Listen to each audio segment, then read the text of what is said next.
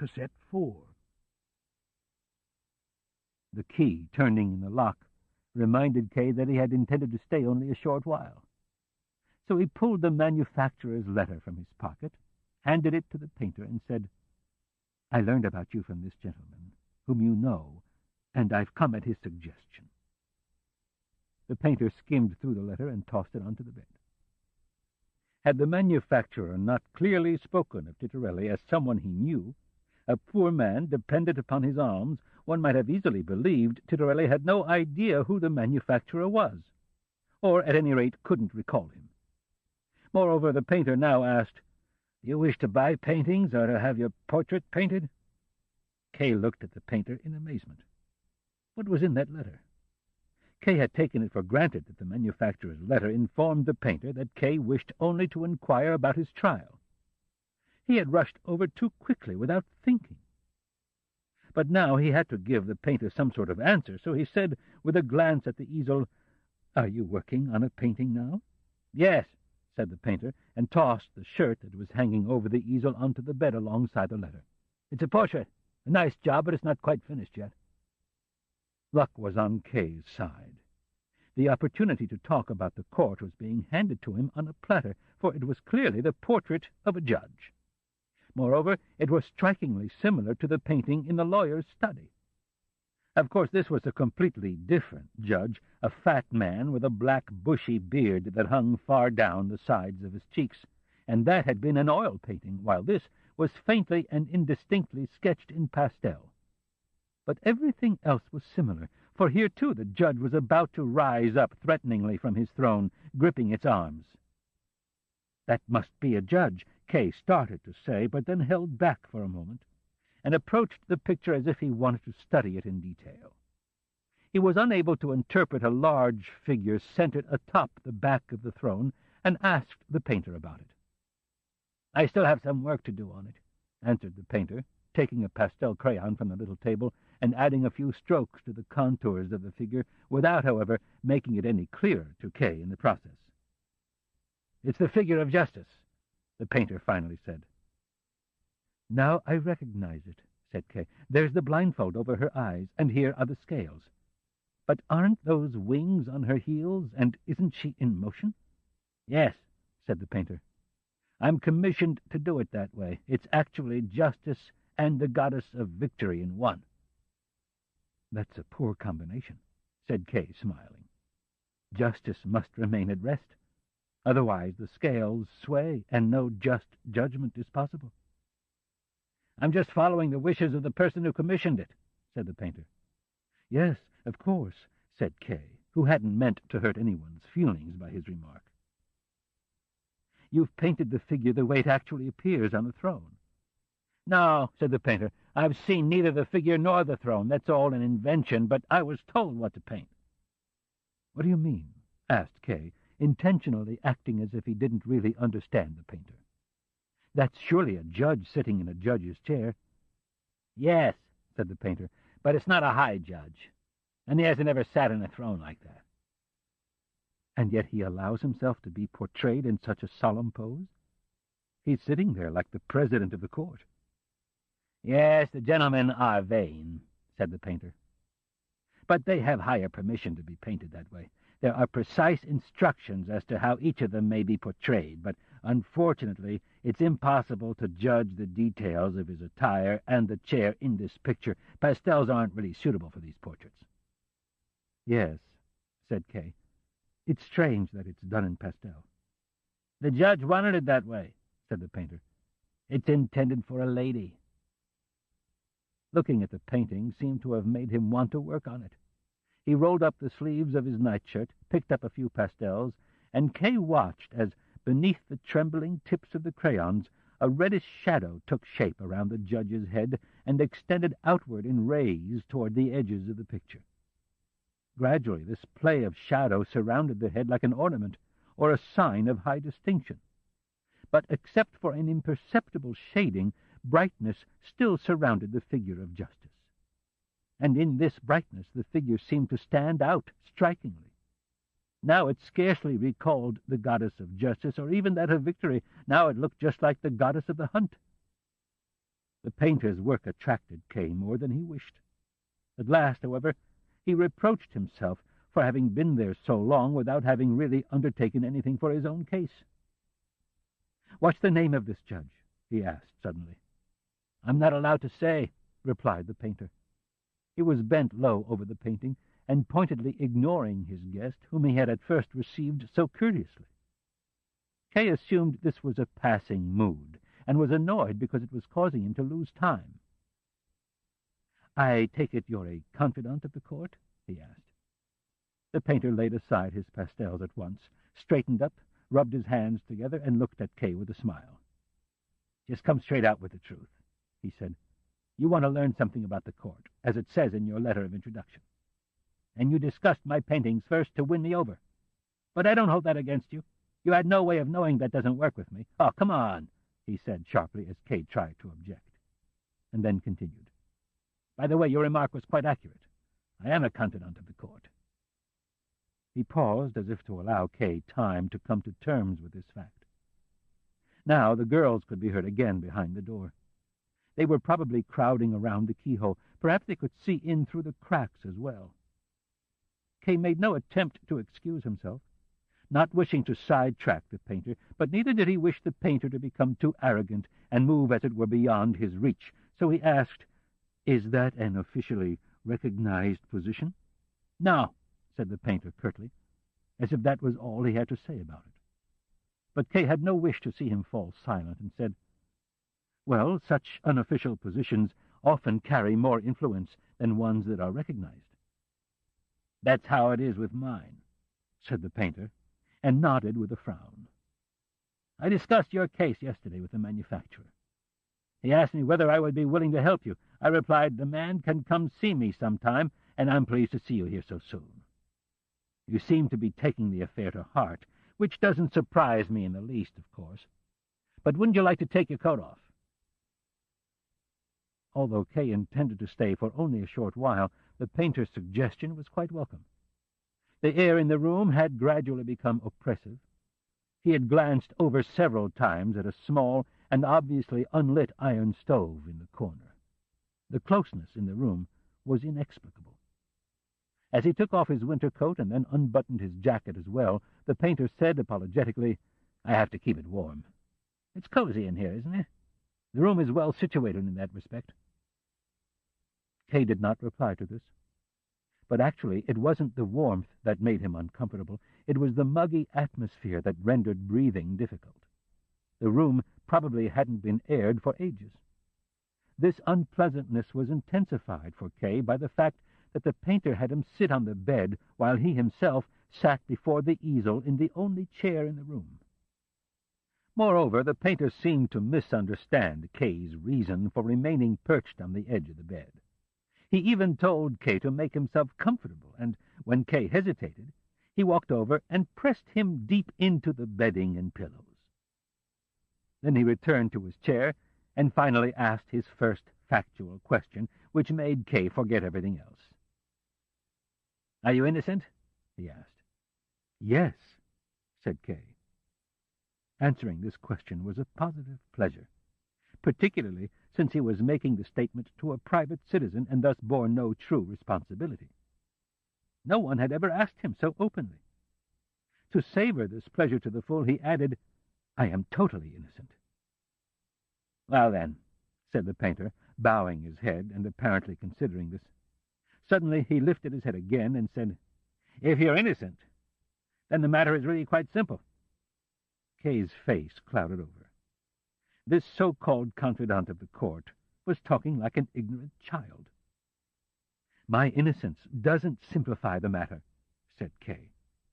He had to smile in spite of himself and shook his head slowly.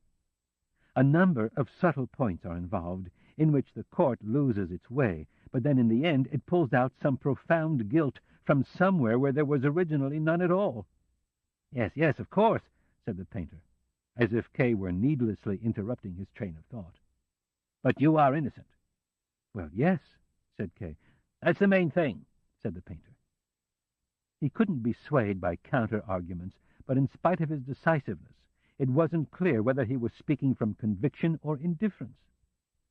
Kay wanted to determine that first, and so he said, "You certainly know the court much better than I do. I don't know much more about it than what I've heard from all sorts of people, of course.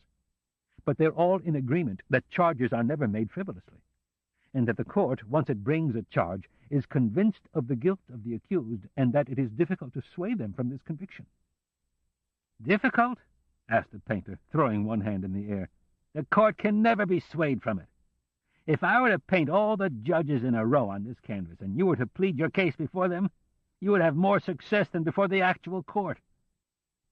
"Yes," Kay said to himself, forgetting that he had only intended to sound out the painter. Behind the door, a girl started asking again, "Titarelli, isn't he going to leave pretty soon?" "Quiet!" the painter yelled at the door. "Can't you see that I'm having a conference with this gentleman?" But that didn't satisfy the girl, who instead asked, "Are you going to paint him?" And when the painter didn't reply, she added, "Please don't paint him. He's so ugly."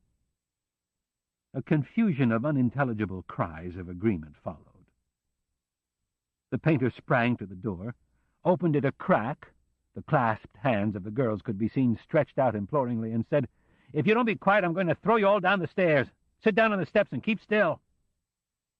Apparently they didn't obey right away, so that he had to make it a command. "Down on the steps!" Only then was it quiet. "Pardon me," said the painter, turning to Kay again. Kay had scarcely glanced toward the door. He'd left it entirely up to the painter whether and how he was to be protected. Even now he hardly moved as the painter bent down to him and, in order not to be heard outside, whispered in his ear, "Those girls belong to the court as well." "What?" asked Kay, jerking his head away and staring at the painter. But the latter sat down in his chair again and said, half in jest, half in explanation, "Everything belongs to the court." "I hadn't noticed that," Kay said curtly. The painter's general statement stripped the reference to the girls of any disturbing quality. Even so, Kay gazed for a while at the door, behind which the girls were now sitting quietly on the steps. Only one had poked a piece of straw through a crack between the boards and was moving it slowly up and down. "You don't seem to have a general overview of the court yet," said the painter. He had spread his legs wide and was tapping his toes on the floor. "But since you're innocent, you won't need one. I'll get you off on my own." "How are you going to do that?" asked Kay. "You said yourself just a moment ago that the court is entirely impervious to proof." "Impervious only to proof brought before the court," said the painter, and lifted his forefinger as if Kay had missed a subtle distinction.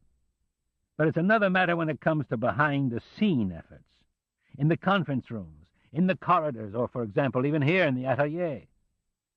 What the painter now said seemed less improbable to Kay. On the contrary, it stood in close agreement with what Kay had heard from others as well. Yes, it was even filled with hope. If the judges could really be swayed as easily through personal contacts as the lawyer had suggested, then the painter's contacts with vain judges were particularly important and should by no means be underestimated. The painter would fit perfectly into the circle of helpers Kay was gradually assembling about him. His organizational talents had once been highly praised at the bank. Here, where he was entirely on his own, he had an excellent opportunity to test them to the full. The painter observed the effect of his explanation on Kay and then asked with a certain anxiety, "Have you noticed I sound almost like a lawyer?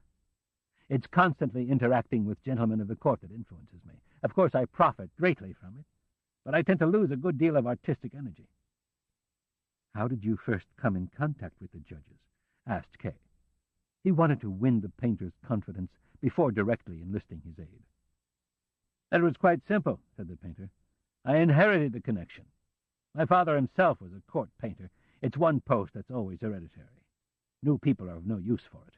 The rules for painting the various levels of officials are so numerous, so varied, and above all so secret, that they simply aren't known beyond certain families. There, in that drawer, for example, I have my father's notes, which I show to no one. But only someone who knows them is equipped to paint the judges. Nevertheless, even if I were to lose them, I still carry so many rules in my head that no one could ever dispute my right to the post. Every judge wants to be painted like the great judges of old, and only I can do that." That's an enviable situation, said Kay, who was thinking about his own position in the bank. So your position is unshakable? Yes, unshakable, said the painter, proudly lifting his shoulders. And that allows me to take a chance now and then helping a poor man with his trial. And how do you do that? Asked Kay, as if he were not the one the painter had just called a poor man. But the painter wouldn't be sidetracked, saying instead, In your case, for example, since you're entirely innocent, I plan to undertake the following. This repeated reference to his innocence was beginning to annoy Kay. At times it seemed to him as if, by such remarks, the painter was insisting upon a favorable outcome to the trial as a precondition for his help, which thus amounted to nothing on its own, of course. But in spite of these doubts, Kay controlled himself and didn't interrupt the painter. He didn't want to do without the painter's help, he was sure of that, and that help seemed no more questionable than the lawyer's. In fact, Kay far preferred the former because it was offered more simply and openly. The painter had pulled his chair closer to the bed and continued in a low voice, I forgot to ask first what sort of release you want. There are three possibilities: actual acquittal, apparent acquittal, and protraction. Actual acquittal is best, of course, but I don't have the slightest influence on that particular result. In my opinion, there's not a single person anywhere who could have an influence on an actual acquittal. In that case, the defendant's innocence alone is probably decisive. Since you're innocent, it would actually be possible to rely on your innocence alone. But then you wouldn't need help from me or anyone else. This orderly presentation took Kay aback at first. But then he said, as quietly as the painter, I think you're contradicting yourself. How? The painter asked patiently and leaned back with a smile. This smile made Kay feel as if he were trying to reveal contradictions not so much in the words of the painter as in the legal process itself. Nevertheless, he did not retreat, but said, You remarked earlier that the court is impervious to proof. Later, you restricted this to the public aspect of the court, and now you even claim that an innocent man needs no help at all before the court. That's a contradiction in itself.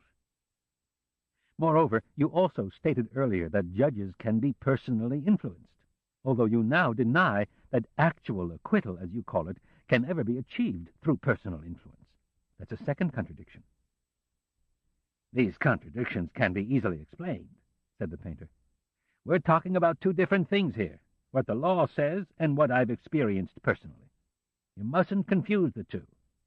In the law, which I've never read, mind you, it says, of course, on the one hand, that an innocent person is to be acquitted. On the other hand, it does not say that judges can be influenced. My own experience, however, has been precisely the opposite. I know of no actual acquittals, but know many instances of influence. Of course, it's possible that in the cases I'm familiar with, no one was ever innocent. But doesn't that seem unlikely? In all those cases, not one single innocent person? Even as a child, I listened closely to my father when he talked about trials at home, and the judges who came to his atelier discussed the court as well. In our circles, no one talked of anything else. From the moment I was allowed to go to court, I attended constantly, heard the crucial stages of innumerable trials, followed them insofar as they could be followed, and, I must admit, I never saw a single actual acquittal. Not a single acquittal, then, said Kay, as if speaking to himself and to his hopes. That confirms the opinion I've already formed of this court. So it has no real point in that respect either. A single hangman could replace the entire court. You mustn't generalize, said the painter, displeased. I've spoken only of my own experience. That's quite enough, said Kay. Or have you heard of acquittals in earlier times? Such acquittals are said to have occurred, of course, said the painter, but that's extremely difficult to determine. The final verdicts of the court are not published, and not even the judges have access to them. Thus, only legends remain about ancient court cases. These tell of actual acquittals, of course, even in a majority of cases. You can believe them, but they can't be proved true. Nevertheless, they shouldn't be entirely ignored. They surely contain a certain degree of truth. And they are very beautiful. I myself have painted a few pictures based on such legends. Mere legends can't change my opinion, said Kay. I assume these legends can't be cited in court. The painter laughed. No, they can't, he said. Then it's useless talking about them, said Kay.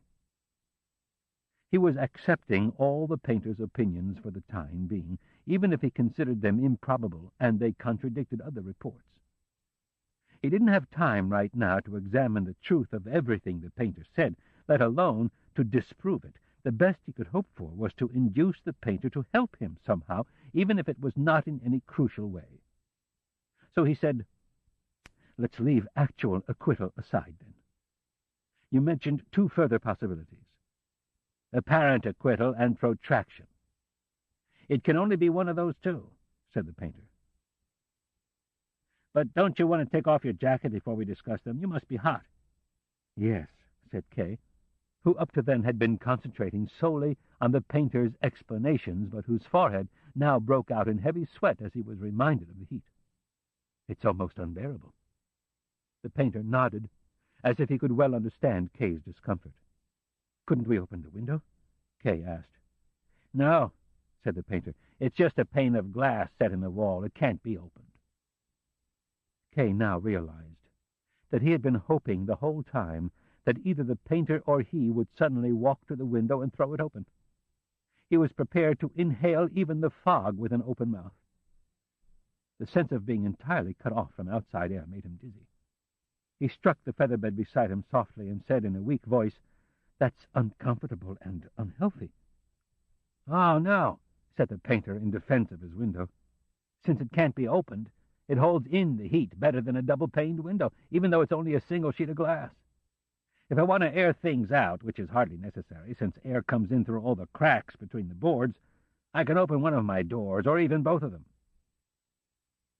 Somewhat comforted by this explanation, Kay looked around for the second door.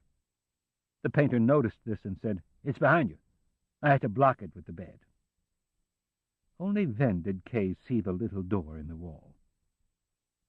"This room is really too small for an atelier," said the painter, as if wishing to forestall a criticism on Kay's part. "I've had to arrange things as best I could. Of course, the bed is very poorly situated in front of the door. That's the door the judge I'm currently painting always uses, for example, and I've given him a key to it so he can wait for me here in the atelier even when I'm not at home.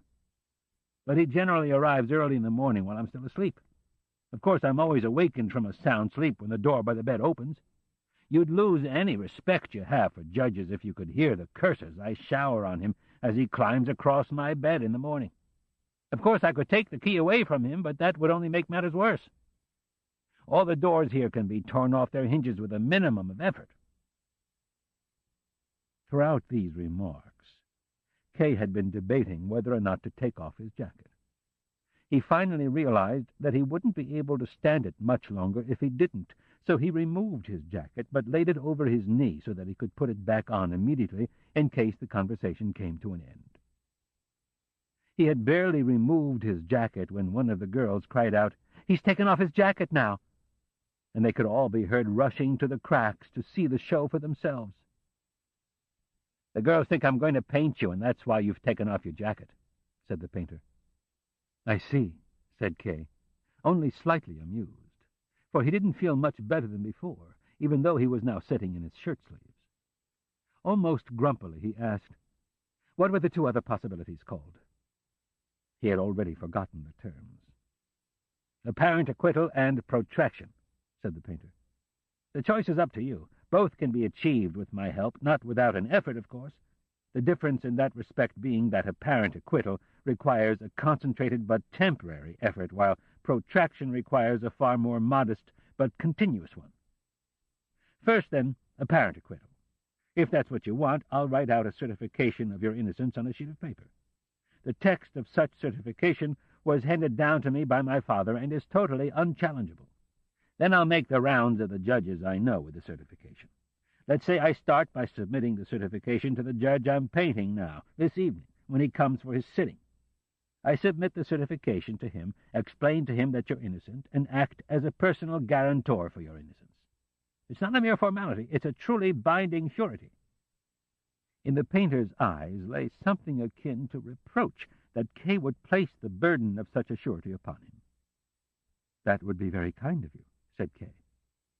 "And the judge would believe you and still not actually acquit me?" "Just as I said," answered the painter. Nor is it absolutely certain that every judge would believe me. Some judge or other, for example, might demand that I bring you to him personally. Then you would have to come along. In that case, the battle is already half won, of course, particularly since I'd instruct you carefully in advance how to conduct yourself before the judge in question. Things are more difficult in the case of those judges who turn me away from the very start, and that will happen too. We'll just have to give up on those, not without trying several times, of course, but we can afford that, since individual judges can't decide the issue. Now, when I've gathered enough judges' signatures on the certification, I take it to the judge who's currently conducting your trial. Perhaps I have his signature already. Then things go a little more quickly than usual.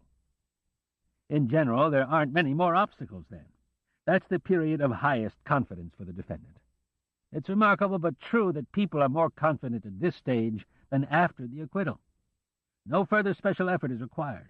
The judge has on the certification the surety of a number of judges. He can acquit you with no second thoughts, and after going through various formalities will no doubt do so to please me and his other acquaintances. You, however, leave the court a free man. So then I'm free, Kay said hesitantly. Yes, said the painter, but only apparently free, or more accurately, temporarily free. Judges on the lowest level, and those are the only ones I know, don't have the power to grant a final acquittal. That power resides only in the highest court, which is totally inaccessible to you and me and everyone else. We don't know what things look like up there, and incidentally, we don't want to know. Our judges, then, lack the higher power to free a person from the charge, but they do have the power to release them from it. When you are acquitted in this sense, it means the charge against you is dropped for the moment, but continues to hover over you, and can be reinstated the moment an order comes from above. Because I have such a close relationship with the court, I can also explain how the distinction between actual and apparent acquittal reveals itself in purely formal terms in court regulations. In an actual acquittal, the files relating to the case are completely discarded. They disappear totally from the proceedings. Not only the charge, but the trial and even the acquittal are destroyed. Everything is destroyed. An apparent acquittal is handled differently. There is no further change in the files except for adding to them the certification of innocence, the acquittal, and the grounds for the acquittal. Otherwise, they remain in circulation. Following the law court's normal routine, they are passed on to the higher courts, come back to the lower ones, swinging back and forth with larger or smaller oscillations, longer or shorter interruptions. These paths are unpredictable. Externally, it may sometimes appear that everything has been long since forgotten. The file has been lost, and the acquittal is absolute. No initiate would ever believe that. No file is ever lost, and the court never forgets. Some day, quite unexpectedly, some judge or other takes a closer look at the file, realizes that the case is still active, and orders an immediate arrest. I'm assuming here that a long time has passed between the apparent acquittal and the new arrest. That's possible, and I know of such cases. But it's equally possible that the acquitted individual leaves the court, returns home, and finds agents already there, waiting to arrest him again. Then, of course, his life as a free man is over. And the trial begins all over again? Kay asked, almost incredulously. Of course, said the painter, the trial begins all over again, but it is again possible, just as before, to secure an apparent acquittal. You must gather all your strength again and not give up. Perhaps the painter added this final remark because he had noticed that Kay had slumped slightly. But isn't effecting a second acquittal more difficult than the first? Kay said, as if he now wished to anticipate any further revelations from the painter. That can't be said for certain, replied the painter. You mean, I take it, that the judge's judgment might be unfavorably influenced with regard to the defendant because of the second arrest. That's not the case. The judges have foreseen this arrest from the moment of the original acquittal. So, in fact, it has scarcely any effect. But there are no doubt countless other reasons why the judge's mood, as well as his legal opinion on the case, may differ, and the efforts for a second acquittal must therefore be adapted to the changed circumstances and be as strong in general as they were for the first acquittal. But this second acquittal isn't final either, said Kay, turning his head away coldly. Of course not, said the painter. The second acquittal is followed by a third arrest, the third acquittal by a fourth arrest, and so on. That's inherent in the very concept of apparent acquittal. Kay was silent. Apparent acquittal obviously doesn't strike you as an advantage, said the painter. Perhaps protraction would suit you better. Shall I explain to you the nature of protraction? Kay nodded. The painter had leaned back expansively in his chair, his nightshirt gaped open. He had shoved a hand inside it and was scratching his chest and sides. Protraction, said the painter, gazing straight ahead for a moment as if searching for a fully accurate explanation. Protraction is when the trial is constantly kept at the lowest stage. To accomplish this, the defendant and his helper, in particular his helper, must remain in constant personal contact with the court. I repeat, this doesn't require the same effort it takes to secure an apparent acquittal, but it does require a much higher level of vigilance. You can't let the trial out of your sight. You have to visit the relevant judge at regular intervals, and any extra chance you get as well, and try to keep him as well disposed as possible in all ways. If you don't know the judge personally, you have to try to influence him through judges you do know, although you still don't dare dispense with the direct conferences. If nothing is omitted in this respect, you can be sufficiently assured that the trial will never progress beyond its initial stage. The trial doesn't end, of course, but the defendant is almost as safe from a conviction as he would be as a free man. Compared with apparent acquittal, protraction offers the advantage that the defendant's future is less uncertain. He's spared the shock of sudden arrests, and he doesn't have to worry at what may be precisely the worst time in terms of other circumstances about taking on the stress and strain connected with securing an apparent acquittal. Of course, protraction also has certain disadvantages for the accused that must not be underestimated. I don't mean the fact that the defendant is never free. He's not free in a true sense in the case of an apparent acquittal either. It's a different sort of disadvantage. The trial can't come to a standstill without some reason that's at least plausible. So something must happen outwardly in the trial. Therefore, various measures must be taken from time to time. The defendant has to be interrogated, inquiries conducted, and so forth. The trial must be kept constantly spinning within the tight circle to which it's artificially restricted. Of course, that involves certain inconveniences for the defendant, which, on the other hand, you mustn't imagine as all that bad. After all, it's a merely formal matter. For example, the interrogations are quite brief. If you don't have the time or inclination to attend, you can excuse yourself. With certain judges, you can even set up a long-term schedule together in advance. In essence, it's merely a matter of reporting to your judge from time to time, since you're a defendant. Even as these last words were being spoken, Kay placed his jacket over his arm and rose. "He's standing up already," came an immediate cry from beyond the door. "Are you leaving so soon?" asked the painter, who had risen as well. "It must be the air here that's driving you away. I feel terrible about that. There was more I wanted to tell you. I had to sum things up briefly, but I hope it was all clear." "Oh, yes," said Kay, whose head ached from the effort he had made to force himself to listen. In spite of this assurance, the painter summed things up again, as if offering Kay a word of comfort for the journey home. "Both methods have this in common. They prevent the accused from being convicted." "But they also prevent an actual acquittal," said Kay softly, as if ashamed of the realization. "You've grasped the heart of the matter," the painter said quickly. Kay placed his hand on his winter coat, but he couldn't even make up his mind to put on his jacket. He would have preferred to bundle them both up and rush out into the fresh air with them.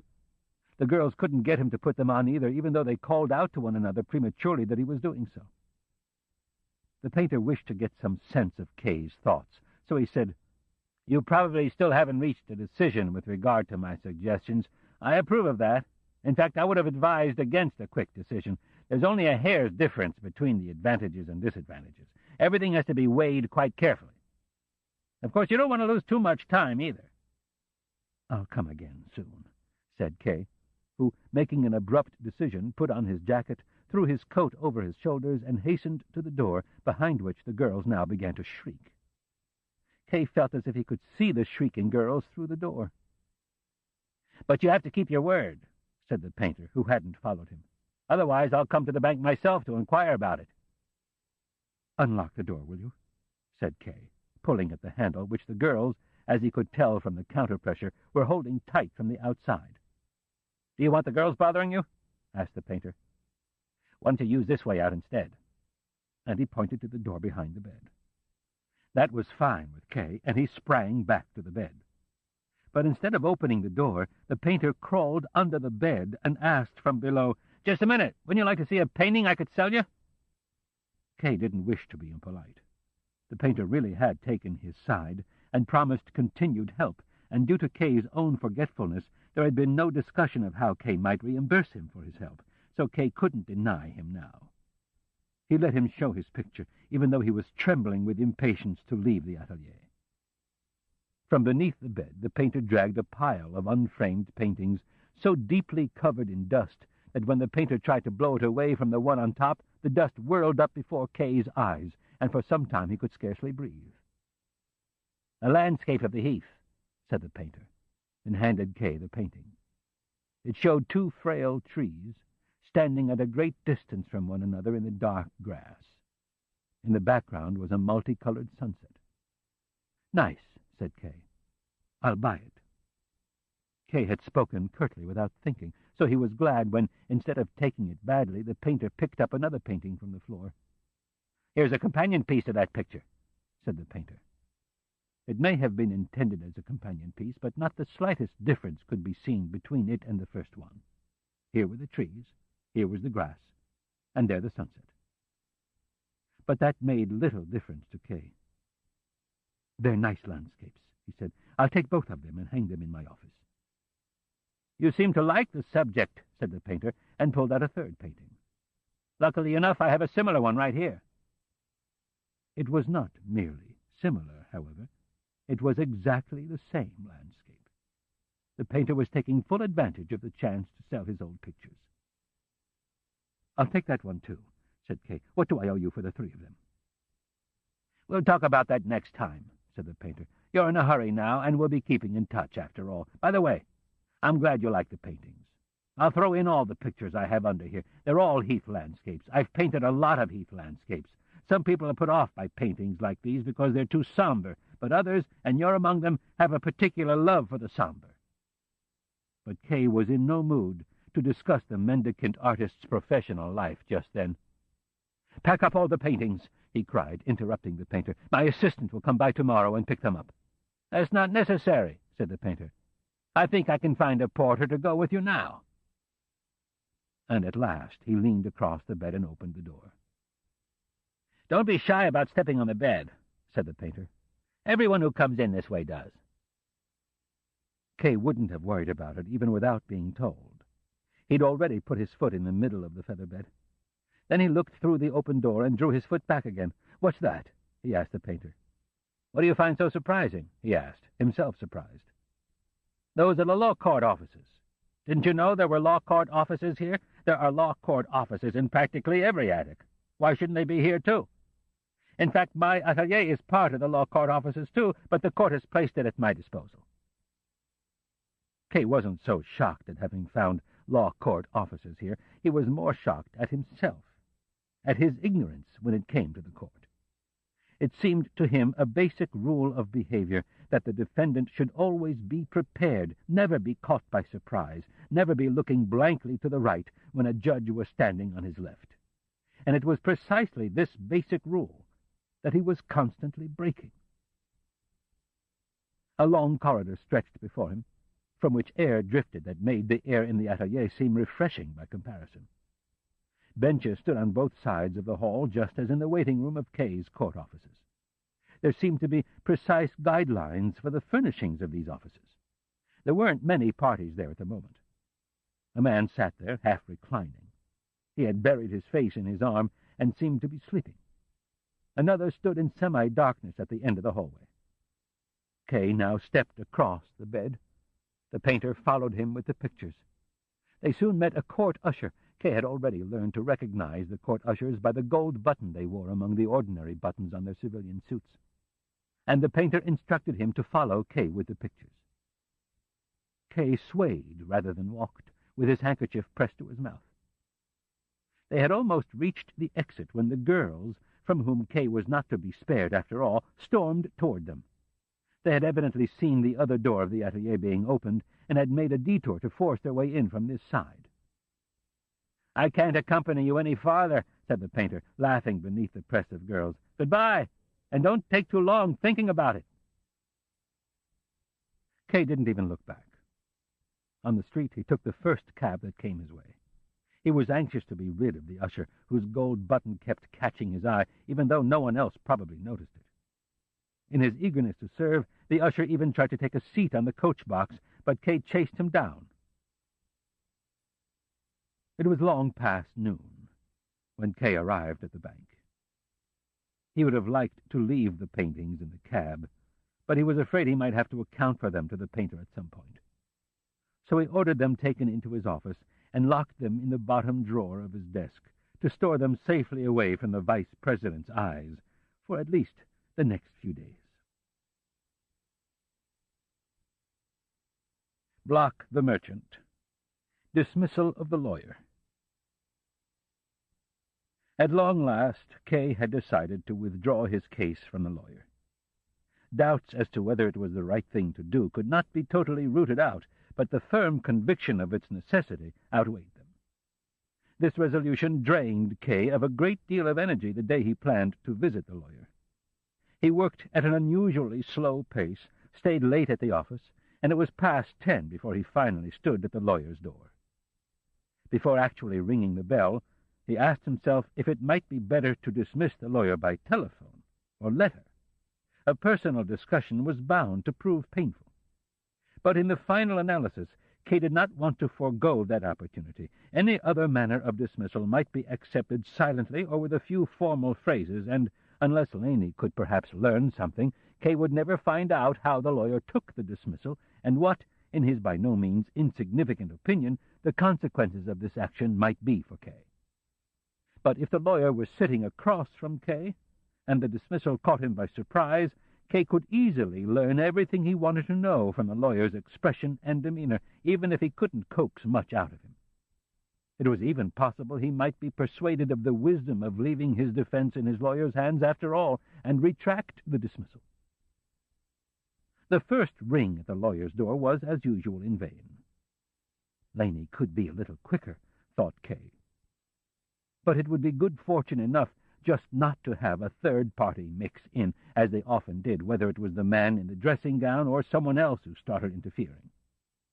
As Kay pressed the button a second time, he looked back at the other door, but this time it too remained closed.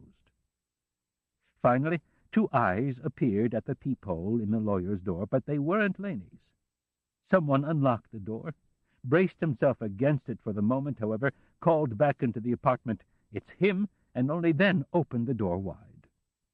Kay had pressed up against the door, for behind him he could hear the key being turned hastily in the lock of the door to the other apartment. Thus, when the door suddenly gave way before him, he practically stormed into the entranceway and caught sight of Laney, to whom the cry of warning from the man at the door had been directed, running off down the hall between the rooms in her slip. He stared after her for a moment, and then turned to look at the man who had opened the door. He was a scrawny little man with a full beard, holding a candle in his hand. "Do you work here?" Kay asked. "No," the man replied. "I'm not part of the household.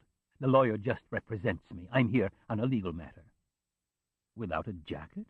Kay asked, and indicated with a wave of his hand the man's inappropriate state of dress. "Oh, do forgive me," said the man, and cast the light of the candle upon himself as if he were seeing his own state for the first time. "Is Laney your mistress?" Kay asked curtly. His legs were slightly spread. His hands, in which he held his hat, were clasped behind him. The mere possession of a heavy overcoat made him feel quite superior to the short, skinny man. "Oh, goodness," said the other, and raised one hand before his face in shocked repudiation. No, what are you thinking of?" "You look trustworthy," said Kay with a smile. "But yet, let's go." He gestured with his hat for him to lead the way. "What's your name?" asked Kay as they went along. "Block the merchant," the little man said, turning around to Kay as he introduced himself, but Kay didn't allow him to stop. "Is that your real name?" asked Kay. "Of course," was the answer. "Why would you doubt it?" "I thought you might have some reason to conceal it," said Kay. He felt totally at ease, the way one normally feels speaking with inferiors in a foreign country, avoiding everything personal, just talking indifferently about their interests, thereby elevating them in importance, but also in a position to drop them at will. This ends side 1 of cassette 4. Please turn the cassette over and start side 2 at the same point. Kay stopped before the door of the lawyer's study, opened it, and called out to the merchant, who had continued docilely onward, "Not so fast! Bring the light here." Kay thought Laney might have hidden herself there. He had the merchant check all the corners, but the room was empty.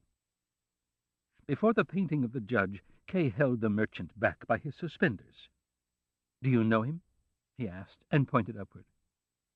The merchant lifted the candle, squinted up, and said, "It's a judge." "A high judge?" asked Kay, and stepped to the side of the merchant to observe the impression the picture made on him. The merchant gazed up in admiration. "It's a high judge," he said.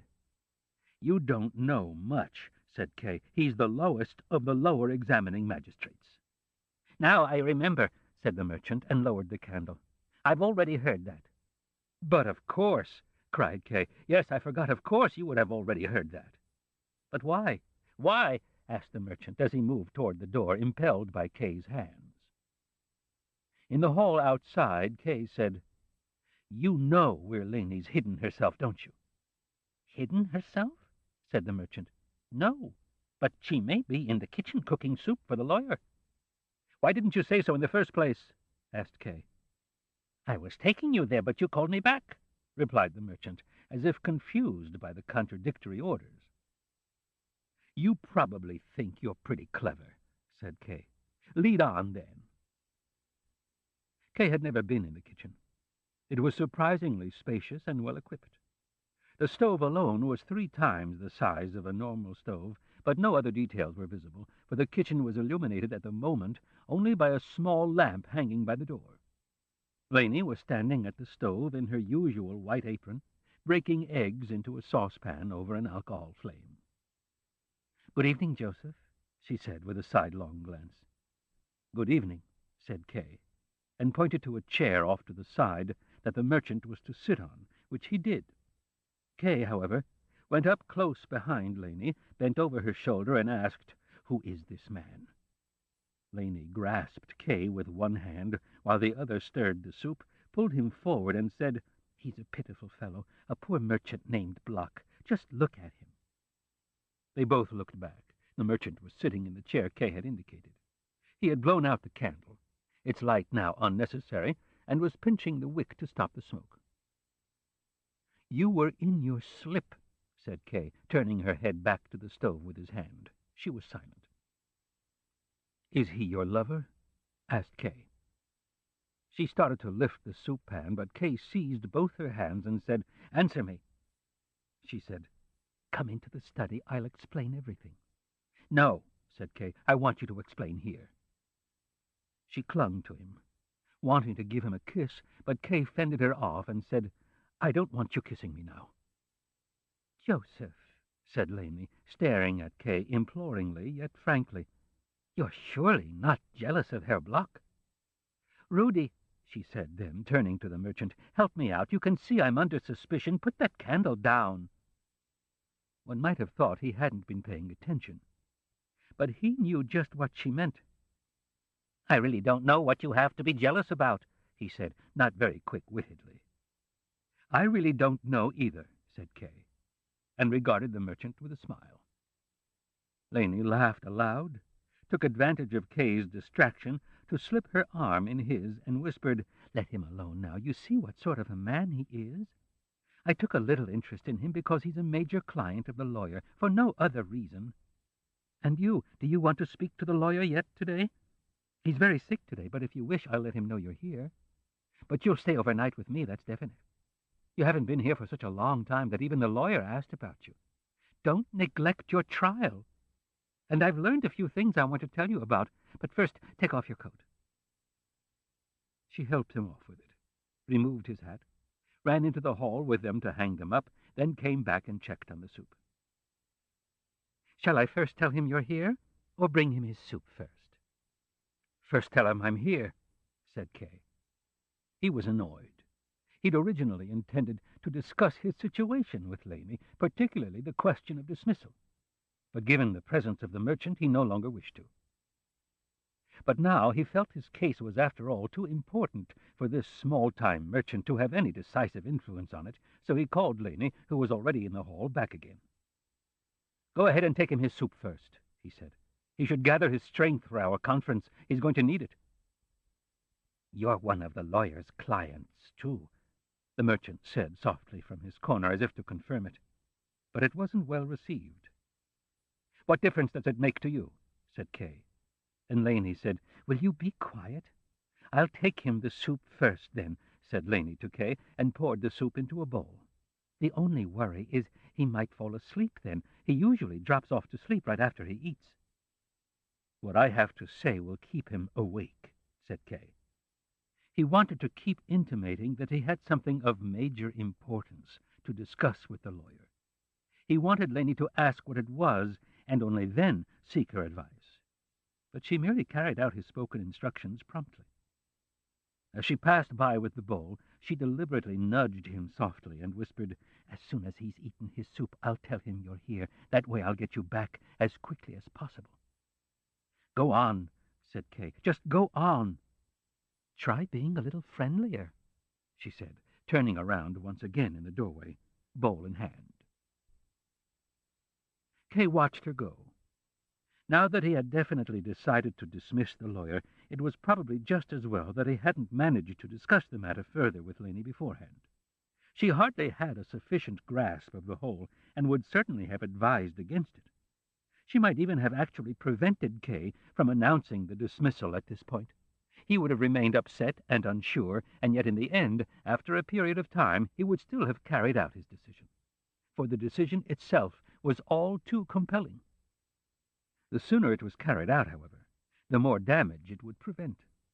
Perhaps the merchant might have something to say about it. Kay turned around. The moment the merchant noticed, he began to rise. Don't get up, said Kay, and drew a chair up beside him. You're an old client of the lawyer? Asked Kay. Yes, said the merchant, a very old client. How many years has he been representing you, then? Asked Kay. I don't know in what sense you mean that, said the merchant. He's been representing me in my business affairs, I'm a grain dealer, ever since I took over the firm for about 20 years now. And in my own trial, to which you're no doubt alluding, he's represented me right from the start as well for more than 5 years now. Yes, much longer than 5 years, he went on to add, and pulled out an old wallet. I've written it all down here. If you wish, I can give you the exact dates. It's hard to keep track of it all. No doubt my trial has been going on much longer than that. It began shortly after the death of my wife, and that was more than 5.5 years ago. Kay drew nearer to him. So the lawyer handles ordinary legal affairs as well? He asked. This alliance of the court with jurisprudence seemed to Kay unusually comforting. Of course, said the merchant, and then whispered to Kay, They say he's even better in legal affairs than he is in the others. But then he seemed to regret his words. He placed a hand on Kay's shoulder and said, Please, don't betray me. Kay patted him comfortingly on the thigh and said, No, I'm no traitor. He's vindictive, you see, said the merchant. Surely he wouldn't do anything to such a faithful client, said Kay. Oh, yes, he would, said the merchant. When he's upset, he draws no distinctions. And what's more, I'm not really faithful to him. What do you mean? Kay asked. Should I confide in you? The merchant asked doubtfully. I believe you may, said Kay. Well, said the merchant, I'll confide it in part, but you have to tell me a secret too, so that we both have something to hold over the other with regard to the lawyer. You're certainly cautious, said Kay. But I'll tell you a secret that will put you entirely at ease. So, in what way are you unfaithful to the lawyer? Well, said the merchant hesitantly, in a tone as if he were confessing something dishonorable, I have other lawyers besides him. That's really nothing very bad, said Kay, a little disappointed. Yes, it is. Here, said the merchant, still breathing heavily after his confession, but gaining confidence from Kay's remark. It's not allowed. And the last thing you're allowed to do is take on shysters in addition to one designated as a lawyer. And that's just what I've done. In addition to him, I have 5 shysters. 5? Kay exclaimed, astonished above all by the number. 5 lawyers besides him? The merchant nodded. I'm negotiating with the 6th right now. But why do you need so many lawyers? Asked Kay. I need them all, said the merchant. Won't you tell me why? Asked Kay. Gladly, said the merchant. First of all, I don't want to lose my trial. That goes without saying. So I mustn't overlook anything that might be of use. Even if there's only a slight hope in a given instance that it might be of use, I still don't dare discard it. So I've spent everything I have on my trial. For example, I've withdrawn all my capital from the business. My firm's offices used to almost fill an entire floor. Now one small room in the back suffices, where I work with an apprentice. Of course, this decline resulted not only from a withdrawal of funds, but even more from the withdrawal of my energy. If you're trying to work on your trial, you have little time for anything else. So you deal directly with the court yourself? Asked Kay. I'd like to know more about that. There's not much to tell, said the merchant. I tried it at first, but soon gave it up. It's too exhausting, with too few results. At any rate, I found I just couldn't work there and deal with them myself. Just sitting and waiting is a major strain. You know yourself how stuffy it is in the offices. How do you know I was there? Asked Kay. I was in the waiting room when you passed through. What a coincidence, cried Kay, carried away and completely forgetting how ridiculous the merchant had once seemed. So you saw me. You were in the waiting room when I passed through. Yes, I did pass through there once. It's not that great a coincidence, said the merchant. I'm there practically every day. I'll probably have to go there fairly often now, said Kay, but I doubt I'll be received as respectfully as I was back then. Everyone stood up. They probably thought I was a judge. No, said the merchant. We were greeting the court usher. We knew you were a defendant. News like that travels fast. So you already knew that, said Kay. Then my behavior may have struck you as arrogant. Didn't anyone mention it? No, said the merchant. On the contrary. But that's all nonsense. What sort of nonsense? Asked Kay. Why do you ask? The merchant said irritably. You don't seem to know the people there and might take it wrong. You have to realize that a great number of things are discussed in these proceedings that the mind just can't deal with. People are simply too tired and distracted. And by way of compensation, they resort to superstition. I'm talking about the others, but I'm no better. One such superstition, for example, is that many people believe they can predict the outcome of the trial from the face of the defendant, and in particular from the lines of his lips. Now these people claimed that according to your lips, you were certain to be convicted. Soon. I repeat, it's a ridiculous superstition, and completely disproved in a majority of cases. But when you live in such company, it's difficult to avoid these beliefs. Just think how strong the effect of such a superstition can be. You spoke to someone there, didn't you? But he could hardly answer you. Of course, there are all sorts of reasons for getting confused there, but one was the sight of your lips. He told us later he thought he'd seen the sign of his own conviction on your lips as well. My lips? Asked Kay, taking out a pocket mirror and regarding his face. I can't see anything unusual about my lips. Can you? Neither can I, said the merchant. Absolutely nothing at all. These people are so superstitious, Kay exclaimed. Didn't I tell you so? Asked the merchant. Do they spend so much time together, then, exchanging opinions? Said Kay. I've avoided them totally up to now. "They generally don't spend much time together," said the merchant. "They couldn't. There are too many of them. And they don't have many interests in common. When a group occasionally begin to believe they share common interest, it soon proves a delusion. Group action is entirely ineffective against the court. Each case is investigated on its own merits. The court is, after all, extremely meticulous. So group action is entirely ineffective. It's only individuals who sometimes manage something in secret. Only when it's been achieved do others learn of it. No one knows how it happened. So there's no sense of community. People meet now and then in the waiting room, but there's not much conversation there. These superstitions have been around for ages and multiplied totally on their own." "I saw the gentlemen there in the waiting room," said Kay. "Their waiting seemed to me so pointless." "Waiting isn't pointless," said the merchant. "The only thing that's pointless is independent action. As I mentioned, I have 5 lawyers besides this one. One would think, and I thought so myself at first, that I could now turn the case over to them completely. But that's totally mistaken. I'm even less able to turn it over to them than if I had only one. You probably don't understand why." "No," said Kay, placing his hand soothingly on that of the merchant to slow down his all-too-rapid speech. "I just wonder if you could speak a little more slowly. All of these things are very important to me, and I can't really follow you." "I'm glad you reminded me," said the merchant. "You're a newcomer, after all, a mere youth. Your trial is 6 months old, right?" "Yes, I've heard about it. Such a young trial. I, on the other hand, have thought these things through innumerable times. To me, they're the most self-evident matters in the world." "You're no doubt happy your trial's so far along?" Kay inquired. He didn't want to ask straight out how the merchant's case was coming. But he didn't receive a straightforward answer either. "Yes, I've been pushing my trial along for 5 years, said the merchant, bowing his head. "That's no small accomplishment." Then he fell silent for a moment. Kay listened to hear if Laney was returning yet.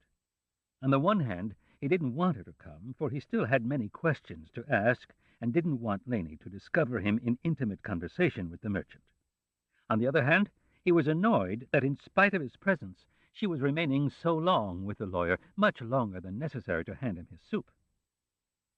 "I still remember clearly," the merchant continued, and Kay was immediately all ears, "when my trial was about as old as yours is now. Back then I had only this one lawyer, but I wasn't particularly satisfied with him." "I'm finding out everything here," thought Kay, and nodded vigorously, as if to encourage the merchant to tell him everything worth knowing. "My trial," the merchant went on, "was getting nowhere.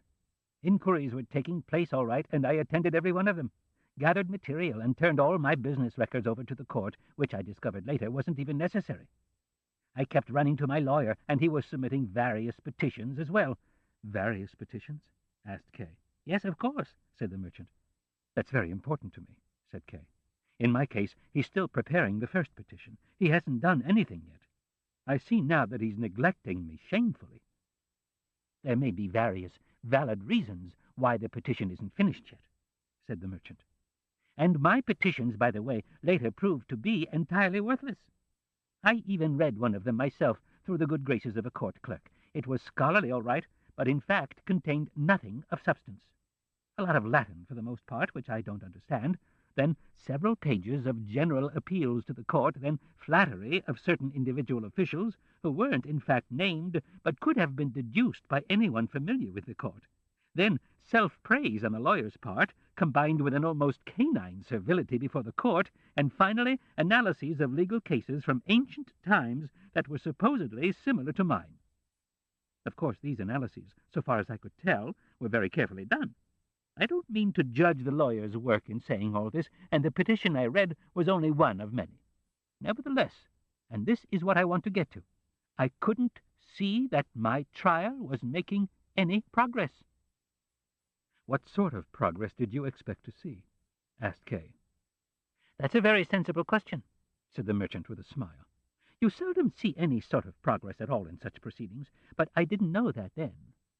I'm a merchant, and was much more of one then than I am today. I wanted to see tangible results. I expected the whole matter to be moving toward a conclusion, or at least to advance at a steady pace. Instead, there were nothing but hearings, most of which went over the same old material. I already had the answers prepared like a litany. Several times a week, court messengers would come to my firm or to my lodgings, or wherever they could find me. That was disturbing, of course. Things are much better these days, at least in that respect. A telephone call causes far less disruption. And rumors about my trial were starting to spread, among my colleagues in particular, but among my relatives as well, so that damage was being done on all sides, without the least indication that even the first session of the trial would take place any time soon.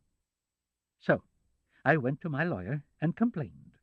He offered long explanations, of course, but steadfastly refused to take the action I desired. No one could influence the setting of a firm date for the trial. To make such a demand in a petition as I was asking was simply unheard of, and would ruin both him and me. I thought to myself, what this lawyer either can't or won't do, some other lawyer can and will.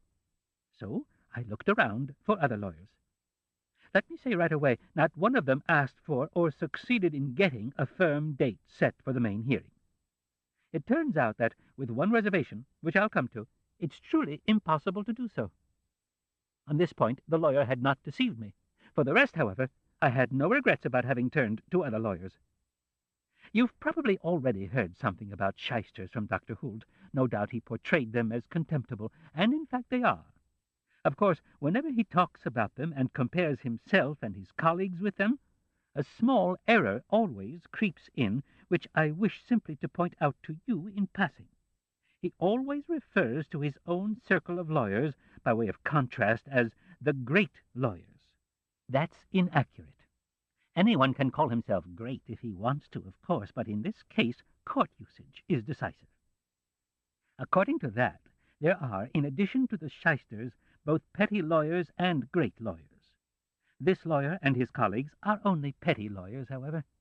The great lawyers, whom I've merely heard of but never seen, stand incomparably higher in rank above the petty lawyers than those do over the despised shysters. The great lawyers? Asked Kay. Who are they, then? How can they be contacted? So you've never heard of them, said the merchant. There's scarcely a single defendant who doesn't dream of them for a time after learning about them. Don't fall prey to that temptation. I don't know who the great lawyers are, and it's probably impossible to contact them. I don't know of a single case in which they can be said with certainty to have intervened. They do defend some people, but it's not possible to arrange that on one's own. They only defend those they wish to defend. The cases they take on, however, have no doubt already advanced beyond the lower court. On the whole, it's best not to think about them. Otherwise, consultations with other lawyers, their advice and assistance, all seem so disgusting and useless that, as I myself know from experience, what you would like most to do would be to pitch the whole affair, go home to bed, and hear nothing more of it. But of course that would be equally stupid. Nor would you be left at peace in bed for long. So you didn't think about the great lawyers back then? Asked Kay. Not for long, said the merchant, and smiled again. You can never quite forget them, unfortunately. Nights are particularly conducive to such thoughts. But back then I wanted immediate results, so I went to the shysters. Look at the two of you sitting together, cried Laney, who had returned with the bowl and paused at the door. In fact, they were sitting quite close to one another. The slightest turn, and they would bump their heads. The merchant, who apart from his short stature also stooped, had forced Kay to bend low if he wanted to hear everything. Just give us another minute, Kay said, putting Laney off, and the hand he still left placed on the merchant's twitched impatiently. He wanted me to tell him about my trial, the merchant said to Laney. Go ahead and tell him, she said. She spoke tenderly to the merchant, but condescendingly as well, which didn't please Kay. After all, as he now realized, the man had some merit. At least he had experience in these matters and could communicate it. Laney probably judged him unfairly. He watched with annoyance as Laney took the candle from the merchant, who had been gripping it firmly the whole time, wiped his hand with her apron, and then knelt down beside him to scratch away some wax that had dripped onto his trousers. You were going to tell me about the shysters, Kay said, pushing Laney's hand away without comment. What do you think you're doing? Asked Laney, giving Kay a small tap and resuming her task. Yes, the shysters, said the merchant, and passed his hand across his brow as if he were thinking. Kay tried to prompt him by saying, "You wanted immediate results, and so you went to the shysters." "That's right," said the merchant, but didn't continue. Perhaps he doesn't want to talk about it in front of Laney, thought Kay, suppressing his impatience to hear the rest at once and pressing him no further. "Did you tell him I was here?" he asked Laney. "Of course," she said. "He's waiting for you. Now leave Block alone. You can always talk with Block later. He's staying here, after all." Kay hesitated a moment longer. "You're staying here?" he asked the merchant. He wanted him to answer for himself, not to have Laney talking about the merchant as if he weren't there. He was filled with hidden resentment against Laney today. Again, only Laney answered, "He often sleeps here." "Sleeps here?" cried Kay. He thought the merchant would simply wait for him while he dealt quickly with the lawyer, and that they would then leave together and discuss everything thoroughly without interruption. "Yes," said Laney. "Not everyone is allowed to see the lawyer whenever they wish, like you, Joseph. You don't seem at all surprised that the lawyer is receiving you at 11 o'clock at night, in spite of his illness. You take what your friends do for you too much for granted." "Well, your friends do it gladly, or at least I do. I don't want or need any other thanks than that you're fond of me." "Fond of you?" Kay thought for a moment, and only then did it occur to him. "Well, I am fond of her." Nevertheless, he said, ignoring all the rest, "He receives me because I'm his client. If I needed outside help for that, too, I'd be bowing and scraping at every step." "He's being very bad today, isn't he?" Laney asked the merchant. "Now I'm the one who isn't here," thought Kay, and almost grew angry with the merchant as well, as the latter, adopting Laney's rude manner, said, "The lawyer has other reasons for receiving him, too. His case is much more interesting than mine, and his trial is in its beginning stages, and therefore probably not particularly muddled yet, so the lawyer still enjoys dealing with it. Things will be different later on." "Yes, yes," said Laney, and glanced at the merchant with a smile. "How he rattles on! You don't dare believe him at all." Here she turned to Kay. "He's as gossipy as he is sweet. Maybe that's why the lawyer doesn't like him. At any rate, he only sees him if he's in a good mood. I've been trying hard to change that, but it's impossible. Just think, sometimes I tell him Block's here, and it's 3 days before he receives him. If Block isn't on the spot when called, however, all is lost, and he has to be announced anew. That's why I let Block sleep here. He's been known to ring for him in the night. So now Block is ready nights as well. Sometimes, of course, if Block does prove to be here, the lawyer then retracts the order to admit him." Kay threw a questioning glance at the merchant. The merchant nodded and said as frankly as he had in speaking with Kay earlier, perhaps forgetting himself in his embarrassment, "Yes, you grow very dependent on your lawyer later on." "He's just making a show of complaining," said Laney. "He enjoys sleeping here, as he's often confessed to me." She walked over to a little door and pushed it open. "Do you want to see his bedroom?" she asked. Kay walked over and gazed from the threshold into the low, windowless room, completely filled by a narrow bed. The only way to get into the bed was to climb over the bedposts. At the head of the bed was a niche in the wall, in which a candle, inkwell and quill, as well as a sheaf of papers, probably trial documents, were meticulously arranged. "You sleep in the maid's room?" asked Kay, and turned back toward the merchant. "Laney lets me have it," answered the merchant. "It's very convenient." Kay took a long look at him. Perhaps his first impression of the merchant had been correct after all. He was experienced in these matters, since his trial had been under way for a long time, but he had paid dearly for that experience. Suddenly, Kay could no longer stand the sight of the merchant. "Put him to bed," he cried to Laney, who seemed to have no idea what he meant. He himself wanted to see the lawyer, and by dismissing him, to free himself not only from the lawyer, but from Laney and the merchant as well. But before he reached the door, the merchant addressed him softly, "Herr Kay."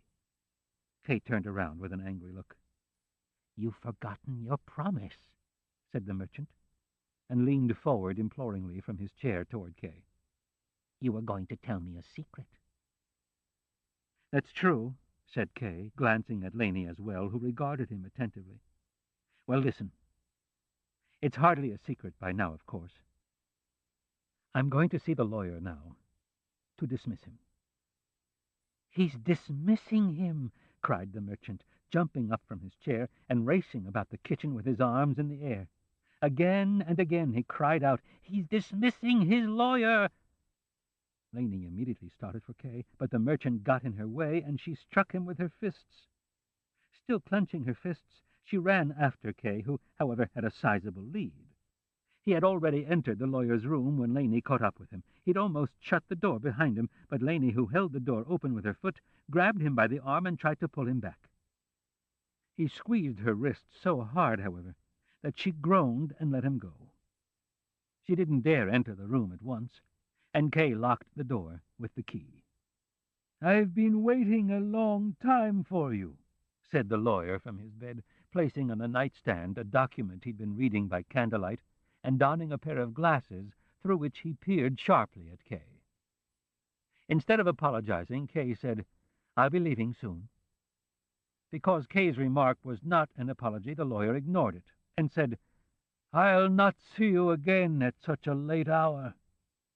"That's in accord with my desires," said Kay.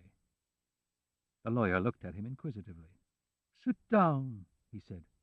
"As you wish," said Kay, pulling a chair up to the nightstand and sitting down. "It looked to me like you locked the door," said the lawyer. "Yes," said Kay, "because of Laney." He intended to spare no one, but the lawyer asked, "Was she being too forward again?" "Too forward?" Kay asked. "Yes," said the lawyer with a chuckle, fell prey to a fit of coughing, then started chuckling again once it had passed. "You've no doubt noticed how forward she is?" he asked, patting Kay on the hand he'd braced distractedly on the nightstand and now quickly withdrew. "You don't attach much importance to it," said the lawyer as Kay remained silent. "So much the better. Otherwise I might have had to offer you my apologies. It's a peculiarity of hers I've long since forgiven her for, and I wouldn't bring it up at all if you hadn't locked the door just now. This peculiarity, and of course you're probably the last person I need to explain this to, but you look so perplexed that I will. This peculiarity consists in the fact that Laney finds most defendants attractive. She's drawn to all of them, loves all of them, and of course appears to be loved by them in turn. She occasionally amuses me with stories about it when I let her. I'm not nearly as surprised as you seem to be. If you have an eye for that sort of thing, defendants are indeed often attractive. It is, of course, remarkable, in a sense almost a natural phenomenon. It's clear no obvious change in appearance is noticeable once a person has been accused. The situation differs from a normal court case. Most defendants continue to lead a normal life, and if they find a good lawyer who looks out for them, they aren't particularly hampered by the trial. Nevertheless, an experienced eye can pick out a defendant in the largest crowd every time. On what basis, you may ask? My reply won't satisfy you. The defendants are simply the most attractive. It can't be guilt that makes them attractive, for, at least as a lawyer, I must maintain this, they can't all be guilty. Nor can it be the coming punishment that renders them attractive in advance, for not all of them will be punished. It must be a result, then, of the proceedings being brought against them, which somehow adheres to them. Of course, some are even more attractive than others, but they're all attractive. Even that miserable worm, Block. By the time the lawyer had finished, Kay had completely regained his composure. He even nodded emphatically at his final words, which reconfirmed his original conviction that the lawyer, now as always, was attempting to divert his attention from the main question by conveying general information having nothing to do with the matter at hand, which was what he had actually accomplished in Kay's case.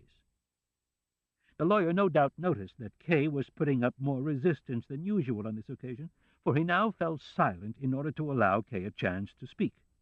And when Kay said nothing, he asked, "Have you come with some special purpose in mind today?" "Yes," said Kay, shading the candle with his hand slightly, so he could see the lawyer better. "I wanted to tell you that as of today, I no longer wish for you to represent me." "Do I understand you correctly?" the lawyer asked, rising halfway up in bed and propping himself with one hand on the pillows. "I assume so," said Kay, who was sitting there tensely on the alert. "Well, now, we can discuss this plan," said the lawyer after a pause. "It's no longer a plan," said Kay. "That may be," said the lawyer, "but still we mustn't be too hasty." He used the word "we" as if he had no intention of freeing Kay, as if he were still his adviser, even if he were no longer his legal representative. "There's nothing hasty about it," said Kay, standing up slowly and stepping behind his chair. "It's been carefully considered, perhaps at even too great a length. The decision is final." "Then permit me just a few more remarks," said the lawyer, pulling off the quilt and sitting up on the edge of the bed. His bare, white-haired legs trembled in the cold. He asked Kay to pass him a blanket from the divan. Kay fetched the blanket and said, "There's no reason to risk catching cold." "The cause is important enough," said the lawyer, as he pulled the quilt around his upper body and then wrapped the blanket around his legs. "Your uncle is my friend, and I've grown fond of you as well over the course of time. I admit that openly. I needn't be ashamed of it." These emotional sentiments on the old man's part were not welcomed by Kay, for they forced him to a more detailed explanation he would have preferred to avoid, and they disconcerted him as well, as he admitted openly to himself, although they could never, of course, cause him to retract his decision. "I appreciate your kind feelings," he said, "and I realize you did as much as you could in my case, and in a manner you thought was in my interest. Recently, however, I've become convinced that isn't enough. Naturally, I would never attempt to persuade you, a much older and more experienced man, to adopt my point of view. If I've sometimes tried to do so instinctively, please forgive me. But as you say, the cause is important enough, and I'm convinced it's necessary to intervene much more actively in the trial than has been done to this point."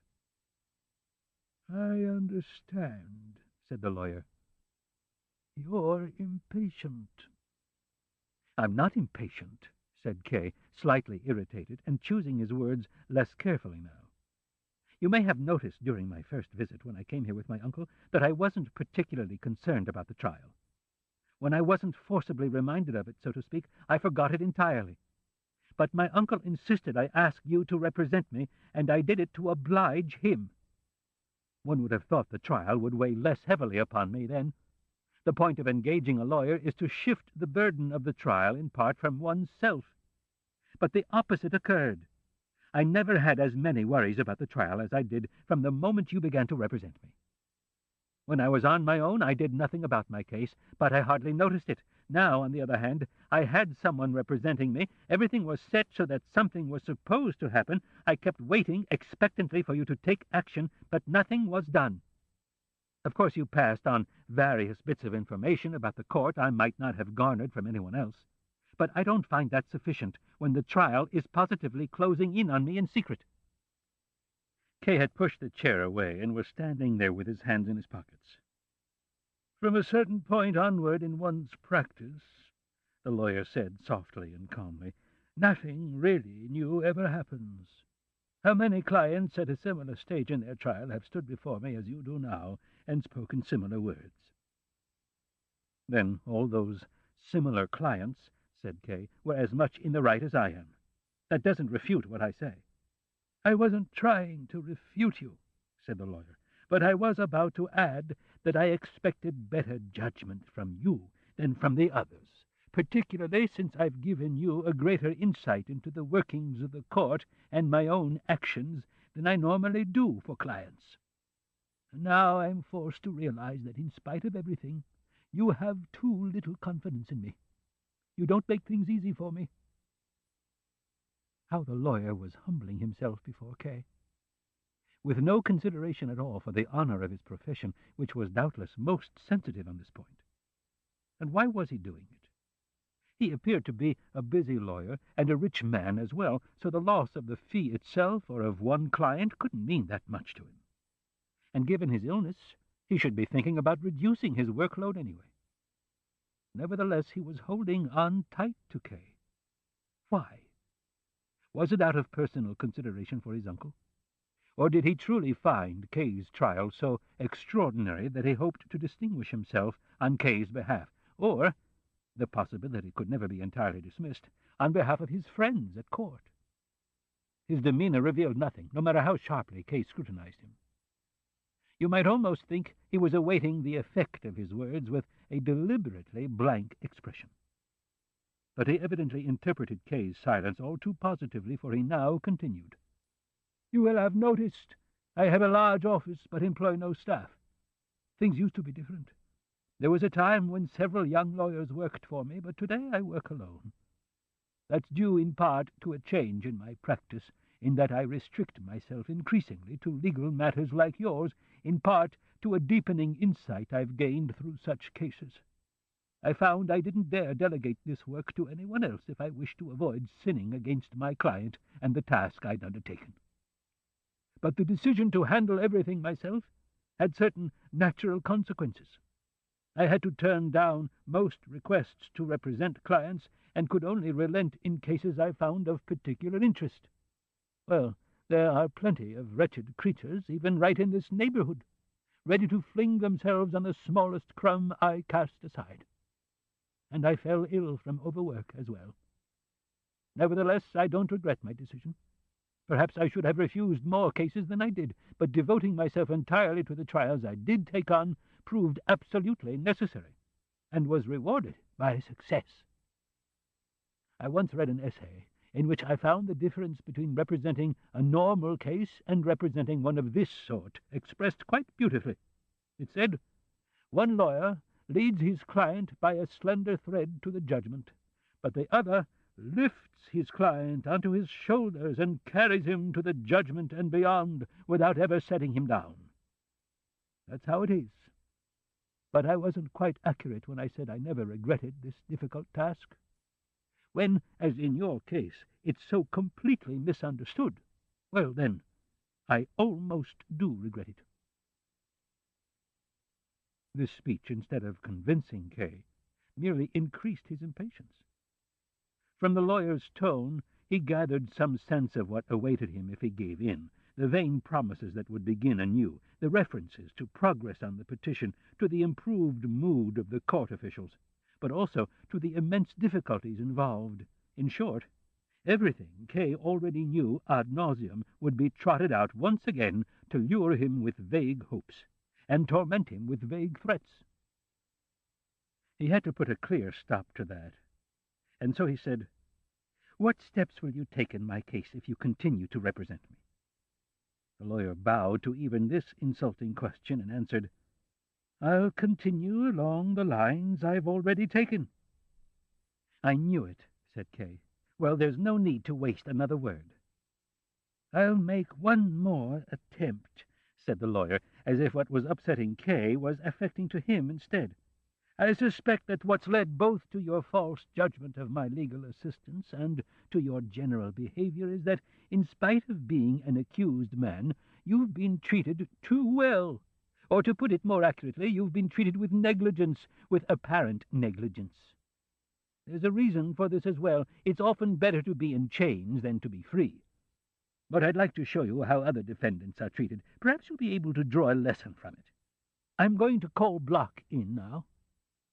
Unlock the door and sit down here beside the nightstand." "Gladly," said Kay, and did as the lawyer asked. He was always ready to learn.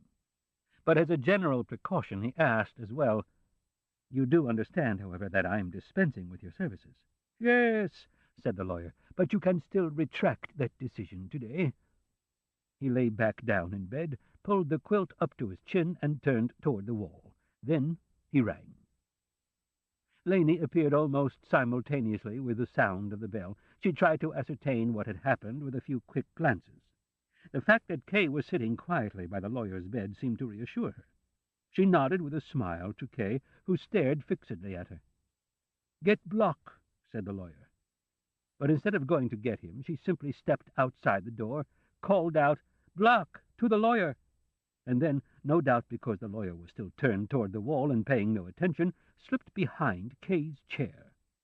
She kept distracting him from that point on, leaning over the back of his chair, or running her fingers quite gently and surreptitiously, of course, through his hair, and stroking his cheeks. Finally, Kay tried to stop her by grabbing her hand, which, after a brief resistance, she surrendered to him. This ends side 2 of cassette 4 of The Trial. Please fast forward to the end before loading cassette 5.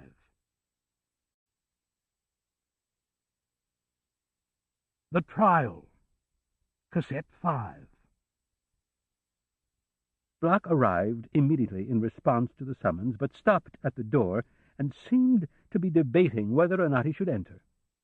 He raised his eyebrows and inclined his head as if listening to hear if the order to see the lawyer might be repeated. Kay might have encouraged him to enter, but he had decided to make a clean break, not only with his lawyer, but with everything that went on in his apartment, and so he remained motionless. Laney, too, was silent. Block saw that at least he wasn't being driven away, and entered on tiptoe, his face tense, his hands clenched behind him. He had left the door open for a possible retreat.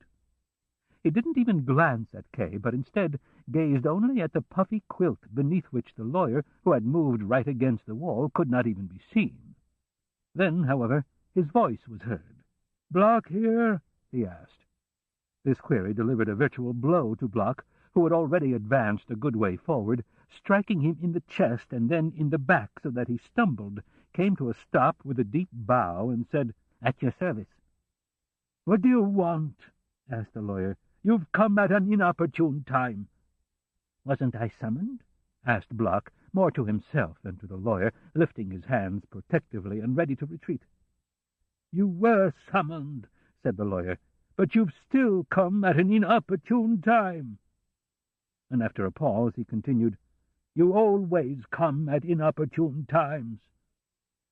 Once the lawyer began speaking, Block no longer looked at the bed, but instead stared off somewhere into a corner and merely listened, as if the sight of the speaker was too blinding to bear. Listening was difficult, too, however, for the lawyer was speaking to the wall, softly and rapidly. "Do you wish me to leave?" asked Block. "You're here now," said the lawyer. "Stay." One would have thought the lawyer had threatened to flog Block, not grant his wish, for now Block began to tremble in earnest. "Yesterday," said the lawyer, "I visited the third judge, my friend, and gradually brought the conversation around to you. Do you want to know what he said?" "Oh, please," said Block. Since the lawyer didn't reply at once, Block repeated his entreaty and stooped as if to kneel. But then Kay lashed out at him. "What are you doing?" he cried. Since Laney tried to stop his outburst, he seized her other hand as well. It was no loving embrace in which he held them. She groaned several times and tried to pull her hands away. Block was the one punished for Kay's outburst, however, for the lawyer asked him, "Who's your lawyer?" "You are," said Block. "And other than me?" asked the lawyer. "No one but you," said Block. "Then don't listen to anyone else," said the lawyer. Block accepted this totally. He measured Kay with an angry glance and shook his head vigorously. Translated into words, his gestures would have constituted a tirade of abuse. And this was the man Kay had wished to engage in friendly conversation about his own case. "I won't disturb you further," said Kay, leaning back in his chair. "Kneel down or crawl around on all fours. Do just as you like. It makes no difference to me." But Block did have a sense of honor, after all, at least as far as Kay was concerned, for he headed toward him, brandishing his fists and crying out as loudly as he dared in the lawyer's presence, "You can't talk to me like that. It's not allowed. Why are you insulting me, and in front of the lawyer, who tolerates both you and me merely out of compassion? You're no better a person than I am, for you're a defendant too, and also on trial. But if you remain a gentleman in spite of that, then I'm as much a gentleman as you, if not a greater one. And I wish to be addressed as one, especially by you. But if you think you're privileged because you're allowed to sit here quietly and listen while I, as you put it, crawl around on all fours, then let me remind you of the old legal maxim. A suspect is better off moving than at rest. for one at rest may be on the scales without knowing it, being weighed with all his sins." Kay said nothing. He simply stared fixedly in astonishment at this flustered man. How many transformations he had undergone in just this past hour! Was it the trial that cast him about so and kept him from distinguishing his friends from his enemies? Couldn't he see that the lawyer was intentionally humiliating him, with no other goal on this occasion but to parade his power before Kay, and by so doing, perhaps intimidate Kay as well? But if Block was incapable of recognizing that, or feared the lawyer so much that this knowledge was of no help, how was he clever or bold enough to deceive the lawyer and conceal the fact that he had other lawyers working for him as well? And how did he dare to attack Kay, who could betray his secret at any time? But he dared more than this. He approached the lawyer's bed and began complaining about Kay there as well. "Herr Holt," he said, "you've heard how this man speaks to me. His trial can still be reckoned in hours, and he's already trying to give me advice, me, a man who's been on trial for 5 years. He even abuses me. Knows nothing and abuses me, a man who has studied closely to the best of my poor abilities what decency, duty, and court custom demand." "Don't worry about anyone else," said the lawyer. "Just do what seems right to you." "Certainly," said Block, as if building up his own courage, and with a quick, sidelong glance he knelt at the side of the bed. "I'm on my knees, sir," he said. But the lawyer said nothing. Block caressed the quilt cautiously with one hand. In the silence that now reigned, Laney said, as she freed herself from Kay's hands, "You're hurting me. Leave me alone. I'm going to Block." She went over and sat down on the edge of the bed. Block was greatly pleased by her arrival. He begged her at once, with urgent but silent gestures, to plead his cause with the lawyer. He evidently needed the lawyer's information badly, perhaps only so that it could be used by his other lawyers. Laney apparently knew just how to approach the lawyer. She pointed to the lawyer's hand and pursed her lips as if for a kiss. Block immediately kissed it, and at Laney's prompting did so twice more. But still the lawyer said nothing. Then Laney leaned over the lawyer, displaying her fine figure as she stretched forward and bent down close to his face to stroke his long white hair. That finally wrested a response from him. "I hesitate to tell him," said the lawyer, and you could see how he shook his head slightly, perhaps to enjoy the touch of Laney's hand more fully. Block listened with bowed head, as if he were breaking some rule by doing so. "Why do you hesitate?" asked Laney. Kay had the feeling he was listening to a carefully rehearsed dialogue that had occurred many times before, and would occur many times again, one that would remain forever fresh only to Block. "How has he behaved today?" asked the lawyer, instead of answering. Before replying, Laney looked down at Block for a few moments as he raised his hands to her and wrung them imploringly. At last she nodded gravely, turned to the lawyer and said, "He's been quiet and industrious." An elderly merchant, a man with a long beard, begging a young woman to put in a good word for him. Even if he had his own ulterior motives, nothing could justify his actions in the eyes of his fellow man. It almost dishonored the onlooker. Kay didn't see how the lawyer could possibly have believed this performance would win him over. If he had not already driven him away, this scene would have done so. So the lawyer's methods, to which Kay, fortunately, had not been long enough exposed, resulted in this, that the client finally forgot the entire world, desiring only to drudge along this mistaken path to the end of his trial. He was no longer a client. He was the lawyer's dog. If the lawyer had ordered him to crawl under the bed as into a kennel and bark, he would have done so, gladly. Kay listened critically and coolly, as if he had been commissioned to mentally record everything, render an account of it at a higher level, and file a report. "What did he do all day?" asked the lawyer. "I locked him in the maid's room, where he generally stays anyway," said Laney, "so that he wouldn't bother me while I was working. I checked on what he was doing from time to time through the peephole. He was always kneeling on the bed with the documents you loaned him open on the windowsill, reading them.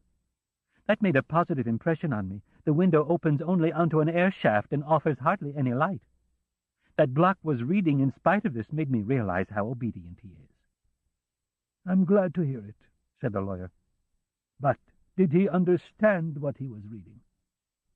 Block moved his lips constantly during this conversation, apparently formulating the replies he hoped Laney would give. Of course, I can't really say for sure, said Laney. At any rate, I could see he was reading carefully. He spent the whole day reading the same page, and would move his finger along the lines as he read. Whenever I looked in, he was sighing, as if he were finding it hard to read. The texts you gave him are probably hard to understand.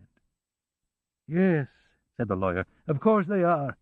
And I don't imagine he does understand any of them. They're simply meant to give him some idea of the difficulty of the battle I'm waging in his defense.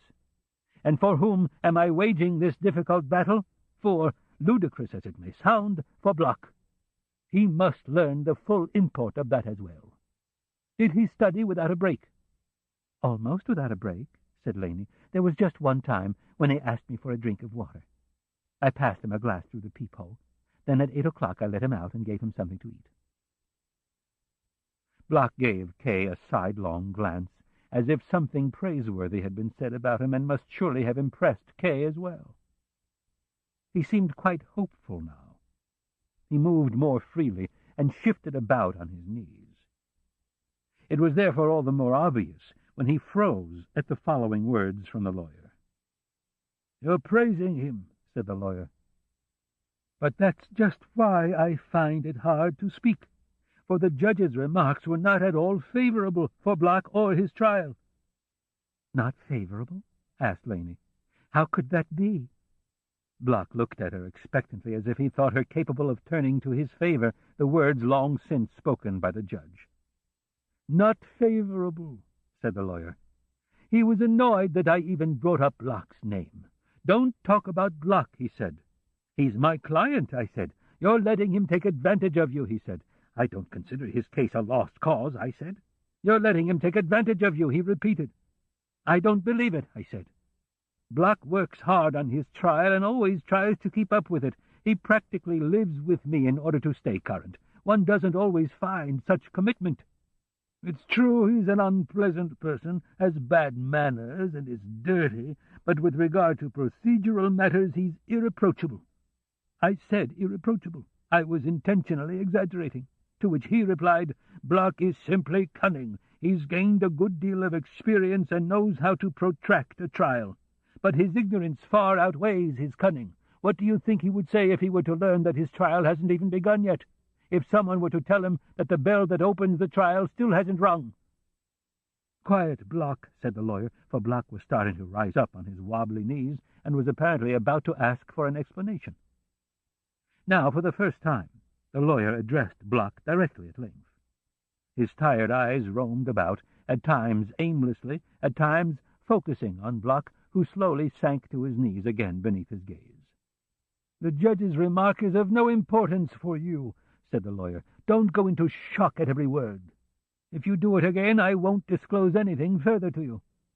I can't even begin a sentence without having you stare at me as if I were about to deliver your final judgment. You should be ashamed here in front of my client. You'll undermine his faith in me as well. What is it you want? You're still alive. You're still under my protection. It's senseless anxiety. You've read somewhere that in some cases the final judgment comes unexpectedly from some chance person at some random moment. With numerous reservations, that's true, of course, but it's equally true that your anxiety disgusts me, and that I see in it a lack of necessary faith. What have I said, after all? I've repeated a judge's remark. You know that various views pile up around these proceedings until they become impenetrable. For instance, this judge assumes a different starting point for the trial than I do. A difference of opinion, that's all. There is an old tradition that a bell is rung at a certain stage in the trial. In this judge's view, it marks the beginning of the trial. I can't tell you everything that speaks against this at the moment, nor would you understand it all. Suffice it to say, a great deal speaks against it." Embarrassed, Block ran his fingers through the fur of the bedside rug. The anxiety caused by the judge's statement caused him to forget for a moment his own subservience to the lawyer. He now thought only of himself, turning the judge's words over, examining them from all sides. "Block," said Laney, in a tone of warning, lifting him up a bit by the collar. "Leave that fur alone, and listen to the lawyer."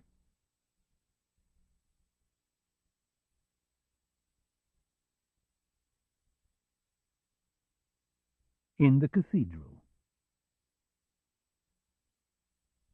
An Italian business associate of major importance to the bank was visiting the city for the first time, and Kay had been assigned to show him a few of its artistic treasures. At any other time he would have considered the assignment an honor, but now that he was expending so much effort defending his prestige at the bank, he accepted it reluctantly. Every hour away from the office troubled him. It was true he could no longer use his office time as efficiently as before. He spent many an hour in only the most superficial appearance of actual work. But that made him all the more worried when he was away from the office. He pictured the vice president, who was always lurking about, entering his office from time to time, sitting down at his desk, rifling through his papers, receiving customers who over the years had almost become Kay's friends, luring them away, yes, perhaps even discovering errors which Kay felt threatened by from 1,000 directions as he worked, errors he could no longer avoid. So no matter how much it honored him, whenever he was given any assignment that required a business call or even a short trip, as chance would have it, the number of such assignments had mounted recently, the suspicion was never far removed that they were trying to get him out of the office for a while to check on his work, or at the very least, that they thought they could spare him easily at the office.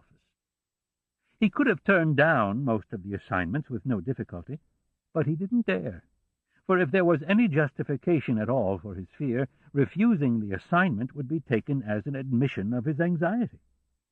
For this reason he accepted such assignments with apparent equanimity, even concealing a bad cold when faced with a strenuous 2-day business trip, so that there would be no risk of his being held back due to the prevailing rainy autumn weather.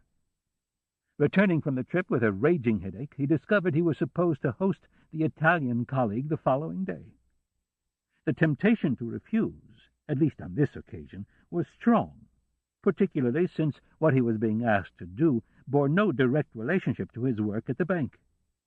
Fulfilling this social duty for a business colleague was doubtless important in itself, but not to Kay, who was well aware that only success in the office could protect him, and that if he couldn't manage that, even proving unexpectedly charming to the Italian would be of no value at all. He didn't want to be forced away from work even for a day, for the fear that he might not be allowed to return was too great, a fear that he knew all too well was far-fetched, but that nonetheless oppressed him. In this case, of course, it was almost impossible to invent a plausible excuse. Kay's Italian was not particularly fluent, but it was adequate. The decisive argument, however, was that Kay had some knowledge of art history, acquired in earlier days. This had become known at the bank, and blown far out of proportion because for a time, and solely for business reasons as it happened, Kay had belonged to the Society for the Preservation of Municipal Works of Art. Since rumor had it that the Italian was an art lover, the choice of Kay as a guide had been obvious. It was a very wet and windy morning, as Kay, full of irritation at the day before him, entered his office at 7 o'clock in hopes of accomplishing at least some work before the visitor took him away from everything. He was very tired, having spent half the night preparing himself somewhat by poring over an Italian grammar. The window at which he was accustomed to sit all too often in recent days attracted him more than his desk, but he resisted and sat down to work. Unfortunately, his assistant entered immediately and announced that the president had asked him to see if Kay was in yet. If he was, would he be so kind as to come over to the reception room, since the gentleman from Italy had already arrived. "I'll be right there," said Kay, stuck a small dictionary in his pocket, tucked an album of city sights he had brought for the visitor under his arm, and walked through the vice president's office into the head office. He was happy that he'd arrived at the office so early, and was immediately available, which no one could seriously have expected. The vice president's office was still empty, of course. as in the depths of night. The assistant had probably been asked to call him to the reception room too, but without success. As Kay entered the reception room, the two men rose from their deep armchairs. The president wore a friendly smile and was obviously delighted at Kay's arrival. He handled the introductions at once. The Italian shook Kay's hand warmly and laughingly called someone an early riser. Kay wasn't sure exactly whom he meant, for it was an odd expression, and it took Kay a moment or so to guess its sense.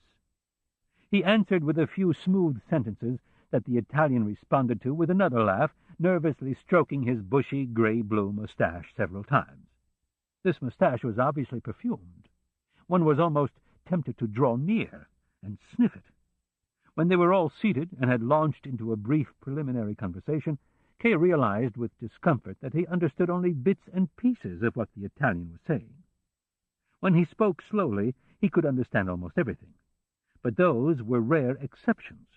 For the most part, the words literally poured from his lips, and he shook his head in seeming pleasure as they did so. At such times, however, he kept falling into some dialect or other that didn't really sound like Italian to Kay, but that the president not only understood, but also spoke. Something Kay should have predicted, of course, since the Italian came from southern Italy, and the president had spent a few years there himself. At any rate, Kay realized he would have little chance of understanding the Italian, for his French was hard to follow too, and his mustache hid the movement of his lips, the sight of which might otherwise have helped him out. Kay began to foresee various difficulties. For the moment he'd given up trying to follow the Italian. Given the presence of the president, who understood him so easily, it was an unnecessary strain, and limited himself to observing peevishly the way he sat so deeply yet lightly in the armchair, how he tugged repeatedly at his short, sharply tailored jacket, and how once, lifting his arms and fluttering his hands, he tried to describe something Kay couldn't quite follow, even though he leaned forward and stared at his hands.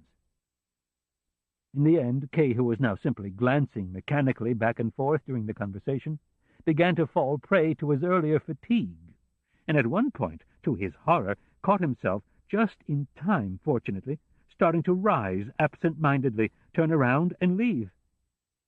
Finally, the Italian glanced at his watch and jumped up.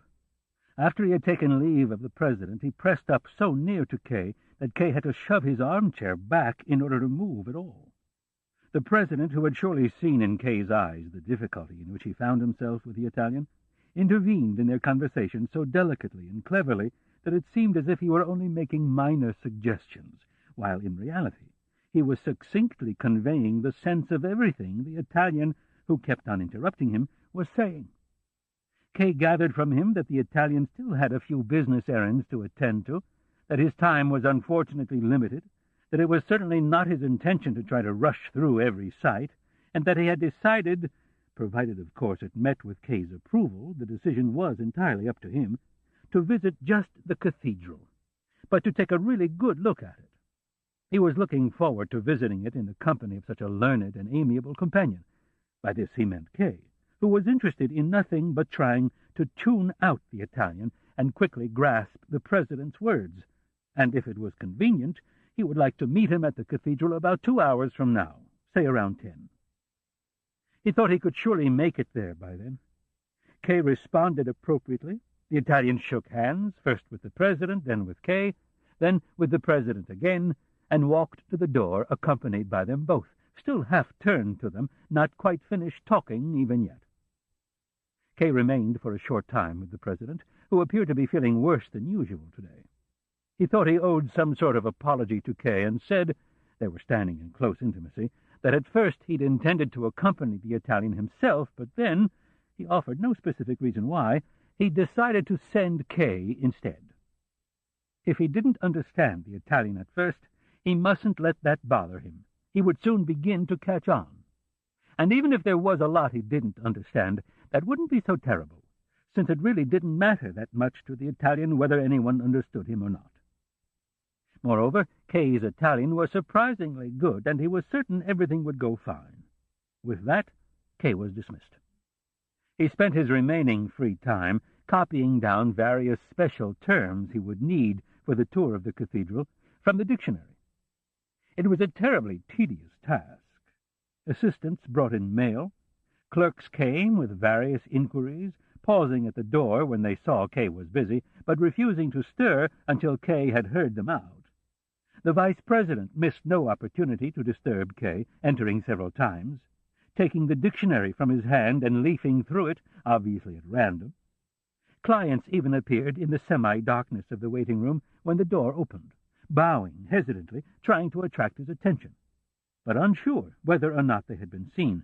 All this revolved around Kay as if he were an axis, while he himself listed the words he would need, looked them up in the dictionary, copied them down, practiced pronouncing them, and finally tried to learn them by heart.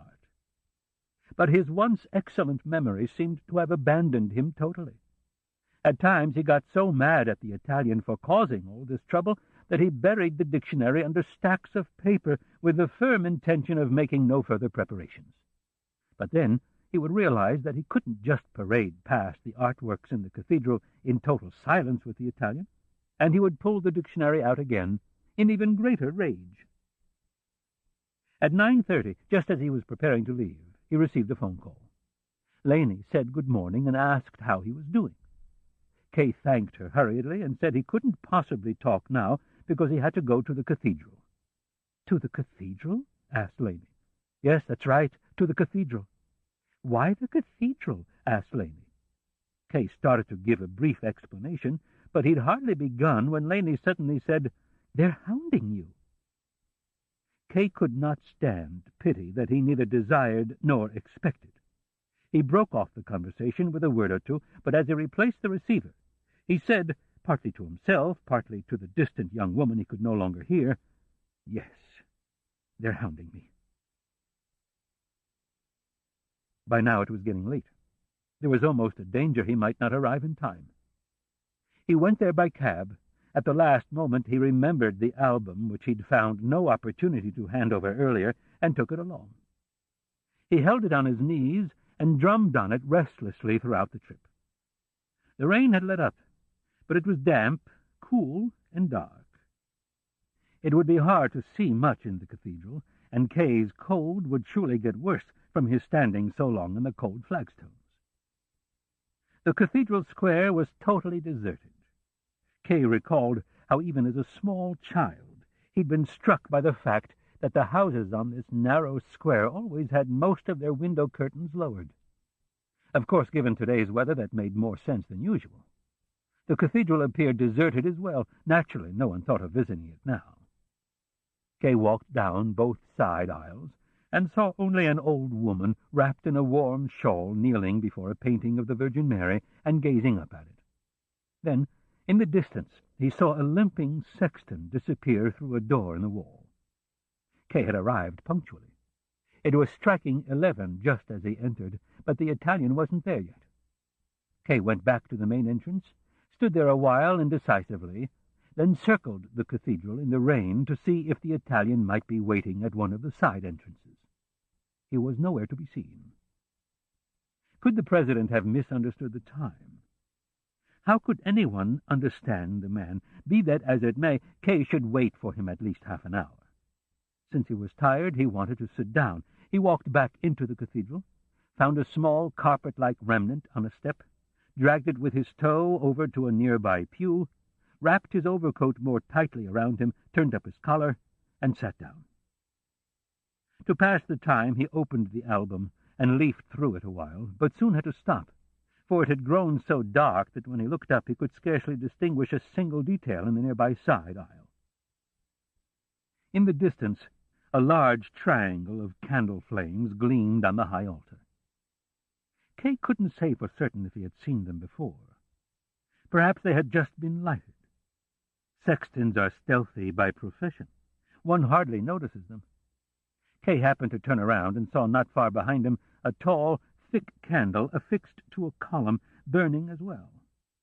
Lovely as it was an entirely inadequate illumination for the altarpieces, most of which were hanging in the darkness of the side chapels. It actually increased the darkness. The Italian had been as right as he was impolite not to come. There would have been nothing to see, and they would have had to rest content with examining a few paintings inch by inch with Kay's pocket flashlight.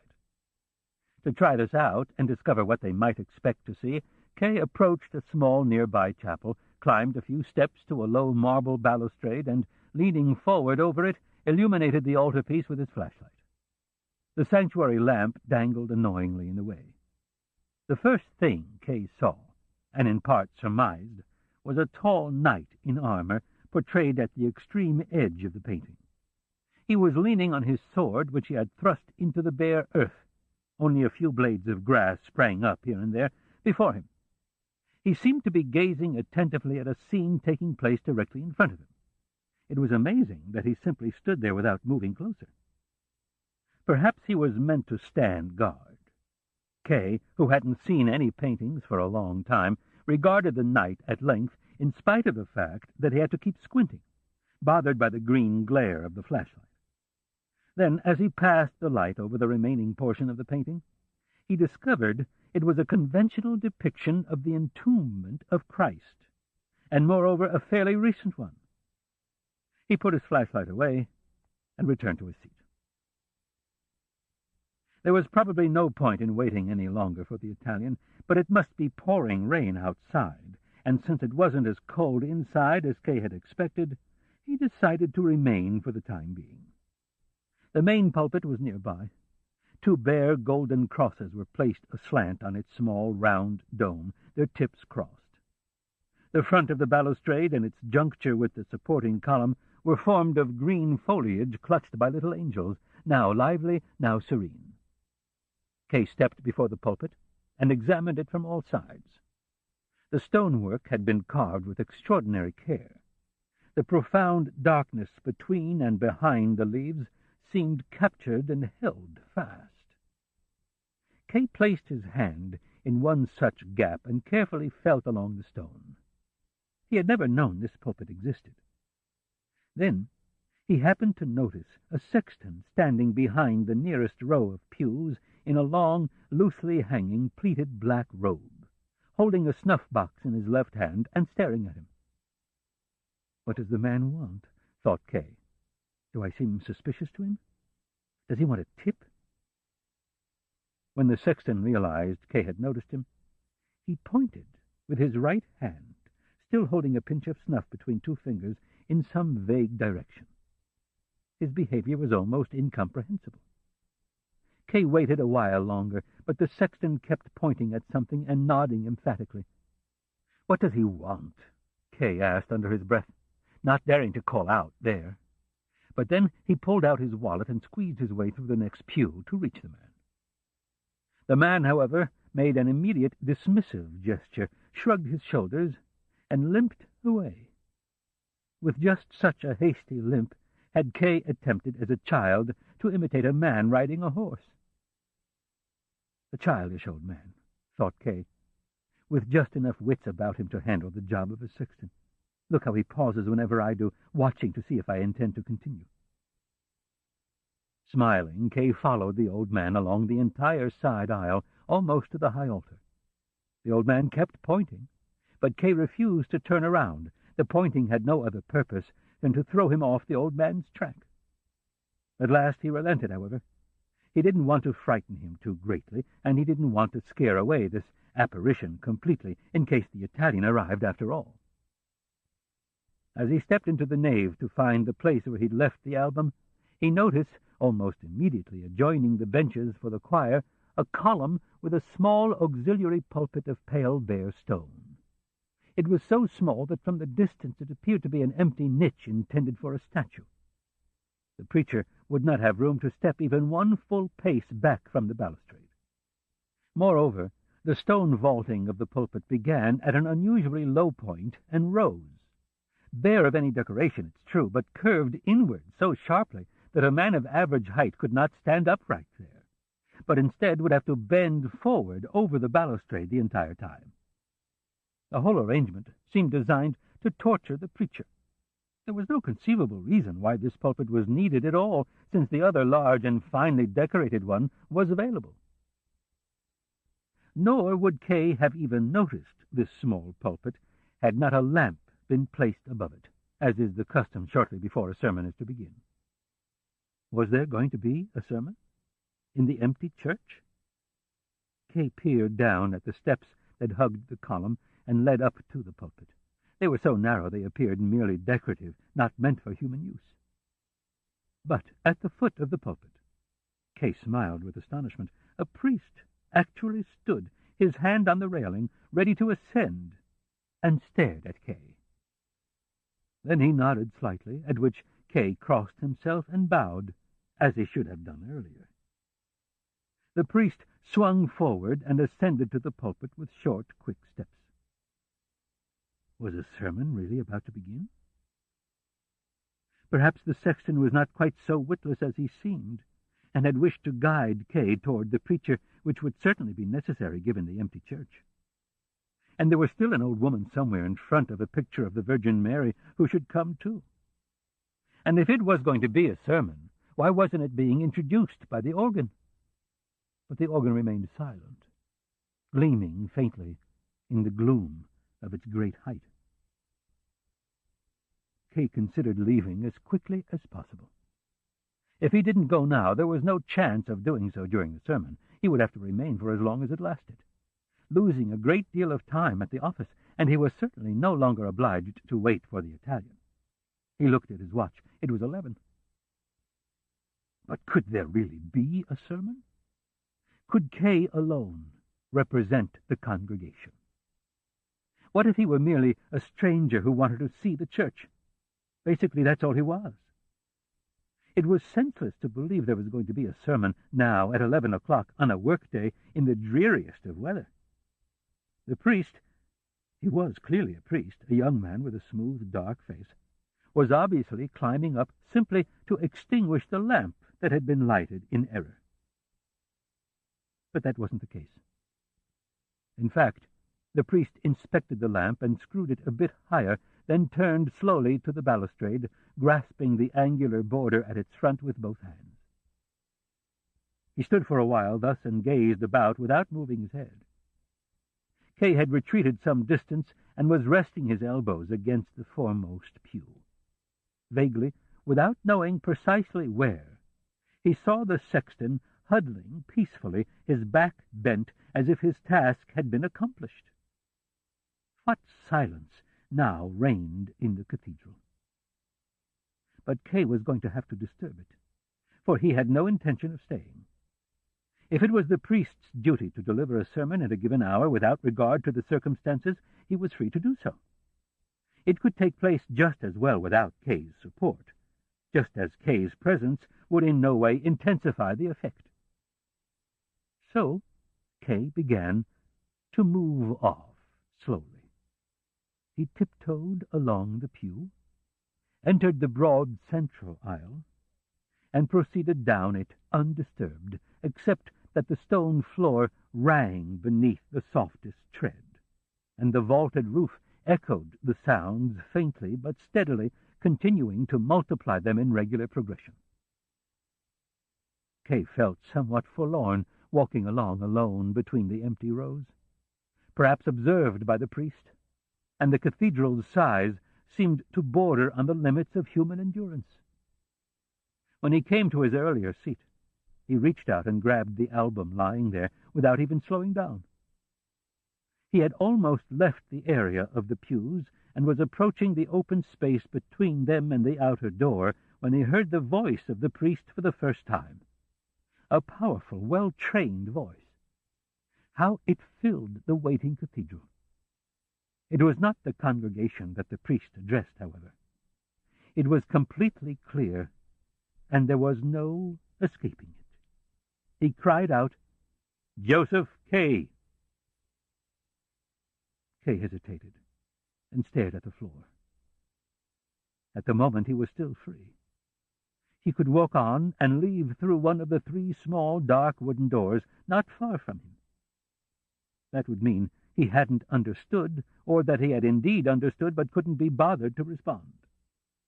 But if he turned around, he was caught, for then he would have confessed that he understood quite well, that he really was the person named, and that he was prepared to obey.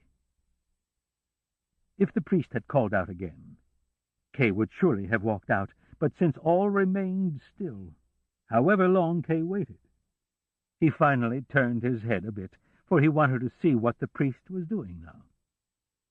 He was standing quietly in the pulpit as before, but he had clearly noticed Kay's head turn. It would have been a childish game of hide-and-seek for Kay not to turn around completely now. He did so, and the priest beckoned him to approach. Now that everything could be done openly, he walked with long, rapid strides toward the pulpit, out of curiosity as well, and to cut this business short. He paused by the first pews, but that still seemed too great a distance to the priest, who stretched out his hand and pointed sharply downward toward a spot just in front of the pulpit. Kay obeyed this gesture as well. From this position, he had to lean his head far back in order to see the priest. "You're Joseph Kay," said the priest, and lifted one hand from the balustrade in a vague gesture. "Yes," said Kay. He recalled how openly he had always said his name. For some time now it had been a burden, and people he met for the first time already knew his name. How good it felt to introduce oneself first, and only then be known. This ends side 1 of cassette 5. Please turn the cassette over and start side 2 at the same point.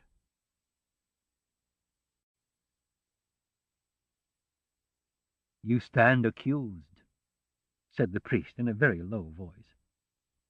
"Yes," said Kay. "I've been notified about it." "Then you're the one I'm seeking," said the priest. "I'm the prison chaplain." "I see," said Kay.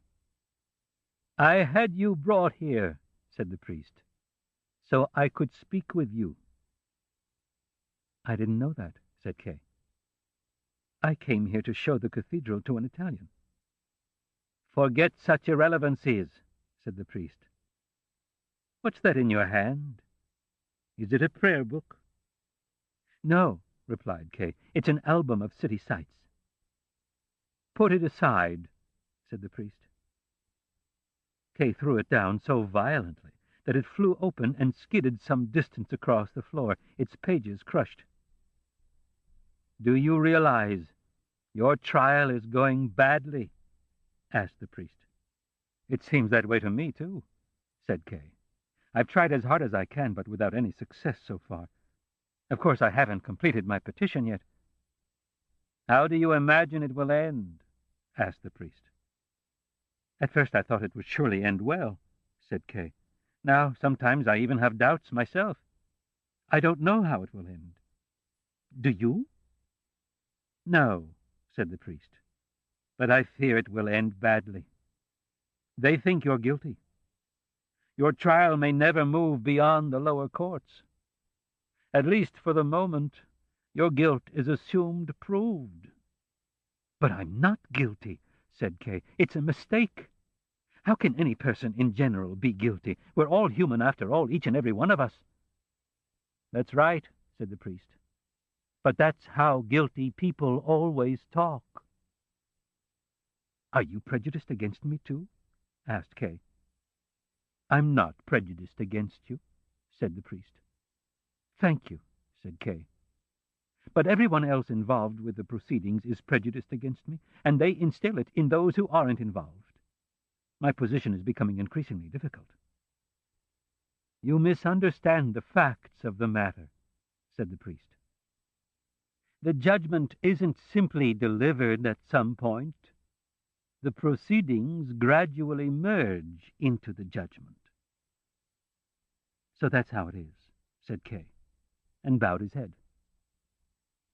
"What will you do next in your case?" asked the priest. "I intend to seek additional help," said Kay, and raised his head to see how the priest judged this. "There are still certain possibilities I haven't taken advantage of." "You seek too much outside help," the priest said disapprovingly, "particularly from women.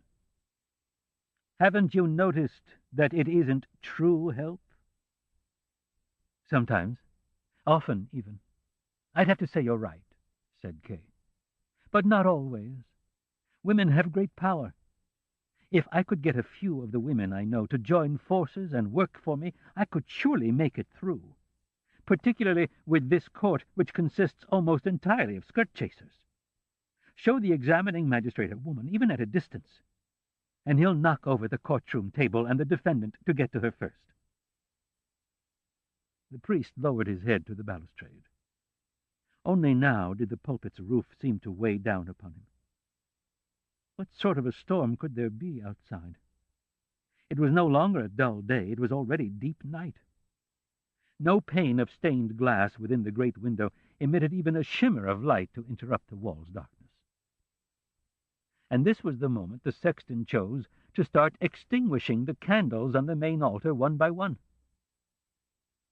"Are you angry with me?" Kay asked the priest. "Perhaps you don't know the sort of court you serve." He received no reply. "Of course, that's just my own personal experience," said Kay. Still, only silence from above. "I didn't mean to insult you," said Kay. Then the priest screamed down at Kay. "Can't you see 2 steps in front of you?" It was a cry of rage, but at the same time it was the cry of someone who, seeing a man falling, shouts out in shock involuntarily, without thinking. Now both were silent for a long time. Of course the priest could barely distinguish Kay in the darkness reigning below, while Kay could see the priest clearly by the light of the little lamp. Why didn't the priest come down? He hadn't delivered a sermon, but instead merely told Kay a few things that would probably harm him more than help if he paid any attention to them. Nevertheless, the priest's good intentions seemed clear to Kay. It was not impossible that they might come to terms if he would come down. It was not impossible that he might receive some form of decisive and acceptable advice from him, something that might show him, for example, not how to influence the trial, but how to break out of it, how to get around it, how to live outside the trial. Surely that possibility existed. Kay had thought about it often in the recent past. If the priest knew of such a possibility, he might reveal it if asked, even though he himself was part of the court, and even though, when Kay attacked the court, he had suppressed his gentle nature and actually shouted at Kay. "Won't you come down now?" asked Kay. "There's no sermon to deliver. Come down to me." "Now I can come," said the priest, perhaps regretting having yelled at him. As he removed the lamp from its hook, he said, "I had to speak to you first from a distance. Otherwise I'm too easily influenced and forget my position." Kay awaited him at the bottom of the steps. The priest stretched out his hand to him while still on the upper steps as he descended. "Do you have a little time for me?" asked Kay. "As much time as you need," said the priest, and handed the little lamp to Kay for him to carry. Even up close, there was still a certain aura of solemnity about him. "You're very friendly toward me," said Kay. They walked side by side up and down the dark side aisle. "You're an exception among those who belong to the court. I trust you more than I do any of them I've met so far. I can speak openly with you." "Don't deceive yourself," said the priest. "How am I deceiving myself?" asked Kay. "You're deceiving yourself about the court," said the priest. "In the introductory texts to the law, it says of this deception, 'Before the law stands a doorkeeper. A man from the country comes to this doorkeeper and requests admittance to the law. But the doorkeeper says that he can't grant him admittance now. The man thinks it over and then asks if he'll be allowed to enter later. It's possible, says the doorkeeper, but not now. Since the gate to the law stands open, as always, and the doorkeeper steps aside, the man bends down to look through the gate into the interior. When the doorkeeper sees this, he laughs and says, "If you're so drawn to it, go ahead and try to enter, even though I've forbidden it. But bear this in mind, I'm powerful, and I'm only the lowest doorkeeper. From hall to hall, however, stand doorkeepers, each more powerful than the one before. The mere sight of the third is more than even I can bear." The man from the country has not anticipated such difficulties. The law should be accessible to anyone at any time, he thinks. But as he now examines the doorkeeper in his fur coat more closely, his large, sharply pointed nose, his long, thin black Tartar's beard, he decides he would prefer to wait until he receives permission to enter. The doorkeeper gives him a stool and lets him sit down at the side of the door. He sits there for days and years. He asks time and again to be admitted, and wearies the doorkeeper with his entreaties. The doorkeeper often conducts brief interrogations, inquiring about his home and many other matters, but he asks such questions indifferently, as great men do, and in the end he always tells him he still can't admit him. The man, who has equipped himself well for his journey, uses everything he has, no matter how valuable, to bribe the doorkeeper. And the doorkeeper accepts everything. But as he does so, he says, "I'm taking this just so you won't think you've neglected something." Over the many years, the man observes the doorkeeper almost incessantly. He forgets the other doorkeepers, and this first one seems to him the only obstacle to his admittance to the law. He curses his unhappy fate, loudly during the first years, later as he grows older, merely grumbling to himself. He turns childish, and since he has come to know even the fleas in the doorkeeper's collar over his years of study, he asks the fleas, too, to help him change the doorkeeper's mind. Finally, his eyes grow dim, and he no longer knows whether it's really getting darker around him or if his eyes are merely deceiving him. And yet, in the darkness, he now sees a radiance that streams forth inextinguishably from the door of the law. He doesn't have much longer to live now. Before he dies, everything he has experienced over the years coalesces in his mind into a single question he has never asked the doorkeeper. He motions to him, since he can no longer straighten his stiffening body. The doorkeeper has to bend down to him, for the difference in size between them has altered greatly to the man's disadvantage. "What do you want to know now?" asks the doorkeeper. "You're insatiable." "Everyone strives to reach the law," says the man. "How does it happen, then, that in all these years no one but me has requested admittance?" The doorkeeper sees that the man is nearing his end, and in order to reach his failing hearing, he roars at him, "No one else could gain admittance here, because this entrance was meant solely for you. I'm going to go and shut it now." So the doorkeeper deceived the man, Kay said, at once strongly attracted by the story. "Don't be too hasty," said the priest. "Don't accept another person's opinion unthinkingly. I've told you the story word for word according to the text. It says nothing about deception." "But it's clear," said Kay, "and your initial interpretation was quite correct. The doorkeeper conveyed the crucial information only when it could no longer be of use to the man." "He wasn't asked earlier," said the priest.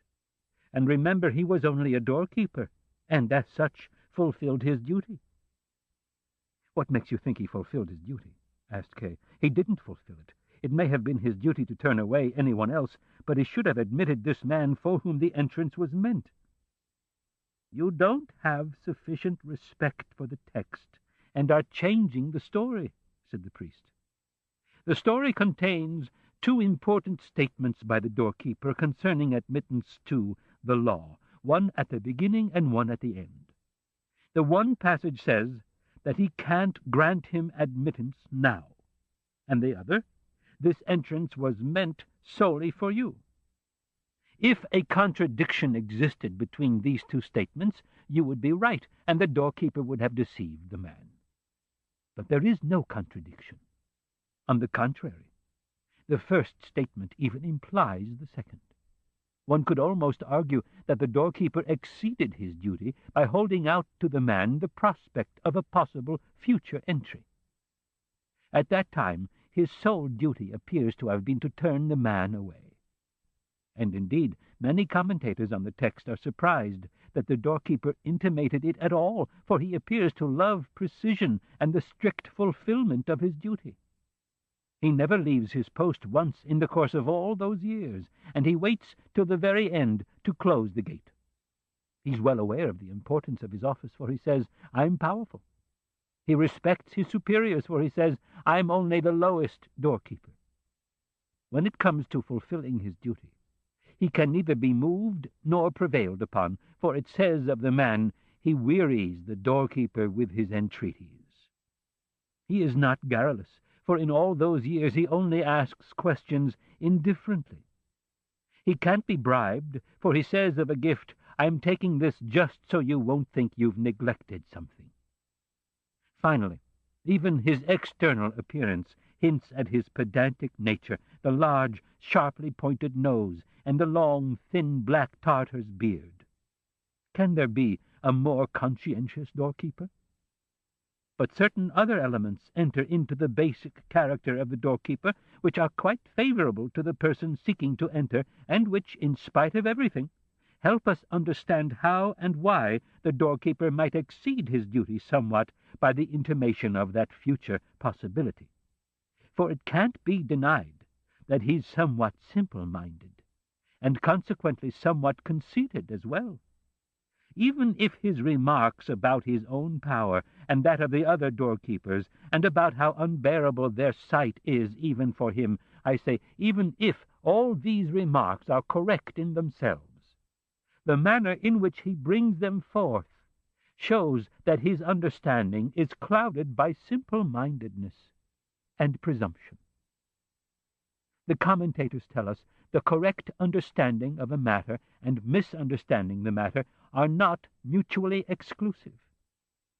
At any rate, one must assume that this simple-mindedness and presumption, trivial as their manifestations might be, could still weaken his defense of the entrance. They are breaches in the doorkeeper's character. To this may be added the fact that the doorkeeper seems friendly by nature. He's by no means always the official. Within the first few minutes, he allows himself the jest of inviting the man to enter, in spite of the fact that he has strictly forbidden it. And he doesn't send him away, but instead, we are told, gives him a stool and lets him sit at the side of the door. The patience with which he endures the man's entreaties over the years, the brief interrogations, the acceptance of the gifts, the polite sensitivity with which he permits the man beside him to curse aloud the unhappy fate which has placed the doorkeeper in his way, all this points toward feelings of compassion. Not every doorkeeper would have acted thus. And finally, he bends down low when the man motions to him to give him the opportunity to ask a final question. Only a slight impatience, after all the doorkeeper knows the end is at hand, is expressed in the words, "You're insatiable." Some go so far in such commentaries as to maintain that the words, "You're insatiable," express a sort of friendly admiration, which of course is not entirely free of condescension. At any rate, the figure of the doorkeeper that emerges is quite different from your perception of him. You know the story much better than I do, and have known it for a longer time, said Kay. They fell silent for a while. Then Kay said, "So you think the man wasn't deceived?" "Don't misunderstand me," said the priest. "I'm just pointing out the various opinions that exist on the matter. You mustn't pay too much attention to opinions. The text is immutable, and the opinions are often only an expression of despair over it. In this case, there's even an opinion according to which the doorkeeper is the one deceived." "That's an extreme opinion," said Kay. "What's it based on?"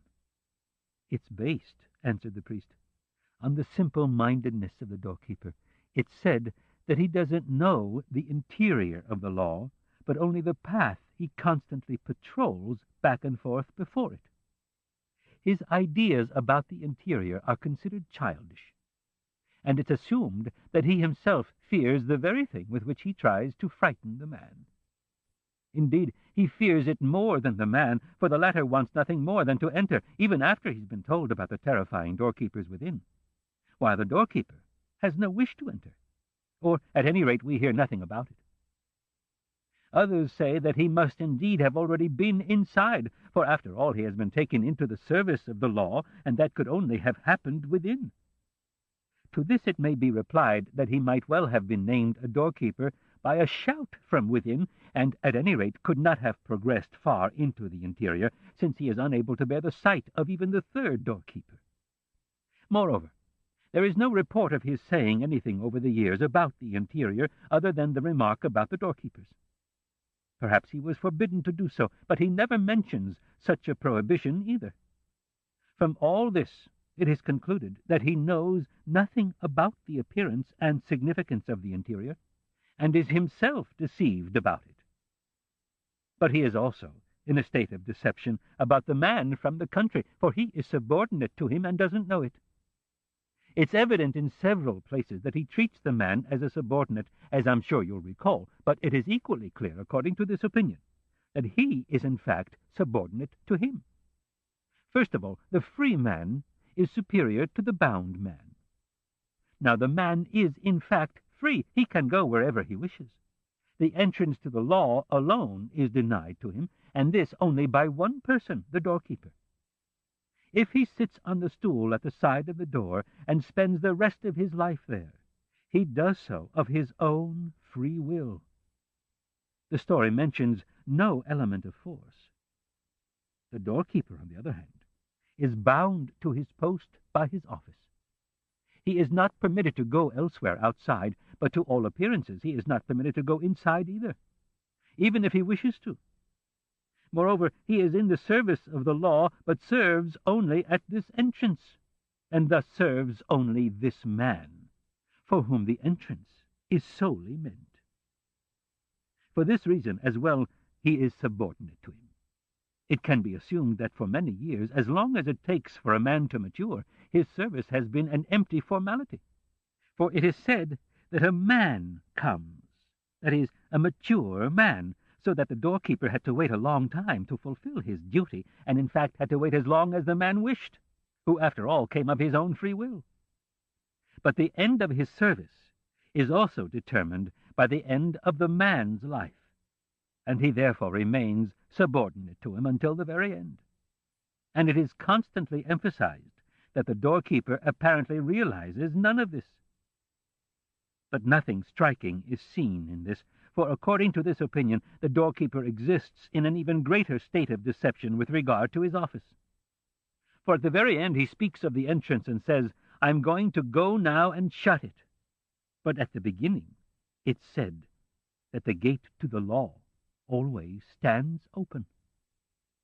If it always stands open, however, that is, independent of how long the man lives for whom it is meant, then even the doorkeeper can't shut it. Opinions vary as to whether the doorkeeper intends the announcement that he is going to shut the gate merely as an answer, or to emphasize his devotion to duty, or because he wants to arouse remorse and sorrow in the man at the last moment. Many agree, however, that he will not be able to shut the gate. They even think that, at least at the end, he's subordinate to the man in knowledge as well, for the former sees the radiance which streams forth from the entrance to the law, while the doorkeeper, by profession, is probably standing with his back to the entrance. Nor does he show by anything he says that he might have noticed a change.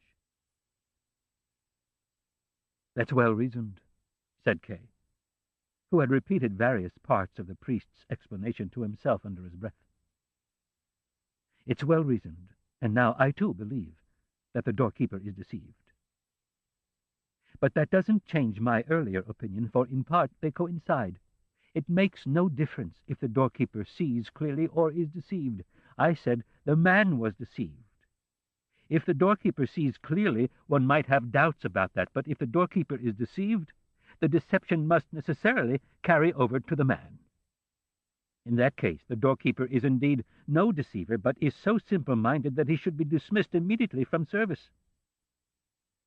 You have to realize that the state of deception in which the doorkeeper finds himself doesn't harm him, but harms the man 1,000-fold. You run up against a contrary opinion there, said the priest.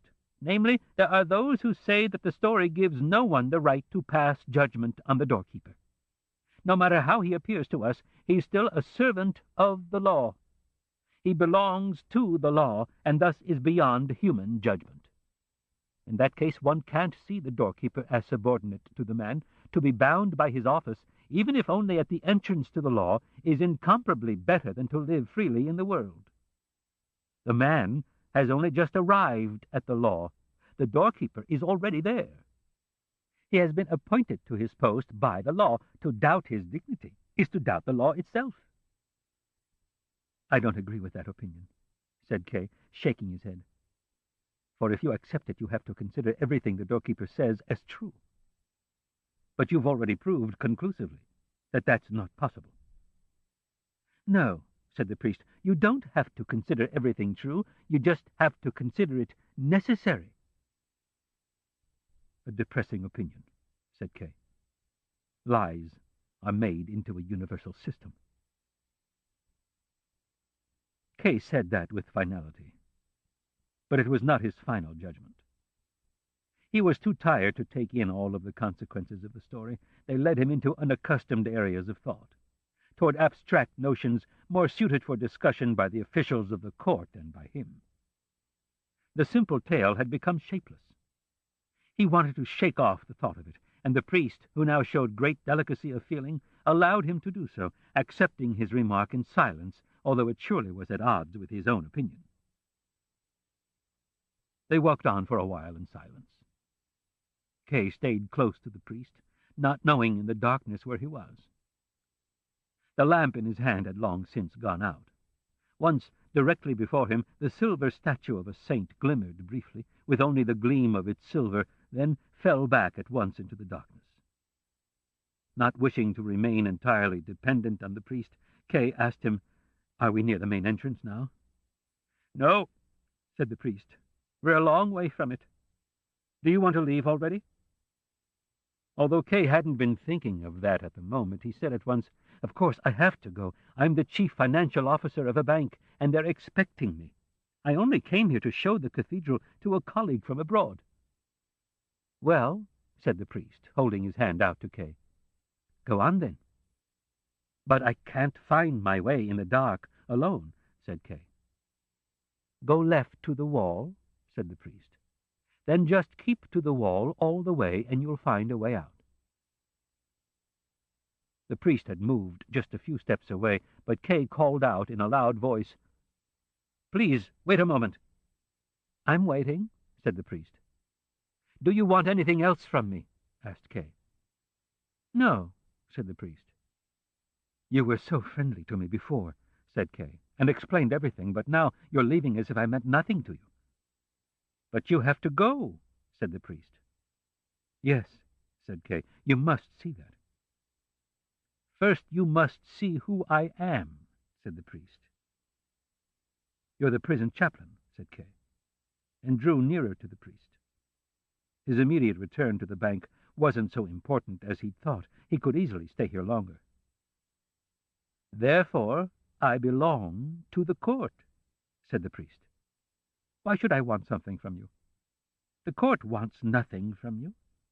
It receives you when you come and dismisses you when you go."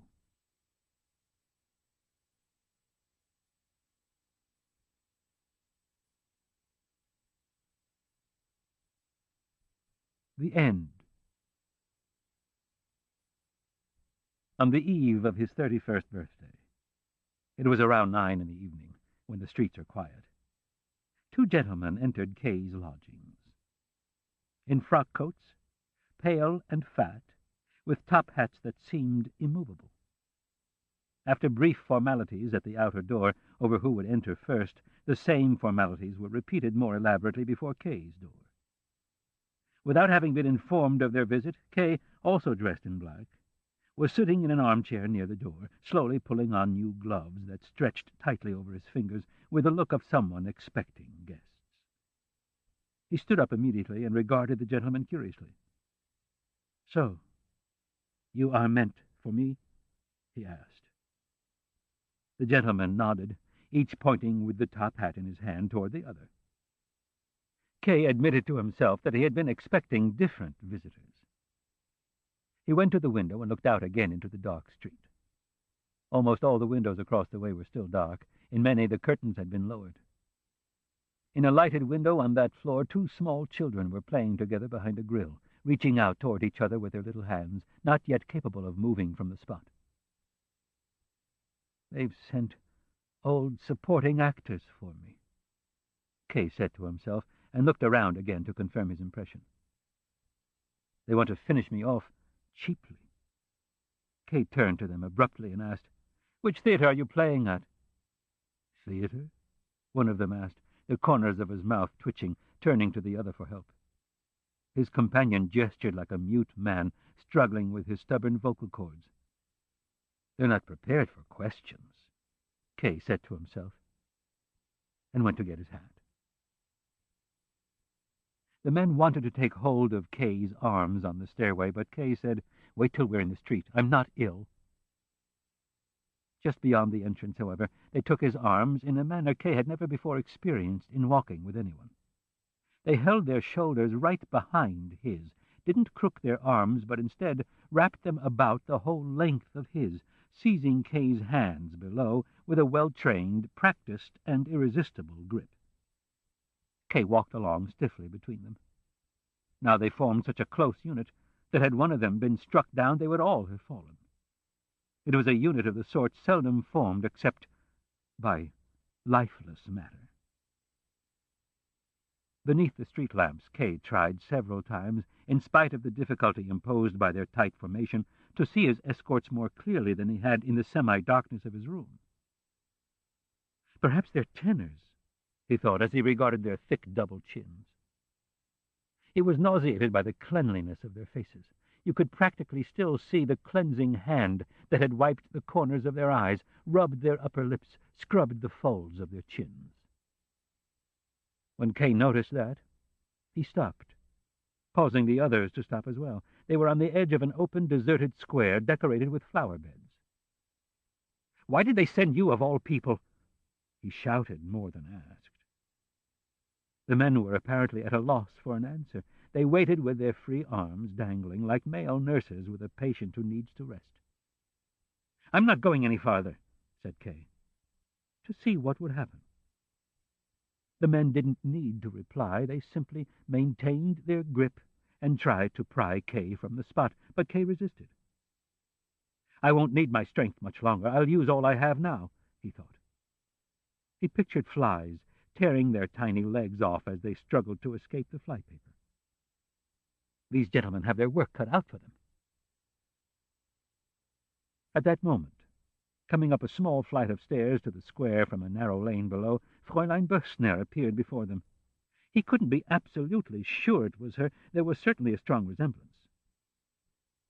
But it made no difference to Kay whether it was really Fräulein Bössner. The futility of resistance was suddenly clear to him. There would be nothing heroic in resistance, in making trouble for these men, in trying to enjoy a final vestige of life by fighting back. He started moving again, and part of the pleasure he gave the men by doing so was transmitted back to him. Now they allowed him to choose the direction they should take, and he chose to follow in the steps of the young woman ahead of them, not because he wanted to catch up with her, and not because he wanted to keep her in sight for as long as possible, but simply not to forget the reminder she signified for him. "The only thing I can do now," he said to himself, and the way his steps matched those of the other three confirmed his thoughts, "the only thing I can do now is keep my mind calm and analytical to the last. I've always wanted to seize the world with 20 hands, and what's more, with a motive that was hardly laudable. That was wrong. Do I want to show now that even a year-long trial could teach me nothing? Do I want to leave the parting impression that I'm slow-witted? Shall they say of me that at the beginning of my trial I wanted to end it, and now at its end I want to begin it again? I don't want them to say that. I'm grateful they've sent these half-mute, insensitive men to accompany me on this journey, and that it's been left to me to say myself what needs to be said. In the meantime, the young woman had turned into a side street, but Kay could do without her now, and submitted to the men escorting him. Now all three of them, in total accord, crossed a bridge in the moonlight, the men yielding willingly to Kay's slightest move. And when he turned slightly toward the railing, they too turned, presenting a solid front. Glittering and trembling in the moonlight, the water parted around a small island upon which the foliage of trees and shrubbery rose in masses as if crowded together. Beneath the foliage, invisible now, were gravel paths with comfortable benches where for many a summer Kay had relaxed and stretched his legs. "I didn't really want to stop," Kay said to his escorts, shamed by their ready compliance. One of them seemed to be gently reproaching the other behind Kay's back for the mistaken stop. Then they went on. They walked along a few narrow, steeply rising lanes in which policemen were standing or walking about, at times in the distance and at times quite near to them. One of them, with a bushy moustache and his hand on the hilt of his saber, stepped up to the not entirely unsuspicious-looking group with what appeared to be a purposeful stride. The men hesitated. The policeman seemed about to open his mouth. Then Kay pulled the men forward forcibly. He turned around cautiously several times to make sure the policeman wasn't following, but when they had a corner between them and the policeman, Kay started to run, and the men had to run with him, although they were gasping for breath.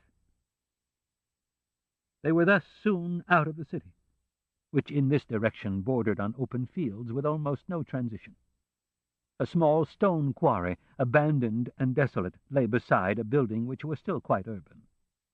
Here the men halted, either because this spot had been their goal from the beginning, or because they were too tired to go any farther. Now they released Kay, who waited silently as they removed their top hats and wiped the perspiration from their foreheads with their handkerchiefs, while they looked about the quarry.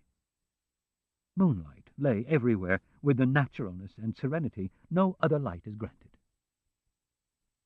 After a brief, polite exchange about who was responsible for the first of the tasks to come, the men seemed to have received their assignment without any specific division of labor. One of them went to Kay and removed his jacket, his vest, and finally his shirt. Kay shivered involuntarily, whereupon the man gave him a gentle, reassuring pat on the back. Then he folded the clothes carefully, as if they would be needed again, though not in the immediate future.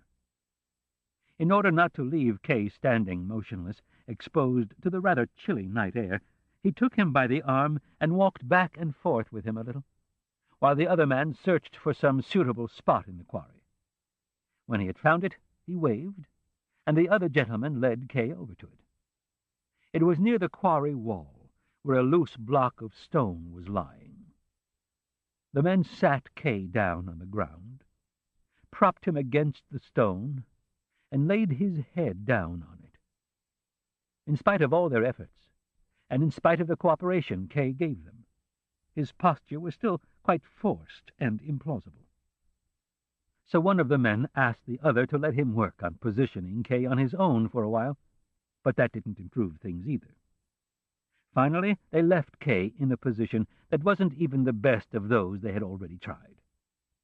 Then one man opened his frock coat and, from a sheath on a belt that encircled his vest, drew forth a long, thin, double-edged butcher knife, held it up, and tested its sharpness in the light. Once more the nauseating courtesies began. One of them passed the knife across Kay to the other, who passed it back over Kay. Kay knew clearly now that it was his duty to seize the knife as it floated from hand to hand above him and plunge it into himself. But he didn't do so. Instead, he twisted his still free neck and looked about him.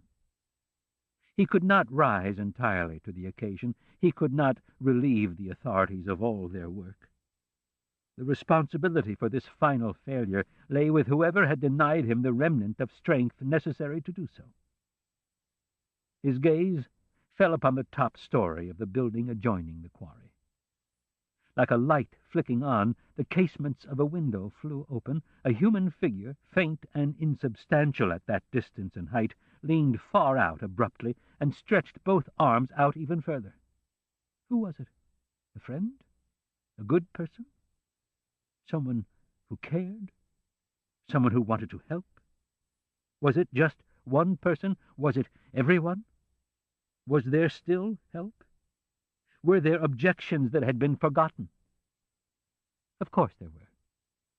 Logic is no doubt unshakable, but it can't withstand a person who wants to live. Where was the judge he'd never seen? Where was the high court he'd never reached? He raised his hands and spread out all his fingers.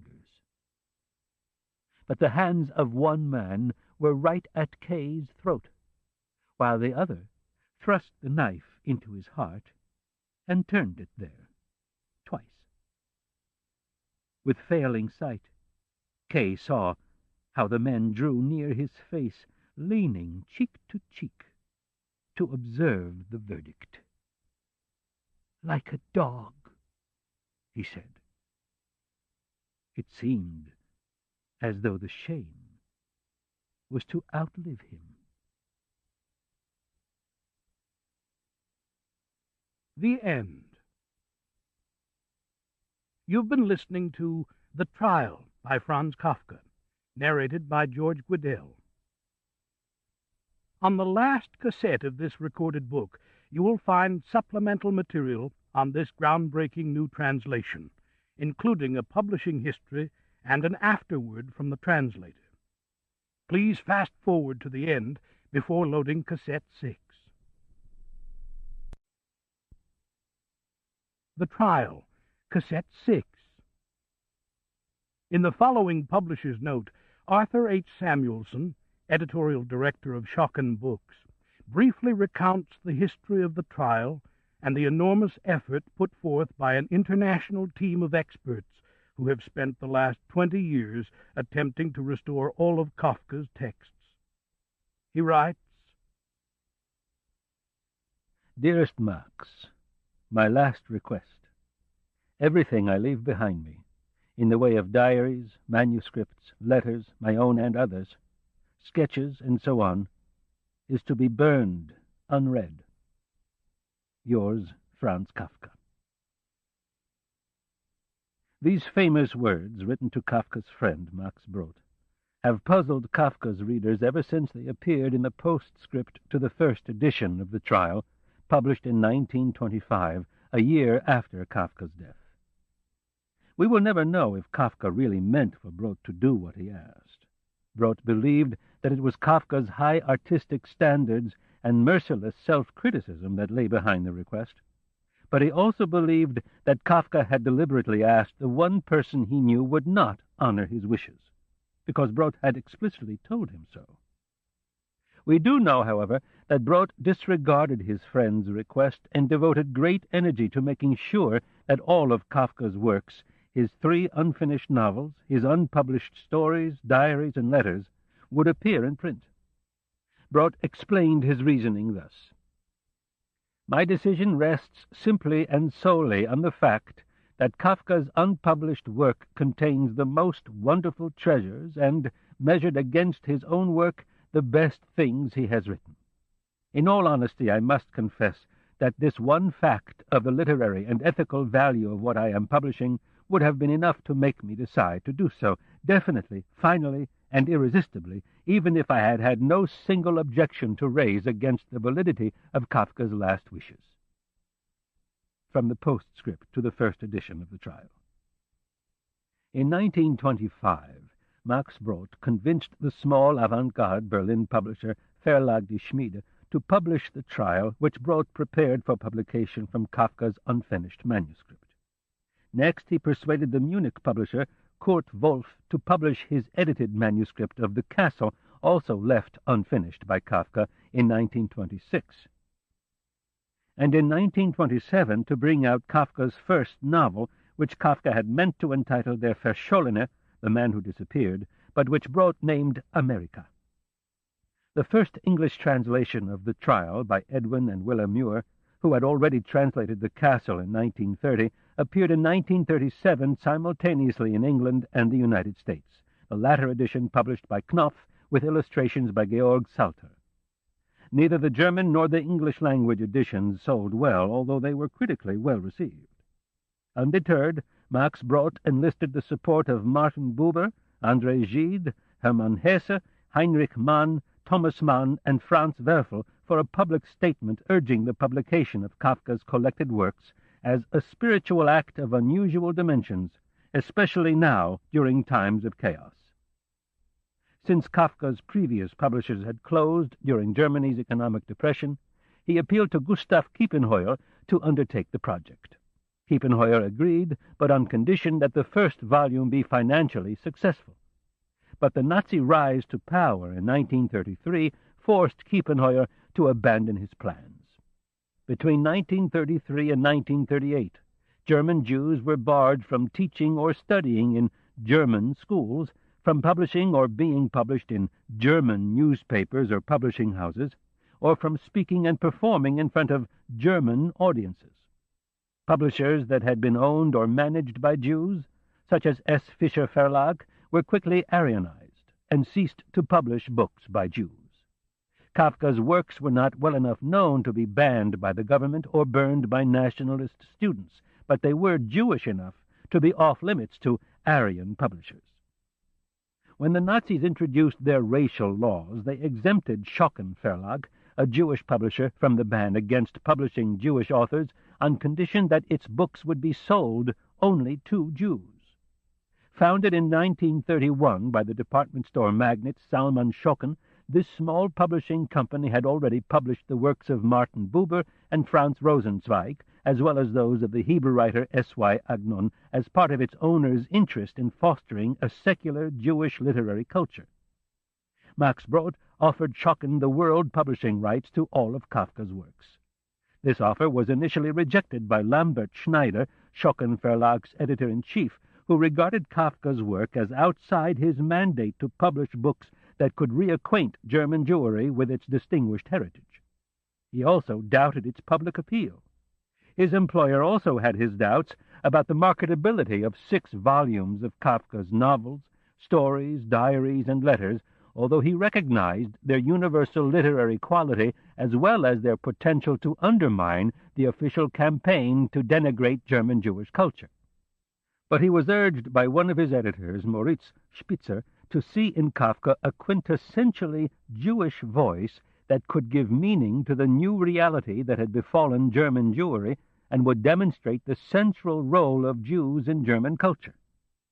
Accordingly, Before the Law, an anthology drawn from Kafka's diaries and short stories, appeared in 1934 in Schocken Verlag's Bucherei series, a collection of books aimed to appeal to a popular audience, and was followed a year later, the year of the infamous Nuremberg Laws, by Kafka's 3 novels. The Schocken editions were the first to give Kafka widespread distribution in Germany. Martin Buber, in a letter to Brodt, praised these volumes as a great possession that could show how one can live marginally with complete integrity and without loss of background. From the Letters of Martin Buber, New York, Schocken Books, 1991, page 431. Inevitably, many of the books Schocken sold ended up in non-Jewish hands, giving German readers, at home and in exile, their only access to one of the century's greatest writers. Klaus Mann wrote in the exile journal Sammlung that the collected works of Kafka offered by the Schocken Verlag in Berlin are the noblest and most significant publications that have come out of Germany. Praising Kafka's books as the epoch's purest and most singular works of literature, he noted with astonishment that this spiritual event has occurred within a splendid isolation, in a ghetto far from the German cultural ministry. Quite probably in response to Mann's article on July 22, 1935, a functionary of the German Cultural Ministry wrote to Schocken complaining that the publisher was still selling the complete works of Franz Kafka edited by Max Brod, although the work of both Kafka and Brod had been placed by the Nazis on the list of harmful and undesirable writings 3 months earlier. Schocken moved his production to Prague, where he published Kafka's diaries and letters.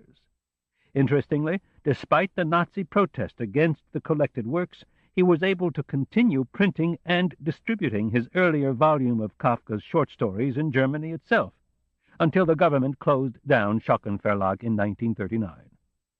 The German occupation of Prague that same year put an end to Schocken's operations in Europe. In 1939, he re-established Schocken Books in Palestine, where he had lived intermittently since 1934, and editions of Kafka's works in the renewed Hebrew language were among its first publications.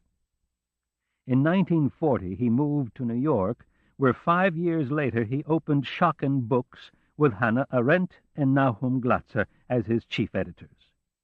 While continuing to publish Kafka in German, Schocken reissued the existing Muir translations of the novels in 1946 and commissioned translations of the letters and diaries in the 1950s, thus placing Kafka again at the center of his publishing program. Despite a dissenting opinion from Edmund Wilson in the New Yorker, where he nonetheless compared Kafka to Nikolai Gogol and Edgar Allan Poe, a post-war Kafka craze began in the United States. Translations of all of Kafka's works began to appear in many other languages, and in 1951, the German Jewish publisher S. Fischer of Frankfurt, also in exile during the Nazi period, obtained the rights to publish Kafka in Germany. As Hannah Arendt wrote to Zalman Schocken, Kafka had come to share Marx's fate. Though during his lifetime he could not make a decent living, he will now keep generations of intellectuals both gainfully employed and well-fed. Letter, August 9, 1946, Schocken Books Archive, New York. Along with the growing international recognition of Franz Kafka as one of the great writers of our century, scholars began to raise doubts about the editorial decisions made by Max Brod. In editing the Trial for its original German publication in 1925, Brod's primary concern had been to provide an accessible, unified text that would establish Kafka, hitherto known only as a master of the small form, as a great novelist. As he explained in the postscript to that edition, he had sought to reduce the fragmentary nature of the manuscript by publishing only the finished chapters and by making minor additions to the virtually finished 8th chapter, Block, the Merchant, Dismissal of the Lawyer, expanding the numerous contractions, Fräulein Bösner for F.B. and Titorelli for T, and correcting obvious slips of the pen. Another serious question was raised by the sequence of the chapters, which Kafka had entitled but not numbered, and which Brod ordered for the first edition according to internal narrative logic, some textual evidence, and his own memory of Kafka's reading of the chapters to him. In the 1946 postscript to the third edition of the novel, Brod admitted that further scrutiny of the manuscript made it appear possible that Kafka intended the episode now designated as the 5th chapter to be, in fact, the 2nd. He did not change the original chapter sequence, however, claiming that the order must forever remain doubtful. Zalman Schocken was among the most eager for new critical editions of Kafka's works. "The Schocken editions are bad," he wrote in an internal memo. "Without any question, new editions that include the incomplete novels would require a completely different approach." September 29, 1940, Schocken Archives, Jerusalem. However, Max Brod's refusal to give up the Kafka archive in his Tel Aviv apartment, or to allow scholars access to it, made such new editions impossible until 1956, when the threat of war in the Middle East prompted him to deposit the bulk of the archives, including the manuscript of the castle, in a Swiss vault. When the young Oxford Germanist Malcolm Paisley learned of the archive's whereabouts, he received permission from Kafka's heirs in 1961 to deposit them in Oxford's Bodleian Library, where they were subsequently made available for scholarly inspection. The manuscript of the trial, which Kafka had given to Brod in 1920, remained in Brod's personal possession, passing to his companion and heiress, Ilse Esther Hofer, when he died in 1968. It was not until the late 1980s that Ms. Hofer agreed to sell the manuscript, which was auctioned for a record sum by Sotheby's in November 1988 to the German National Literary Archives in Marbach, where it is now kept. Since 1978, an international team of Kafka experts has been working on German critical editions of all of Kafka's writings, which are being published by S. Fischer Verlag with financial support from the German government. The first of these editions, The Castle, appeared in 1982, edited by Malcolm Paisley in 2 volumes, one for the restored text of the novel drawn from Kafka's handwritten manuscript, the second for textual variants and editorial notes. The Man Who Disappeared, edited by Joost Schillemite, also in 2 volumes, was published the following year. The Trial, edited by Malcolm Paisley, appeared in 1990. Our new English translation of The Trial by Breon Mitchell is based on the restored text in the first volume of the Fischer Critical Edition, which removed all previous editorial interventions, including numerous changes to adapt Kafka's Prague orthography and vocabulary to standard High German. The new translation reproduces the poetics of Kafka's prose with particular care, rendering with unusual fidelity the intricate texture of terms, images, and symbols that characterizes Kafka's style. Following Paisley's decision for the Fischer Critical Edition, this translation makes slight changes in the chapter divisions and sequence of chapter fragments. B's Friend, which was the second chapter in Max Brodt's edition, has been put with the fragments in the appendix. The first chapter has been broken into 2 separate chapters, Arrest and Conversation with Frau Grubach, then Fräulein Bürstner. Otherwise, Brodt's original ordering of the chapters remains unchanged. Variants and deletions made by Kafka, which Paisley included in the second volume of the German Critical Edition, have not been included in this translation. The chief objective of this new edition, which is intended for the general public, is to present the text in a form that is as close as possible to the state in which the author left the manuscript. Translator Breon Mitchell has received several national awards for literary translation. He is a professor of Germanic Studies and Comparative Literature at Indiana University. He writes in his Translators Afterward, Translating Kafka was once my dream. Now I only dream of how I might have done it better. From the moment I first read The Trial as a teenager on the plains of Kansas in the late 1950s, I was drawn into Kafka's world so strongly that I have never quite escaped it.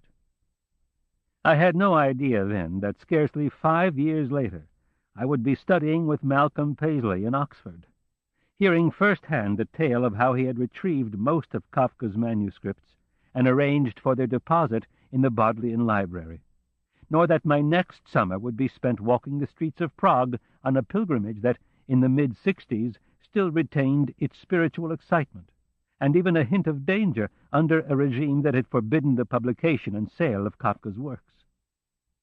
30 years have passed, and Kafka now gazes from the shop windows of every bookstore in Prague.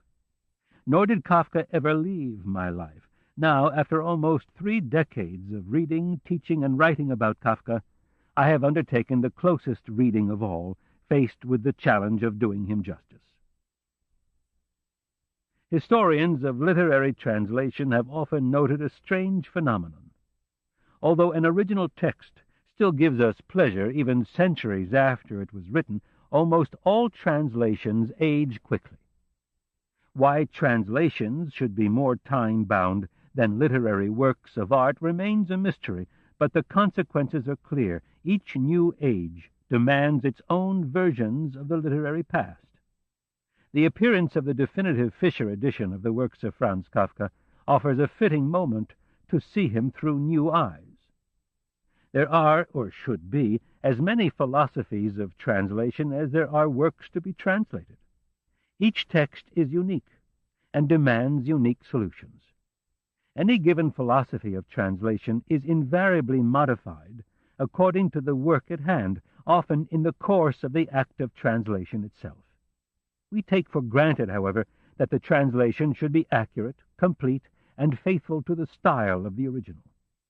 But what do we mean by such terms? George Steiner has suggested that a translation that improves upon the original is the greatest betrayal of all. Yet most contemporary translations have precisely that in mind when they strive to produce flowing and readable versions for the public, even if that means smoothing over stylistic lapses and supposed errors on the part of the author. The Muirs clearly took this approach when they first translated Kafka's novels in the 1930s, and their versions have continued to wear well over the years, yet it can be argued that Kafka presents a very special case, one that demands a quite different approach to translation. For all its power, Kafka's Trial is clearly an unfinished novel with rough edges. At the same time, in place of a polished final version, it offers a revealing portrait of a writer at work. Malcolm Paisley has noted that as Kafka became more engrossed in the writing process, his punctuation tended to loosen, periods turning into semicolons or commas, and commas themselves disappearing, as if a bird were lifting off in flight. I have attempted to reproduce the feel of his text as a work in progress by respecting that sense of fluidity. Yet even in works published during his lifetime, Kafka's style and world are often reflected most tellingly in passages marked by a sense of slight unease, perhaps even discomfort. A translation must attempt to match those moments closely, whether it be by means of an equally unexpected word choice, the exact repetition of a phrase where style would normally require some elegant variation, or the retention of a complex and even occasionally awkward syntactic structure. In offering this new version of the Trial to the American public, I have attempted to follow Kafka's text with unusual fidelity in order to give the reader a true feel for both the flow of the unfinished manuscript and his unique style. In the present translation, the structure of the definitive text of the Trial is rendered precisely, paragraph by paragraph and sentence by sentence. Punctuation generally follows established English usage, since Kafka's own punctuation, even where it loosens substantially, normally remains well within the range of accepted German usage, and I do not wish for it to appear falsely ungrammatical. It should be noted in particular that Kafka's prevalent use of what we call a comma splice has been perfectly acceptable in German prose since the 18th century, as are the long and complex sentences resulting from this practice. I have, however, attempted to reflect every truly unusual use of punctuation, including the occasional omission of commas in a series or a period where one would expect a question mark. The present version thus attempts to mirror the critical edition of the text quite closely. But rendering Kafka's prose involves far more than punctuation and paragraphing.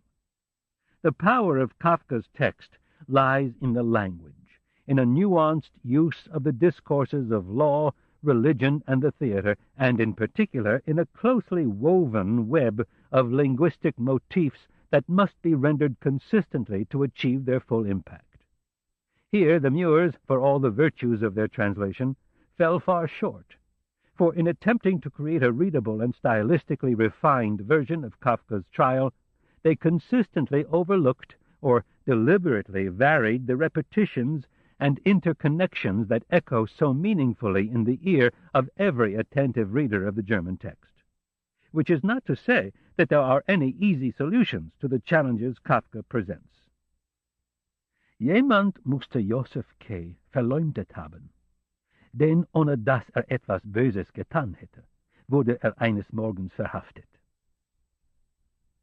The translator's trial begins with the first sentence, in part because the hint of uncertainty so subtly introduced by the subjunctive verb hätten is inevitably lost in the standard translation, even with E. M. Butler's later revisions, Someone must have been telling lies about Joseph K., for without having done anything wrong, he was arrested one fine morning. Although in this version it is by no means clear why Joseph K. has been arrested, there is no doubt about his innocence. The mere presence of the German subjunctive, however, tends to undermine this reading even as it asserts it. Of course, nothing is ever that simple in Kafka, even in translation. And we might argue that since the information received is filtered through Joseph K.'s own mind from the very beginning, it is constantly suspect in any case. On a strictly literal level, however, the standard English translation declares K.'s innocence too simply. There are other questions as well. Why render the common phrase eines Morgens with the false irony of one fine morning? Why not end the sentence, as in German, with the surprise of his arrest? And why has the legal resonance of verleumden to slander been reduced to merely telling lies? A further problem is posed by Böses, a word that, when applied to the actions of an adult, reverberates with moral and philosophical overtones, ranging from the story of the fall in the Garden of Eden to Nietzsche's discussion of the origins of morality in Jenseits von Gut und Böse, beyond good and evil. To claim that K has done nothing Böses is both more or less than to claim he has done nothing wrong. Joseph K. has done nothing truly wrong, at least in his own eyes.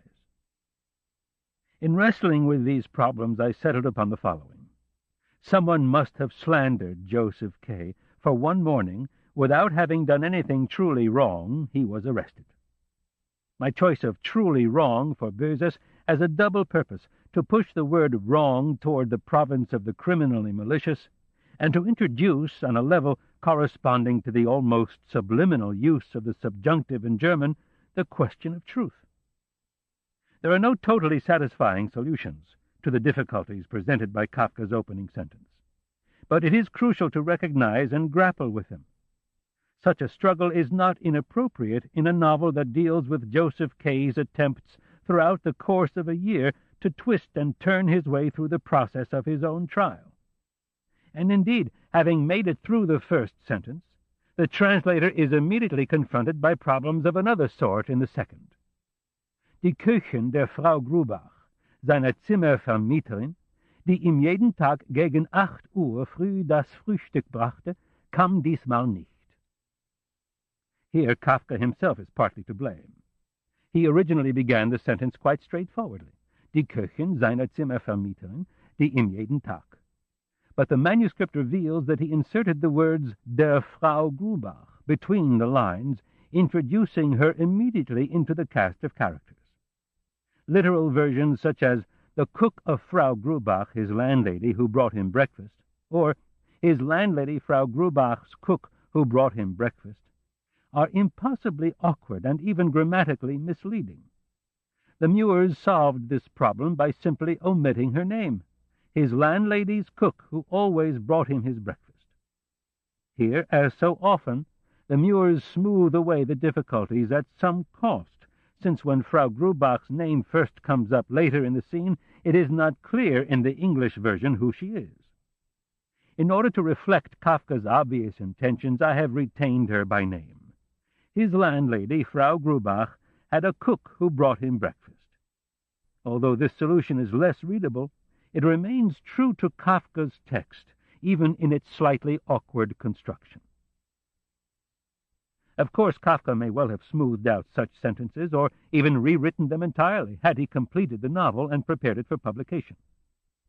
He would surely have removed inconsistencies in the spelling of a character's name, Kulich and Kulich, both versions of which are retained in the critical edition. He would probably have straightened out the confusion with time in the Cathedral chapter, where Kay plans to meet the Italian at 10 o'clock, then later refers to 11 instead. He might well have cleared up the matter of the maid's room where Block works and sleeps, which is at first windowless, fensterlos, although a few pages later it includes a window that looks out onto an air shaft. But we can hardly hold the author of the Metamorphosis to a strict standard of reality. Kafka constantly distorts time and space, and often underlines the frailty of human perception. The critical edition therefore retains such apparent anomalies, allowing the reader direct access to Kafka's text in progress. And here, too, I have followed the German version faithfully. The trial begins as farce and ends in tragedy. The opening chapter has a strong theatrical air, complete with an audience across the way. Later that evening, when Joseph K. reenacts the scene for an amused Fräulein Böschner, who has just returned from the theater herself, he takes on both his own role and that of his accuser, replaying the farce, shouting his own name aloud with comedic consequences. The final chapter of the novel offers a carefully balanced counterpart in which the men who are sent for him, like a pair of old supporting actors, stage the final scene in the deserted quarry before yet another audience at a distant window. But this time, no one is laughing. Joseph K.'s appearance before the examining magistrate at the initial inquiry is yet another farce, a staged gathering in which the supposed parties of the assembly are merely acting out their roles before the gallery under the direction of the magistrate. In the lawyer's apartment, Hult calls in the merchant block and offers a performance intended solely to demonstrate his power to K. Even the priest's appearance in the cathedral has all the trappings of a private show for K's benefit. Throughout the novel, the line between farce and tragedy is blurred in such scenes. Although they are connected at the level of the plot, the relationships are made striking and forceful in the language itself. The Muir's translation weakens these connections by failing time and again to render Kafka's language precisely. When K accuses the inspector of staging the most senseless performance imaginable before the audience at the opposite window, the Muirs misread führen auf as a reflexive verb and simply have him carry on in the most senseless way imaginable, while the group opposite is turned into a crowd of spectators. When K reenacts that same scene for Fräulein Böschner in the second chapter, moving the nightstand to the center of the room for his performance, he tells her she should visualize the cast of characters, die Verteilung der Personen, including himself, the most important character, before the action begins. The Muirs lessen the effect of this language by having her simply picture where the various people are, including K, the most important person, and undermine the sense of a rising curtain implied by "Und jetzt fängt es an," with a colorless "and now we can really begin." In the final chapter, the two supporting actors, the Muirs call them 10th rate, but untergeordnet is not pejorative in German, work hard to stage the execution properly. They seek out a loose block of stone lying by the rock face of the quarry and attempt to place Joseph K. upon it in a posture that seems plausible. Then the appalling action of the final scene begins. The Muirs, evidently unfamiliar with quarries, have the men approach a spot near the cliffside where a loose boulder is lying, and prop K up against the boulder. This transformation from the man-made to a natural formation, however, creates a scene that is not only less theatrical, but impoverished in meaning, since it obscures any sense of the rectangular quarry stone as a sacrificial altar, and thus weakens the connection made throughout K's trial between religion and the law. When, at the crucial moment, it becomes obvious that K is expected to seize the butcher knife and plunge it into his own heart, it is clear in what sense the two men are supporting actors. Joseph K. is still the most important figure in the drama, even if he cannot perform the final act himself. Over the course of the novel, such verbal echoes accumulate with great power. Kafka took special care to create links between important passages in his work, links the Muirs consistently missed or unintentionally weakened. One extended example must suffice here. Fräulein Böschner's apparent reappearance in the final chapter reminds the reader how crucially related she is to K's fate. Kafka has reinforced this in many ways, including in particular his use of the verb überfallen, to attack by surprise, assault. Although this verb has a range of meanings, including mugging if it occurs on the street, it is of crucial importance to render it consistently. In the opening chapter, K wonders, Wer wagte ihn in seiner Wohnung zu überfallen? Who dared assault him in his own lodgings? On two further occasions in that first chapter he refers specifically to this assault, and when he appears before the examining magistrate at the initial inquiry, he repeats the same word again. Thus, when he hesitates to speak to Fräulein Büssner because his sudden emergence from his own darkened room might have den Anschein eines Überfalls, resemble an assault, and even more strikingly, when he suggests to her, "Wollen Sie verbreitet haben, dass ich Sie überfallen habe?" If you want it spread around that I assaulted you, and repeats the phrase a sentence later, the verbal link between his slander and arrest and his relationship to the young typist is made abundantly clear. A final link in the chain of associations is forged when Kay worries that his lawyer is simply lulling him to sleep, ihn dann plötzlich mit der Entscheidung zu überfallen, so that they could assault him suddenly with the verdict. The Muirs, however, render the 5 occurrences where Kay is referring to his own arrest or the possible verdict as seize him, grab me, fall upon me, seized, and overwhelm him, while the 3 times Kafka uses the term in Joseph Kay's conversation with Fräulein Büssner are rendered as waylaying her and assaulted twice. Thus, no reader of the English version is in the position to recognize one of the central links in the novel, nor fully understand why her appearance in the final chapter is such a strong reminder of the futility of all resistance. The dominant discourse in the trial is, of course, legal.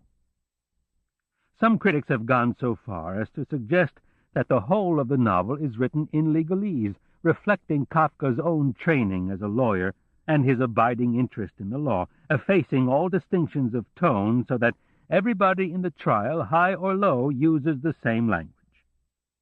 But in fact, the voices of the novel are clearly varied. They include not only the long legal disquisitions of the lawyer Hult, but also the voices of women, of Kay's uncle, of the merchant, the painter, and the priest. Moreover, the narrative itself is recounted in a voice we have long since come to recognize as distinctly Kafka's own. The translator's task includes rendering these voices individually, even if they are all entangled in the web of the law.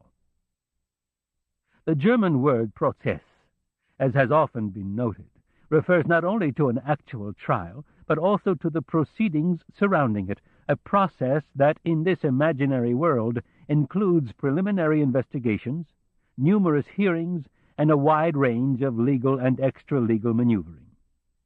The trial is a reasonable translation of the German, combining as it does the literal and figurative associations surrounding Joseph Kay's year-long struggle. Yet the shadowy and seemingly infinite hierarchy of mysterious courts depicted in the trial does not correspond to any actual legal system so far as we know, then or now. Nevertheless, Kafka employs a vocabulary of recognizable legal terms that have come down to us relatively intact from the period in which he practiced law. Somewhat surprisingly, the Muir translation misses several of these scattered throughout the novel, often with unfortunate consequences, as in the following 2 examples chosen from among many. The 3 possibilities the painter Titorelli presents to Joseph Kay as outcomes for his trial are wirkliche Freisprechung, scheinbare Freisprechung, and Verschleppung. The first 2 of these, actual acquittal and apparent acquittal, represent a distinction with no parallel in actual law, but the third, which seems on the surface least likely to be real, is, in fact, a common German legal term referring to drawing out a trial by delaying tactics, or protraction.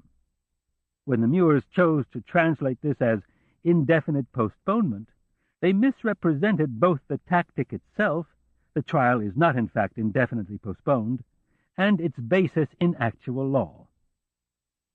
Perhaps the most striking use of a legal term occurs in the final lines of the novel, yet up to now a reader of the standard English version could have no idea it was there. When the 2 men thrust the knife into Joseph Kay's heart, then draw near his face to observe the Entscheidung, the Muirs tell us they are watching the final act. Yet Entscheidung is not only the ordinary German word for decision, but also the legal term for a judge's verdict. This is the verdict Kay has been moving toward throughout his trial, the verdict he feared would be sprung upon him like an assault once he was lulled into sleep or a state of helplessness. The lessons of such a final verdict are lost, he has been told, even on the officials of the court. They can be learned only by the accused, for he alone follows the trial to its very end. Thus, when the two men draw near his face and lean cheek to cheek to observe the verdict, they seek it in Joseph Kay's own eyes. Over the course of a year, Joseph Kay gradually weakens in his struggle with the mysterious forces that surround him. His true trial begins with the first sentence and ends only with his death. The translator's trial is in its own way a similar ordeal. Faced with his own inadequacy, acutely aware each time he falls short, the translator too is impelled toward a final sentence in an imperfect world. No one is more aware of these imperfections than one who, like Joseph Kay, has followed that process to its very end. It is always dangerous to translate an author one reveres as deeply as I do Kafka. The journey is not and intriguing writer of our century. The publisher has chosen to include 6 fragments found among Kafka's effects, which relate to the story of the trial. We include those fragments here. B's friend. Over the next few days, Kay was unable to exchange even a few words with Fräulein Bürstner. He tried any number of approaches, but she always managed to avoid him. He came straight home from the office, sat on the divan in his room without turning on the light, and concentrated all his attention on the hall. If the maid happened to pass by and shut the door to the apparently empty room, he would get up after a moment or so and open it again. He rose an hour earlier than usual each morning on the chance that he might meet Fräulein Bürstner alone as she was leaving for the office. But none of these attempts succeeded. Then he wrote a letter, both to her office and to her lodgings, in which he tried again to justify his behavior, offered to make whatever amends he could, promised never to transgress whatever boundaries she might choose to set, and asked only for a chance to speak with her, particularly since he couldn't settle things with Frau Grubach without first conferring with her, and finally informed her that he would spend the entire day in his room that coming Sunday, waiting for some sign she might grant his request, or at least explain to him why she couldn't, in spite of the fact that he had promised to do as she wished in all respects. The letters were not returned, but neither were they answered. On Sunday, however, he was given a sign whose meaning was sufficiently clear. Early that morning, Kay observed through the keyhole an odd commotion in the hall, which was soon clarified. A French teacher, a German by the name of Montag, a weak, pale young woman with a slight limp who had been living in a room of her own till then, was moving in with Fräulein Bürstner. For hours she could be seen shuffling back and forth in the hall. There was always some piece of laundry or a coverlet or a book that had been forgotten, for which a special trip to the new room had to be made. When Frau Grubach brought Kay his breakfast, ever since she had angered Kay so she no longer entrusted the maid with even the smallest task, Kay couldn't resist speaking to her for the first time in 5 days. "Why is there such a racket in the hall today?" he asked as he poured his coffee. "Isn't there some way to stop it? Must we have house cleaning on a Sunday?" Even though Kay didn't glance up at Frau Grubach, he noticed that she seemed to sigh in relief. Even these stern queries on Kay's part she read as forgiveness, or the initial stage of forgiveness. "It's not a house cleaning, Herr Kay," she said. "Fräulein Montag is simply moving in with Fräulein Bürstner, and she's carrying her things over." She said nothing more, waiting to see Kay's reaction and whether he would permit her to go on talking. But Kay put her to the test, stirring his coffee pensively and saying nothing. Then he looked up at her and said, "Have you put aside your earlier suspicions about Fräulein Bürstner yet?" "Herr Kay," cried Frau Grubach, who had been waiting for just this question and now stretched her clasped hands toward him. You took a casual remark so seriously then. I hadn't the least intention of offending you or anyone else. You've known me long enough to know that, Herr K. You don't know how I've suffered the last few days, that I would slander my boarders, and you thought I had, Herr K., and said I should give you notice. Give you notice? Her final exclamation was already choked by tears. She raised her apron to her face and sobbed aloud. "Please, don't cry, Frau Grubach," said Kay, gazing out the window. He was thinking only of Fräulein Bössner, and that she was taking a stranger into her room. "Please don't cry," he said again, as he turned back toward the room, and Frau Grubach continued to weep. "I didn't mean to be so harsh either, then. We just misunderstood one another. That happens sometimes, even to old friends."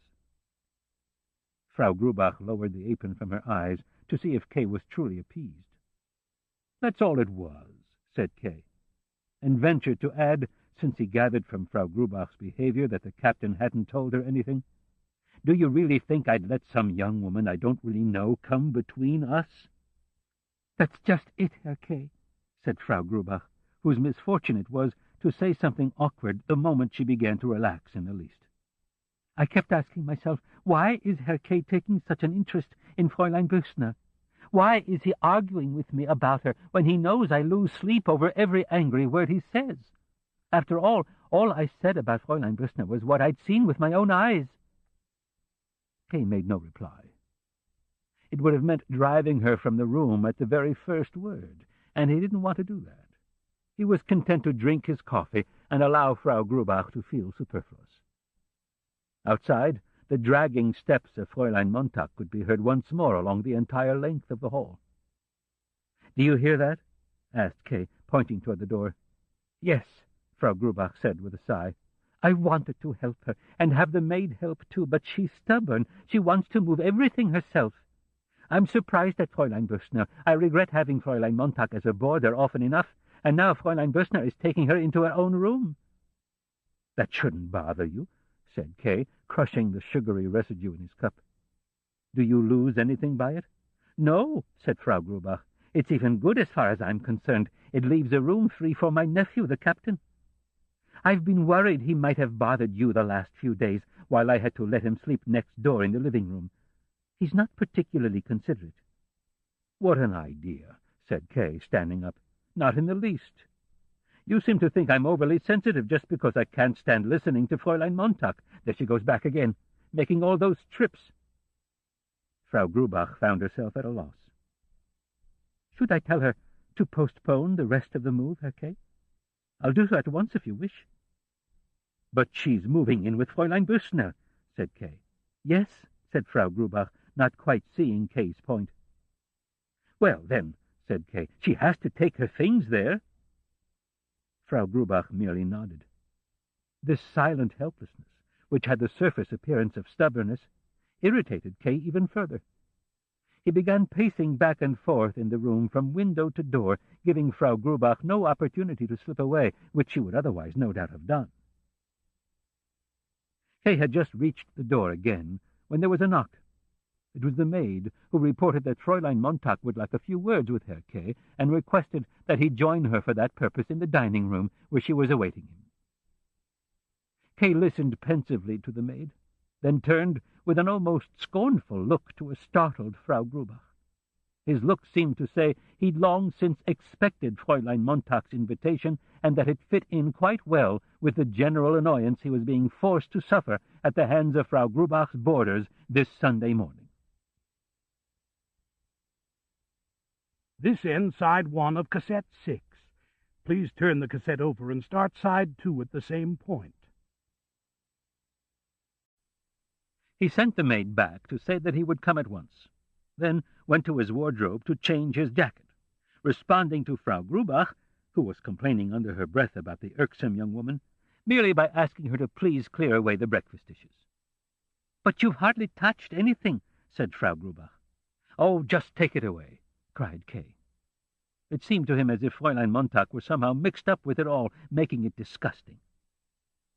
As he passed through the hall, he looked over at the closed door to Fräulein Bössner's room. He hadn't been invited there, however, but to the dining-room instead, where he pulled the door open without knocking. It was a very long but narrow room with a single window. There was only enough space to place 2 cupboards at an angle in the corners on the wall at the door, while the remainder of the room was totally occupied by the long dining table, which began near the door and extended almost to the large window, practically blocking it off. The table was already set, and for several people, since almost all the boarders took their midday meal there on Sunday. As Kay entered, Fräulein Montag left the window and approached him along one side of the table. They greeted each other in silence. Then Fräulein Montag, as always holding her head unusually erect, said, "I don't know if you know me." Kay regarded her with a frown. "Of course," he said. "You've been living at Frau Grubach's for some time now." "But I don't think you pay much attention to the affairs of the boarding-house," said Fräulein Montag. "No," said Kay. "Won't you sit down?" said Fräulein Montag. In silence, they both drew out chairs from the very end of the table and sat down across from each other. But Fräulein Montag rose again immediately, for she had left her little handbag on the window-sill and went back to get it. She limped the whole length of the room. When she returned, gently swinging the little handbag, she said, "I just want to have a few words with you on behalf of my friend. She wanted to come herself, but she's not feeling very well today. She asks you to forgive her and to hear me out instead. She couldn't have said anything to you but what I'm going to say anyway. On the contrary, I think I can say more, since I'm relatively uninvolved, don't you think?" "Well, what is there to say?" replied Kay, who was tired of seeing Fräulein Montag stare so fixedly at his lips. By this means she already assumed control over what he had yet to say. "Apparently Fräulein Bössner doesn't wish to grant me the personal discussion I requested." "That's right," said Fräulein Montag. "Or rather, that's not it at all. You put it much too strongly. As a general rule, discussions are neither granted nor denied, but they may be considered unnecessary, as in this case. Now, after what you've said, I can speak frankly. You asked my friend, either in writing or orally, to discuss something with you. But my friend knows what this discussion would concern, or so I at least assume, and is therefore convinced, for reasons unknown to me, that it would be to no one's benefit for the discussion to actually take place. She mentioned it to me for the first time yesterday, by the way, and then only in passing. She said, among other things, that the discussion couldn't be all that important to you, for you could only have hit upon such an idea by chance, and that, even without a specific explanation, you would soon see how pointless the whole thing was if you hadn't realized it already. I replied that she might be right, but nonetheless I felt that, in order to make everything perfectly clear, it might still be preferable to give you some explicit answer. I offered to take on this task myself, and after some hesitation my friend yielded. I hope I've acted as you would have wished to, for even the slightest uncertainty in the most minor matter is always annoying, and if, as in this case, the uncertainty can be dispelled so easily, it's best to do so at once." "I thank you," Kay replied at once, rose slowly, gazed at Fräulein Montag, then across the table, then out the window — the building opposite stood in sunlight — and walked toward the door. Fräulein Montag followed him for a few steps, as if she didn't trust him completely. But at the door they both had to draw back, for it opened, and Captain Lantz entered. Kay saw him for the first time up close. He was a tall man of about 40, with a tanned, fleshy face. He made a slight bow, which was meant for Kay as well, then went up to Fräulein Montag and kissed her hand respectfully. He moved with easy assurance. His politeness toward Fräulein Montag differed strikingly from the treatment Kay had accorded her. Even so, Fräulein Montag didn't seem angry with Kay, for as far as he could tell, she was about to introduce him to the captain, but Kay had no desire for introductions. He felt incapable of showing any friendliness toward either the captain or Fräulein Montag, for in his eyes the kiss of her hand had united them as a pair that desired, beneath the appearance of utmost inoffensiveness and unselfishness, to keep him from seeing Fräulein Bössner. Kay not only believed this, but felt as well that Fräulein Montag had selected an excellent, albeit two-edged, weapon to accomplish her aim. She exaggerated the importance of the relationship between Fräulein Böschner and Kay, and above all, the importance of the discussion he sought, while at the same time attempting to twist things around so that Kay seemed to be the one exaggerating everything. She would be proved wrong. Kay had no desire to exaggerate anything. He knew that Fräulein Böschner was an ordinary little typist who couldn't resist him for long. In this connection, he deliberately omitted any consideration of what he had learned about Fräulein Böschner from Frau Grubach. He was thinking about all this as he left the room with scarcely a nod. He intended to go straight to his room, but a little laugh he heard coming from Fräulein Montag in the dining-room gave him an idea that would give both the captain and Fräulein Montag a surprise. He looked around and listened to see if an interruption might be expected from any of the adjoining rooms. It was quiet everywhere. The only sound was the conversation in the dining-room and, from the hall leading to the kitchen, Frau Grubach's voice. It seemed like a good opportunity. Kay went to Fräulein Böschner's door and knocked softly. Since nothing stirred, he knocked again. But there was still no response. Was she asleep? Or was she truly ill? Or just pretending she wasn't there because she sensed that only Kay would knock so softly? Kay decided she was pretending and knocked more loudly, and since his knocking went unanswered, finally opened the door cautiously, not without the feeling he was doing something wrong, and pointless as well. There was no one in the room. Moreover, it scarcely resembled the room as Kay knew it. 2 beds were now placed in a row against the wall. 3 armchairs near the door were piled high with clothes and undergarments. A wardrobe stood open.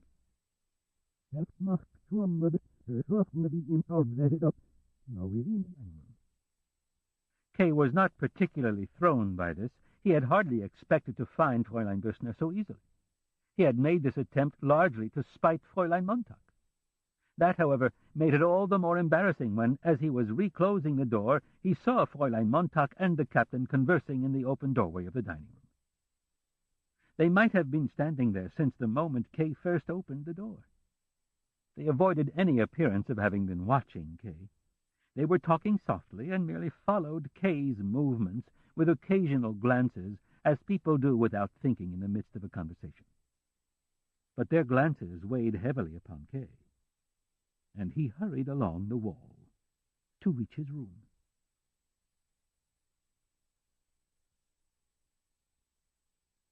Public Prosecutor. In spite of the human insight and worldly experience Kay had acquired during his long period of service in the bank, the company at his regular table had always seemed to him unusually worthy of respect, and he never denied in his own mind that it was a great honor to belong to such a group. It consisted almost exclusively of judges, public prosecutors, and lawyers, to which were added a few quite young clerks and legal assistants, who, however, sat at the very end of the table, and were only allowed to join in the debates when questions were put directly to them. For the most part, such queries were intended only for the company's amusement, and Public Prosecutor Hasterer, who generally sat next to Kay, took particular pleasure in embarrassing the young men in this way. Whenever he spread out his strong, hairy hand in the middle of the table and turned toward its lower end, they all immediately pricked up their ears. And when someone there took up his question, but either failed from the very start to decipher it, or stared thoughtfully into his beer, or instead of speaking simply clamped his jaw shut, or even, that was the worst, broke into an impetuous flood of words to back up some erroneous or unverified opinion, then the older men shifted about in their chairs with a smile and seemed to be really enjoying themselves for the first time. Truly serious professional conversations remained their exclusive preserve. Kay had been introduced into this company by a lawyer, the bank's legal representative. At one period, Kay had been involved in several long conferences with this lawyer, which kept them at the bank late into the evening. And so it happened that he joined the lawyer for supper at his regular table and took pleasure in the company he found there. He considered them all scholarly, respectable, and relatively powerful gentlemen, whose relaxation consisted in trying to solve complex questions far removed from everyday life. and who worked hard to do so. If, as was natural, he was unable to join in to any great degree, he could still make use of the opportunity to learn a great deal that might sooner or later be of advantage to him at the bank, while establishing the sort of personal contacts with the court that were always useful. And those present seemed to enjoy his company as well. He was soon acknowledged as an expert in business, and his views on such matters were accepted, though not without a touch of irony, as the final word. It was by no means rare for two members who disagreed on some legal question to request Kay's view of the matter, and for Kay's name to recur in their subsequent statements and rejoinders, and be brought even into the most abstract analyses which Kay had long since ceased to follow. Of course, he gradually came to understand a good deal, particularly since he had a good adviser at his side in Hosterer, the public prosecutor, who also drew closer to him as a friend. Kay even often accompanied him home at night. But it took a long time for him to grow used to walking arm in arm with this giant of a man who could have hidden him quite unobtrusively in his cycling cape. In the course of time, however, they grew so intimate that all distinctions of education, profession, and age were gradually effaced. They acted as if they had always been together, and if one occasionally appeared superior to the other in the relationship, it was not Hosterer but Kay, for in the end his practical experience usually proved correct, since it was gained so directly, as almost never happens at the courtroom table. This friendship was of course soon generally recognized at the table, and no one really remembered who had first introduced Kay into the company. By now, at any rate, it was Hosterer who stood behind Kay. If Kay's right to sit there was ever questioned, he was fully justified in calling on Hosterer for support. Kay thus achieved a particularly privileged position, for Hosterer was as respected as he was feared. The power and skill of his legal thought were no doubt admirable, but in this there were many who were at least his equal, yet no one matched the savagery with which he defended his opinions. Kay had the impression that if Hosterer couldn't convince his opponent, he at least frightened him, for many drew back when he merely raised his outstretched finger. It seemed as if the opponent had forgotten he was in the company of old acquaintances and colleagues, that the questions under discussion were after all merely theoretical, that there was no way anything could actually happen to him. Instead, he fell silent, and even shaking his head took courage. It was an almost painful sight when his opponent was sitting so far away. Hosterer realized that no agreement was possible at such a distance, when he would shove back his plate of food and slowly rise to approach the man himself. Those close by would lean their heads back to observe his face. Of course, these incidents were relatively rare. For the most part, only legal questions excited him, and in particular those concerning trials he himself had conducted, or was conducting. When such questions were not involved, he was friendly and calm. His laugh was kindly, and his passion devoted to food and drink. On occasion, he even ignored the general conversation, turned toward Kay, placed his arm on the back of his chair, questioned him in an undertone about the bank, then spoke of his own work, or even told stories about women he knew who kept him almost as busy as the court did. He was not to be seen conversing thus with any other person among the company, and in fact, if someone wanted to ask a favor of Hosterer, generally it was to effect a reconciliation with some colleague, they came first to Kay, and asked him to intercede, which he always did, gladly and easily.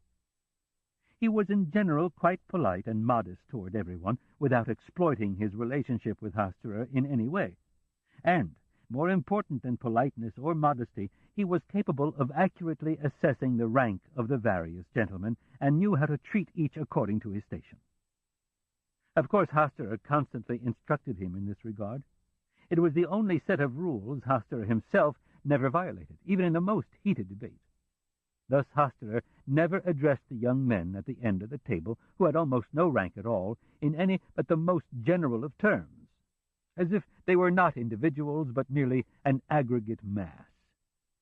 But it was precisely these gentlemen who showed him the greatest respect, and when he arose around 11 o'clock to go home, there was always someone there to help him on with his heavy coat, and another who opened the door for him with a low bow, and who, of course, still held it open as Kay left the room behind Hosterer. While in the beginning Kay would walk part way home with Hosterer, or Hosterer with Kay, later such evenings generally ended with Hosterer inviting Kay up to his apartment for a while. There they would sit for another hour over brandy and cigars. Hosterer enjoyed these evenings so much that he didn't even want to forego them when he had a woman by the name of Helene living with him for a few weeks. She was a thick-set older woman with a yellowish complexion and black curls ringing her forehead. At first Kay saw her only in bed. She usually lay there shamelessly, reading a serial novel and paying no attention to the gentleman's conversation. Only when it grew late would she stretch, yawn, and, if she could get his attention by no other means, even throw an installment of her novel at Hosterer. Then he would rise with a smile, and Kay would take his leave. Later, of course, when Hosterer began to tire of Helene, she was a major irritant during their evenings together. Now she always awaited the men fully clothed, and usually in a dress she no doubt considered expensive and becoming, but which was in reality an old, overly ornate ball gown with several embarrassing rows of long fringe dangling from it for decoration. Kay was unaware of the precise appearance of this dress, since he more or less refused to look at it, sitting for hours with eyes lowered while she swayed through the room or sat somewhere nearby. Later, in desperation, as her position became even less tenable, she even tried to make Hosterer jealous by showing a preference for Kay. It was simply desperation, and not spite, that made her lean her bare, fat, round back across the table and bring her face close to Kay and get him to look up. All this accomplished was to keep Kay from going near Hosterer's for a while, and when after a time he did come again, Helene had been sent away once and for all. Kay accepted that as a matter of course. That evening they spent a particularly long time together, drank a pledge to brotherhood at Hosterer's suggestion, and Kay was almost a little tipsy on the way home from all the smoking and drinking. The very next morning, in the course of a business discussion, the president of the bank mentioned he thought he'd seen Kay the previous evening. If he wasn't mistaken, Kay had been walking arm in arm with Hosterer, the public prosecutor. The president seemed to find this so striking that, totally in keeping with his usual precision, of course, he named the church beside which, near the fountain, the encounter had taken place. Had he wished to describe a mirage, he would not have expressed himself differently. Kay now explained that the public prosecutor was his friend, and that they had in fact passed by the church that evening. The president smiled in astonishment and asked Kay to take a seat. It was one of those moments that so endeared the president to Kay, moments in which a certain concern for Kay's well-being and his future surfaced in this weak, ill, coughing man weighed down with work of the highest responsibility. A concern that some, of course, might call cold and superficial, as other officers who had similar experiences with the president tended to do, simply a good way to bind valuable officers to him for years by sacrificing 2 minutes of his time. Be that as it may, Kay succumbed to the president in such moments. Perhaps the president spoke to Kay somewhat differently than he did to the others. It wasn't that he ignored his superior position and dealt with Kay on an equal footing, something he generally tended to do in everyday business affairs, but rather he seemed to disregard Kay's position altogether, speaking to him as if he were a child, or as if he were an inexperienced young man seeking his first job who for some unknown reason had awakened the president's goodwill. Kay would certainly never have allowed himself to be spoken to in this way by anyone else, or even by the president himself, had the president's solicitude not appeared to him genuine, or at least had the possibility of this solicitude as it appeared in such moments not cast such a total spell upon him. Kay recognized his weakness. Perhaps it was based on the fact that in this respect there was indeed still something childlike about him, since without ever having experienced the care of his own father, who had died quite young, he had left home early, and had always tended to reject rather than elicit the tenderness of his mother, whom he had last visited some 2 years ago, and who, half blind, still lived out in the small, unchanging village. "I knew nothing of this friendship," said the president, and only a faint, friendly smile softened the severity of these words.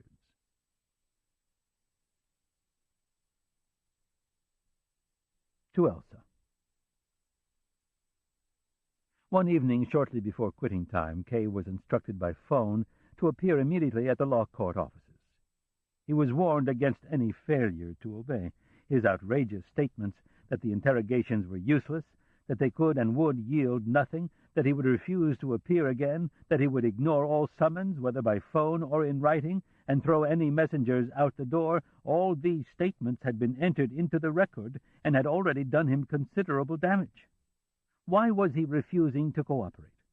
After all, weren't they attempting to straighten out his complex case, regardless of the time and cost? Was he going to wantonly disturb this process and force them to violent measures he had thus far been spared? Today's summons was a final attempt. He could do as he wished, but he should bear in mind that the High Court could not permit itself to be mocked. Now Kay had set up his visit with Elsa for that evening, and this alone was reason enough not to appear in court. He was pleased he could justify his failure to appear before the court, although, of course, he would never make use of this excuse, and what's more, would probably have refused to appear in court even if he'd had no other obligation of any kind that evening.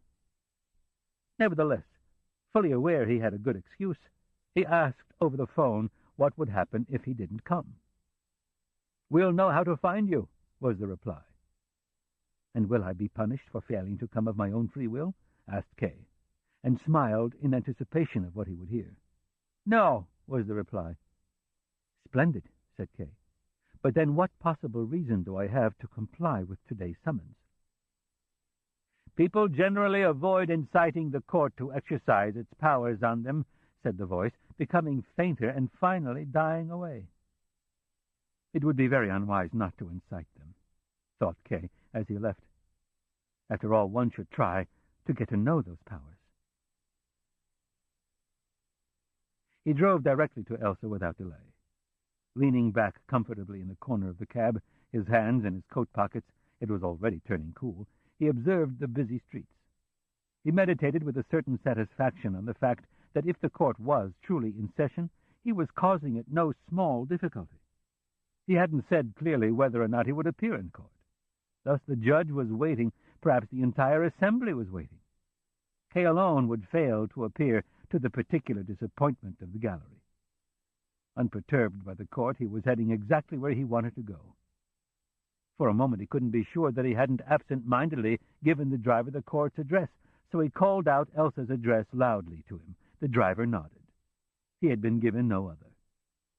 From then on, Kay gradually forgot about the court, and thoughts of the bank began to occupy him fully once more, as in earlier times.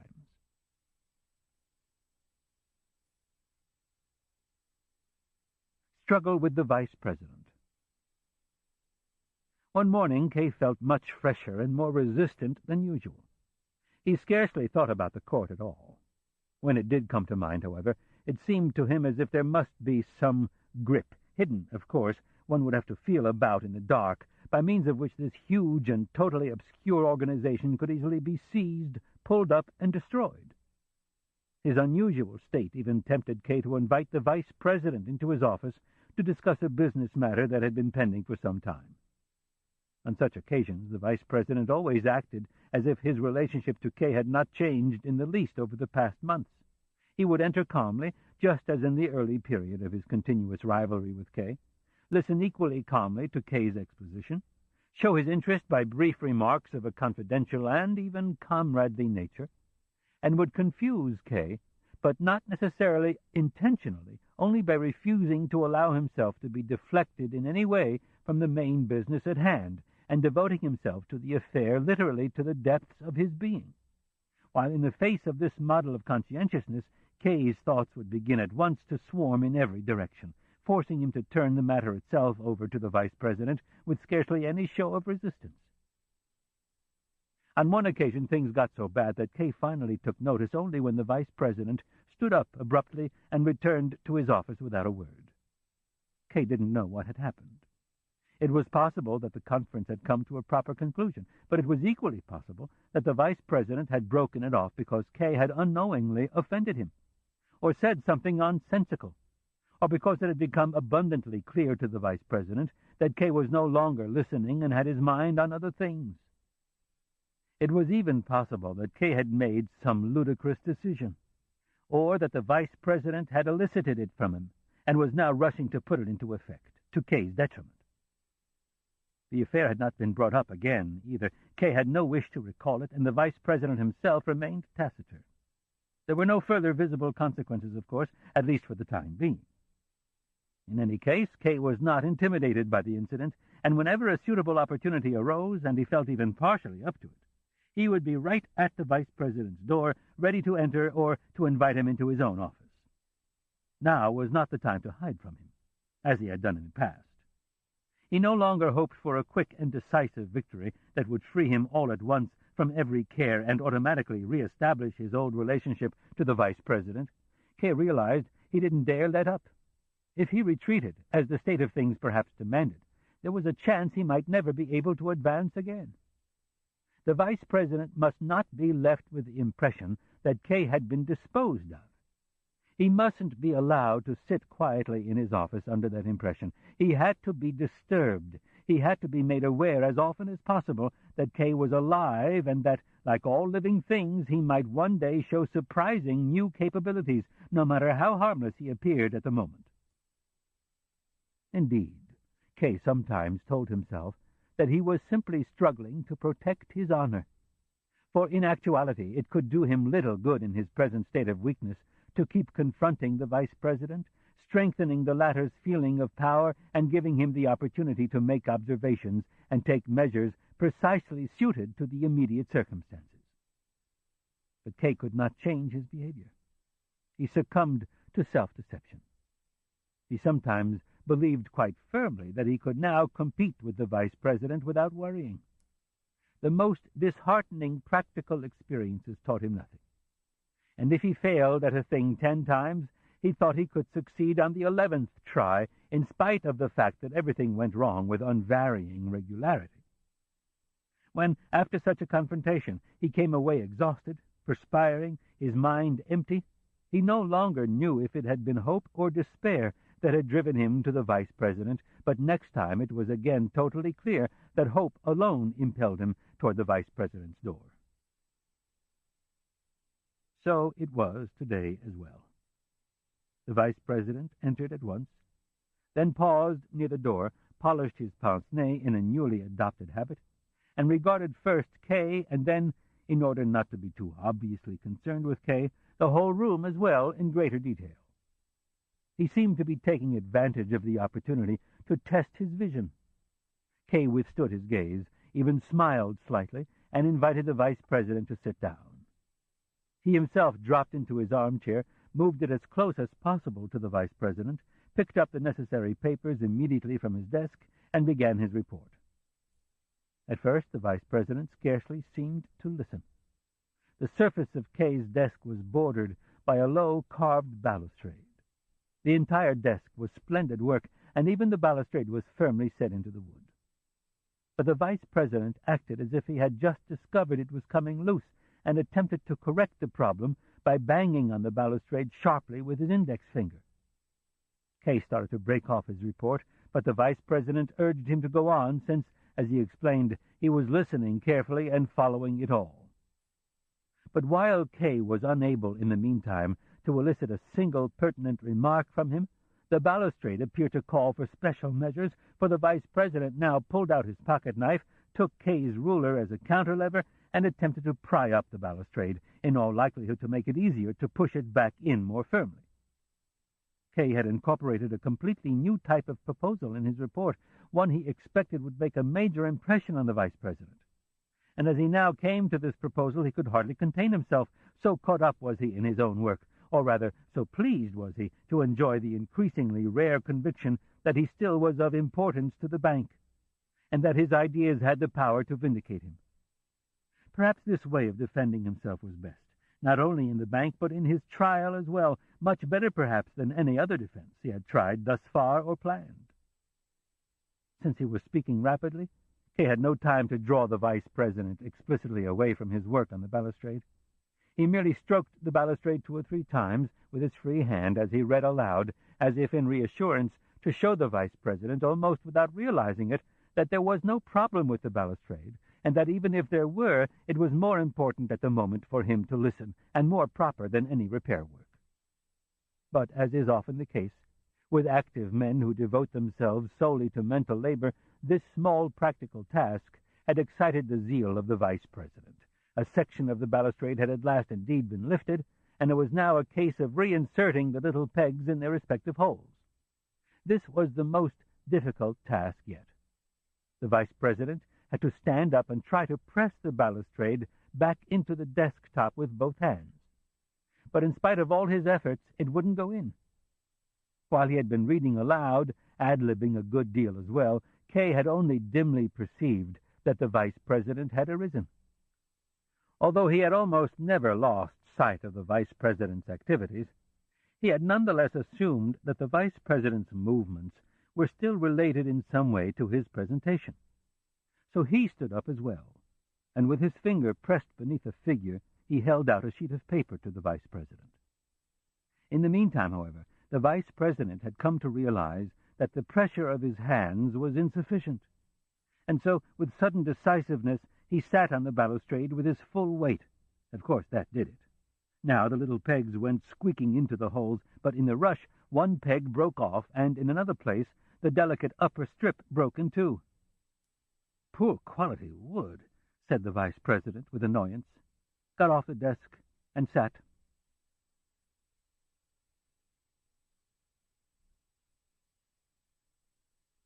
The building.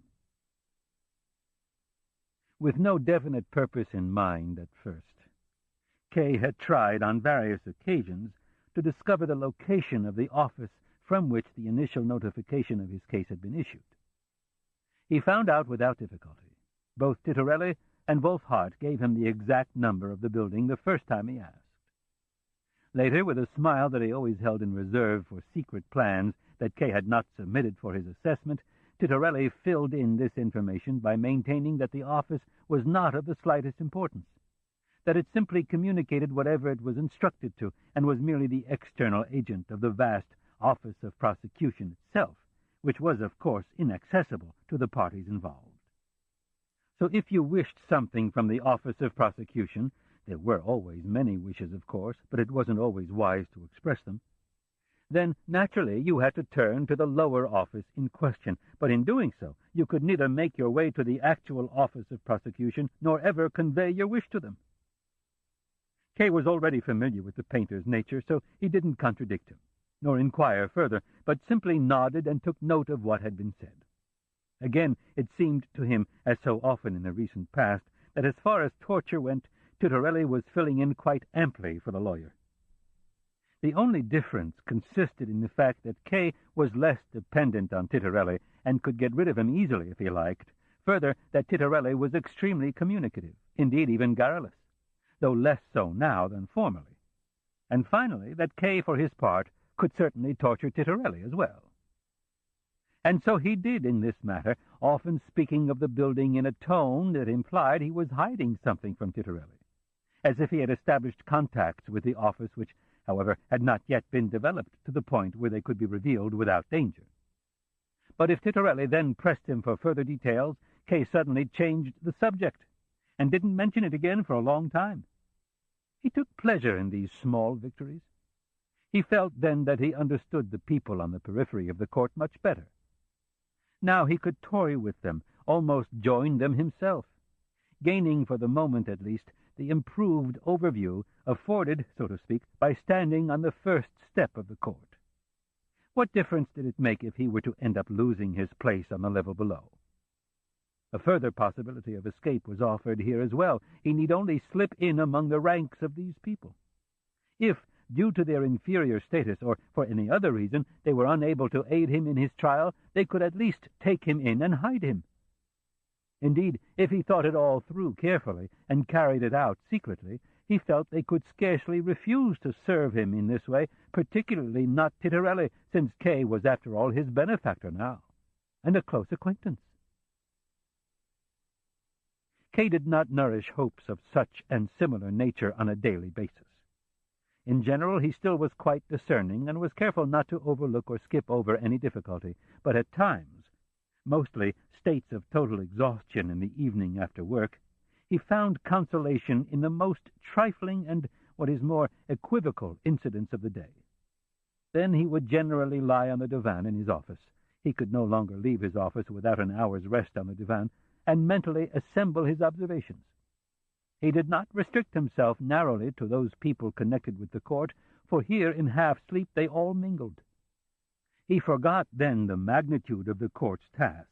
It seemed to him as if he were the only defendant, and all the others were walking about as officials and lawyers in the halls of a courthouse, even the dullest of them with his chin resting on his chest, his lips pursed, and the fixed stare of someone meditating on matters of great account.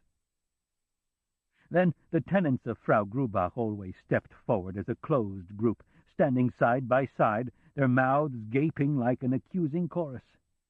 There were many strangers among them, for Kay had long since ceased paying the least attention to the affairs of the boarding-house. Because so many of them were strangers, he felt uncomfortable regarding the group more closely, but he had to do so from time to time when he sought among them for Fräulein Bürstner.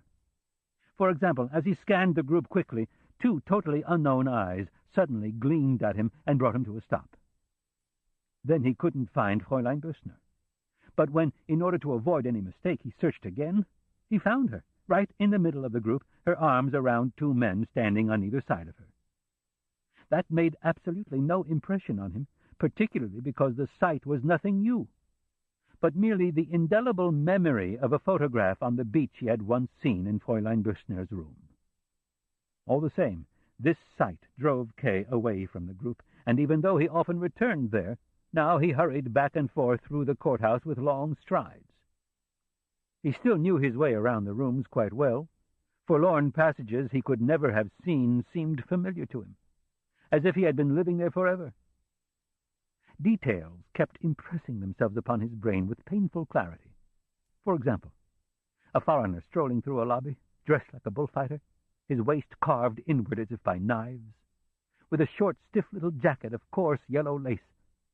A man who allowed Kay to gaze at him in unremitting astonishment, without ever pausing in his stroll for an instant.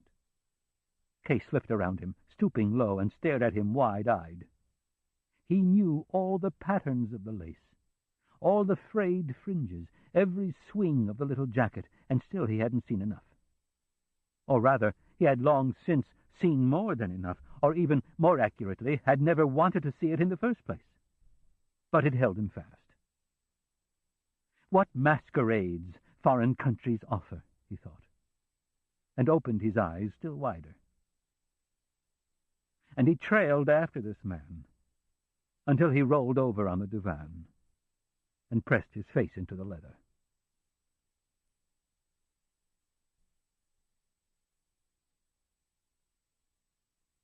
Journey to his mother. Suddenly at lunch, it occurred to him that he ought to visit his mother. Spring was drawing to a close, and with it the 3rd year since he'd seen her. She'd asked him at that time to visit her on his birthday, and in spite of several obstacles he had complied with her wish, and even made her a promise to spend every birthday with her, a promise, it must be said, that he had already broken, twice. Now, however, to make up for it, he wouldn't wait until his birthday, although it was just 2 weeks away, but would go at once. He did tell himself there was no particular reason to go just now. On the contrary, the reports he received every 2 months from his cousin, who owned a shop in the village and administered the money Kay sent for his mother, were more reassuring than ever before. His mother's vision was failing, to be sure, but Kay had been expecting that for years after what the doctors had said. Other than that, her condition had improved, and various ailments of old age had abated rather than worsening, or at any rate she complained less. In his cousin's judgment, this might be connected with the fact that over the past few years, Kay had already noticed, almost with repugnance, minor signs of this during his last visit, she had become excessively pious. His cousin had described quite vividly in a letter how the old woman, who had previously struggled to drag herself about, now positively strode along on his arm when he took her to church on Sunday. And Kay could trust his cousin, for he was normally over-anxious and tended to exaggerate the negative aspects of his report rather than the positive ones. Be that as it may, Kay had now decided to go. Among other distressing things, he had recently noted a certain tendency toward self-pity, an almost irresistible urge to give in to every desire. Well, in this case his weakness was at least serving a good purpose. He stepped to the window to gather his thoughts, then had his meal cleared away at once, sent his assistant to Frau Grubach to inform her of his departure and bring back an attaché case in which Frau Grubach was to pack whatever she thought necessary, then gave Herr Kühne a few business assignments to handle in his absence, scarcely even irritated this time by Herr Kühne's rude manner, which had now become habitual, of receiving assignments with his face averted, as if he knew quite well what needed to be done, and endured the communication of these assignments merely for form's sake. And, last of all, went to see the President. When he requested a 2-day leave of absence because he needed to visit his mother, the President naturally asked if Kay's mother were ill. "No," said Kay, without further explanation. He was standing in the middle of the room, his hands clasped behind his back. Frowning, he thought things over. Had he perhaps made preparations for departure too hastily? Wouldn't it be better to remain here? What did he want there? Was he going out of mere sentimentality? And out of sentimentality, possibly neglecting some important matter here, an opportunity to intervene which might turn up any day or hour now, since the trial seemed to have been at a standstill for weeks, and scarcely a single piece of concrete news about it had reached him? And might he not shock the old woman as well, without wishing to, of course, but against his will, since so many things were happening now against his will? And his mother was not even asking for him. Previously, pressing invitations from his mother had appeared regularly in his cousin's letters, but for some time now they had not. He wasn't going for his mother's sake, then, that was clear. But if he was going in hopes of something, for his own sake, then he was a total fool, and would reap only final despair as a reward for his foolishness. But as if all these doubts were not his own, but being pushed upon him instead by strangers, he suddenly snapped out of his reverie and stuck with his decision to go. In the meantime, the President, either by chance or more likely out of special consideration for Kay, had bent over a newspaper. Now he raised his eyes, held his hand out to Kay as he arose, and without a single further question, wished him a pleasant journey. Kay then waited in his office for his assistant, pacing up and down. Saying as little as possible, he warded off the vice president, who came in several times, to try to discover the reason for Kay's departure. When Kay finally had his attaché case, he hurried straight down to the cab which he had ordered in advance. He was already on the stairs when, at the last moment, Kulich, the clerk, appeared at the top, holding in his hand a letter he had started, apparently wanting to ask Kay for some instruction about it. Kay tried to wave him off, but dull-witted as this big-headed blond fellow was, he misunderstood the gesture and raced after him in perilous leaps and bounds, waving the sheet of paper in his hand. Kay was so exasperated by this that when Kulich caught up with him on the stairs, he grabbed the letter from his hand and tore it to pieces. When once in the cab, Kay turned around. There stood Kulich, who probably still didn't understand what he'd done wrong, still in the same spot, gazing after the departing cab, while beside him the porter tugged his cap sharply. Kay was still one of the highest officials in the bank. If he tried to deny it, the porter would refute him. And in spite of all his arguments to the contrary, his mother thought he was the president of the bank, and had been for years now. He wouldn't fall, in her opinion, no matter what damage his reputation had suffered otherwise. Perhaps it was a good sign that just before leaving, he had convinced himself he could still seize a letter from a clerk, even one who was connected with the court, and tear it to pieces without a word of apology. Of course, what he would have liked to do best, he couldn't. Give Kulich 2 loud slaps on his pale, round cheeks. If you've enjoyed this book and this performance, Recorded Books recommends The Castle, also by Franz Kafka and narrated by George Waddell. You'll find a wide selection of titles in the Recorded Books catalog, including bestsellers, mysteries, classics, histories, and more. So to order another recorded book, or for a copy of our latest listing, call us toll-free nationwide at 1-800-638-1304. You can order by phone with Visa or MasterCard, or by writing to us, or by faxing us at 410-535-5499. Don't forget to ask about easy 30-day rentals by mail. And thank you for being a Recorded Books reader.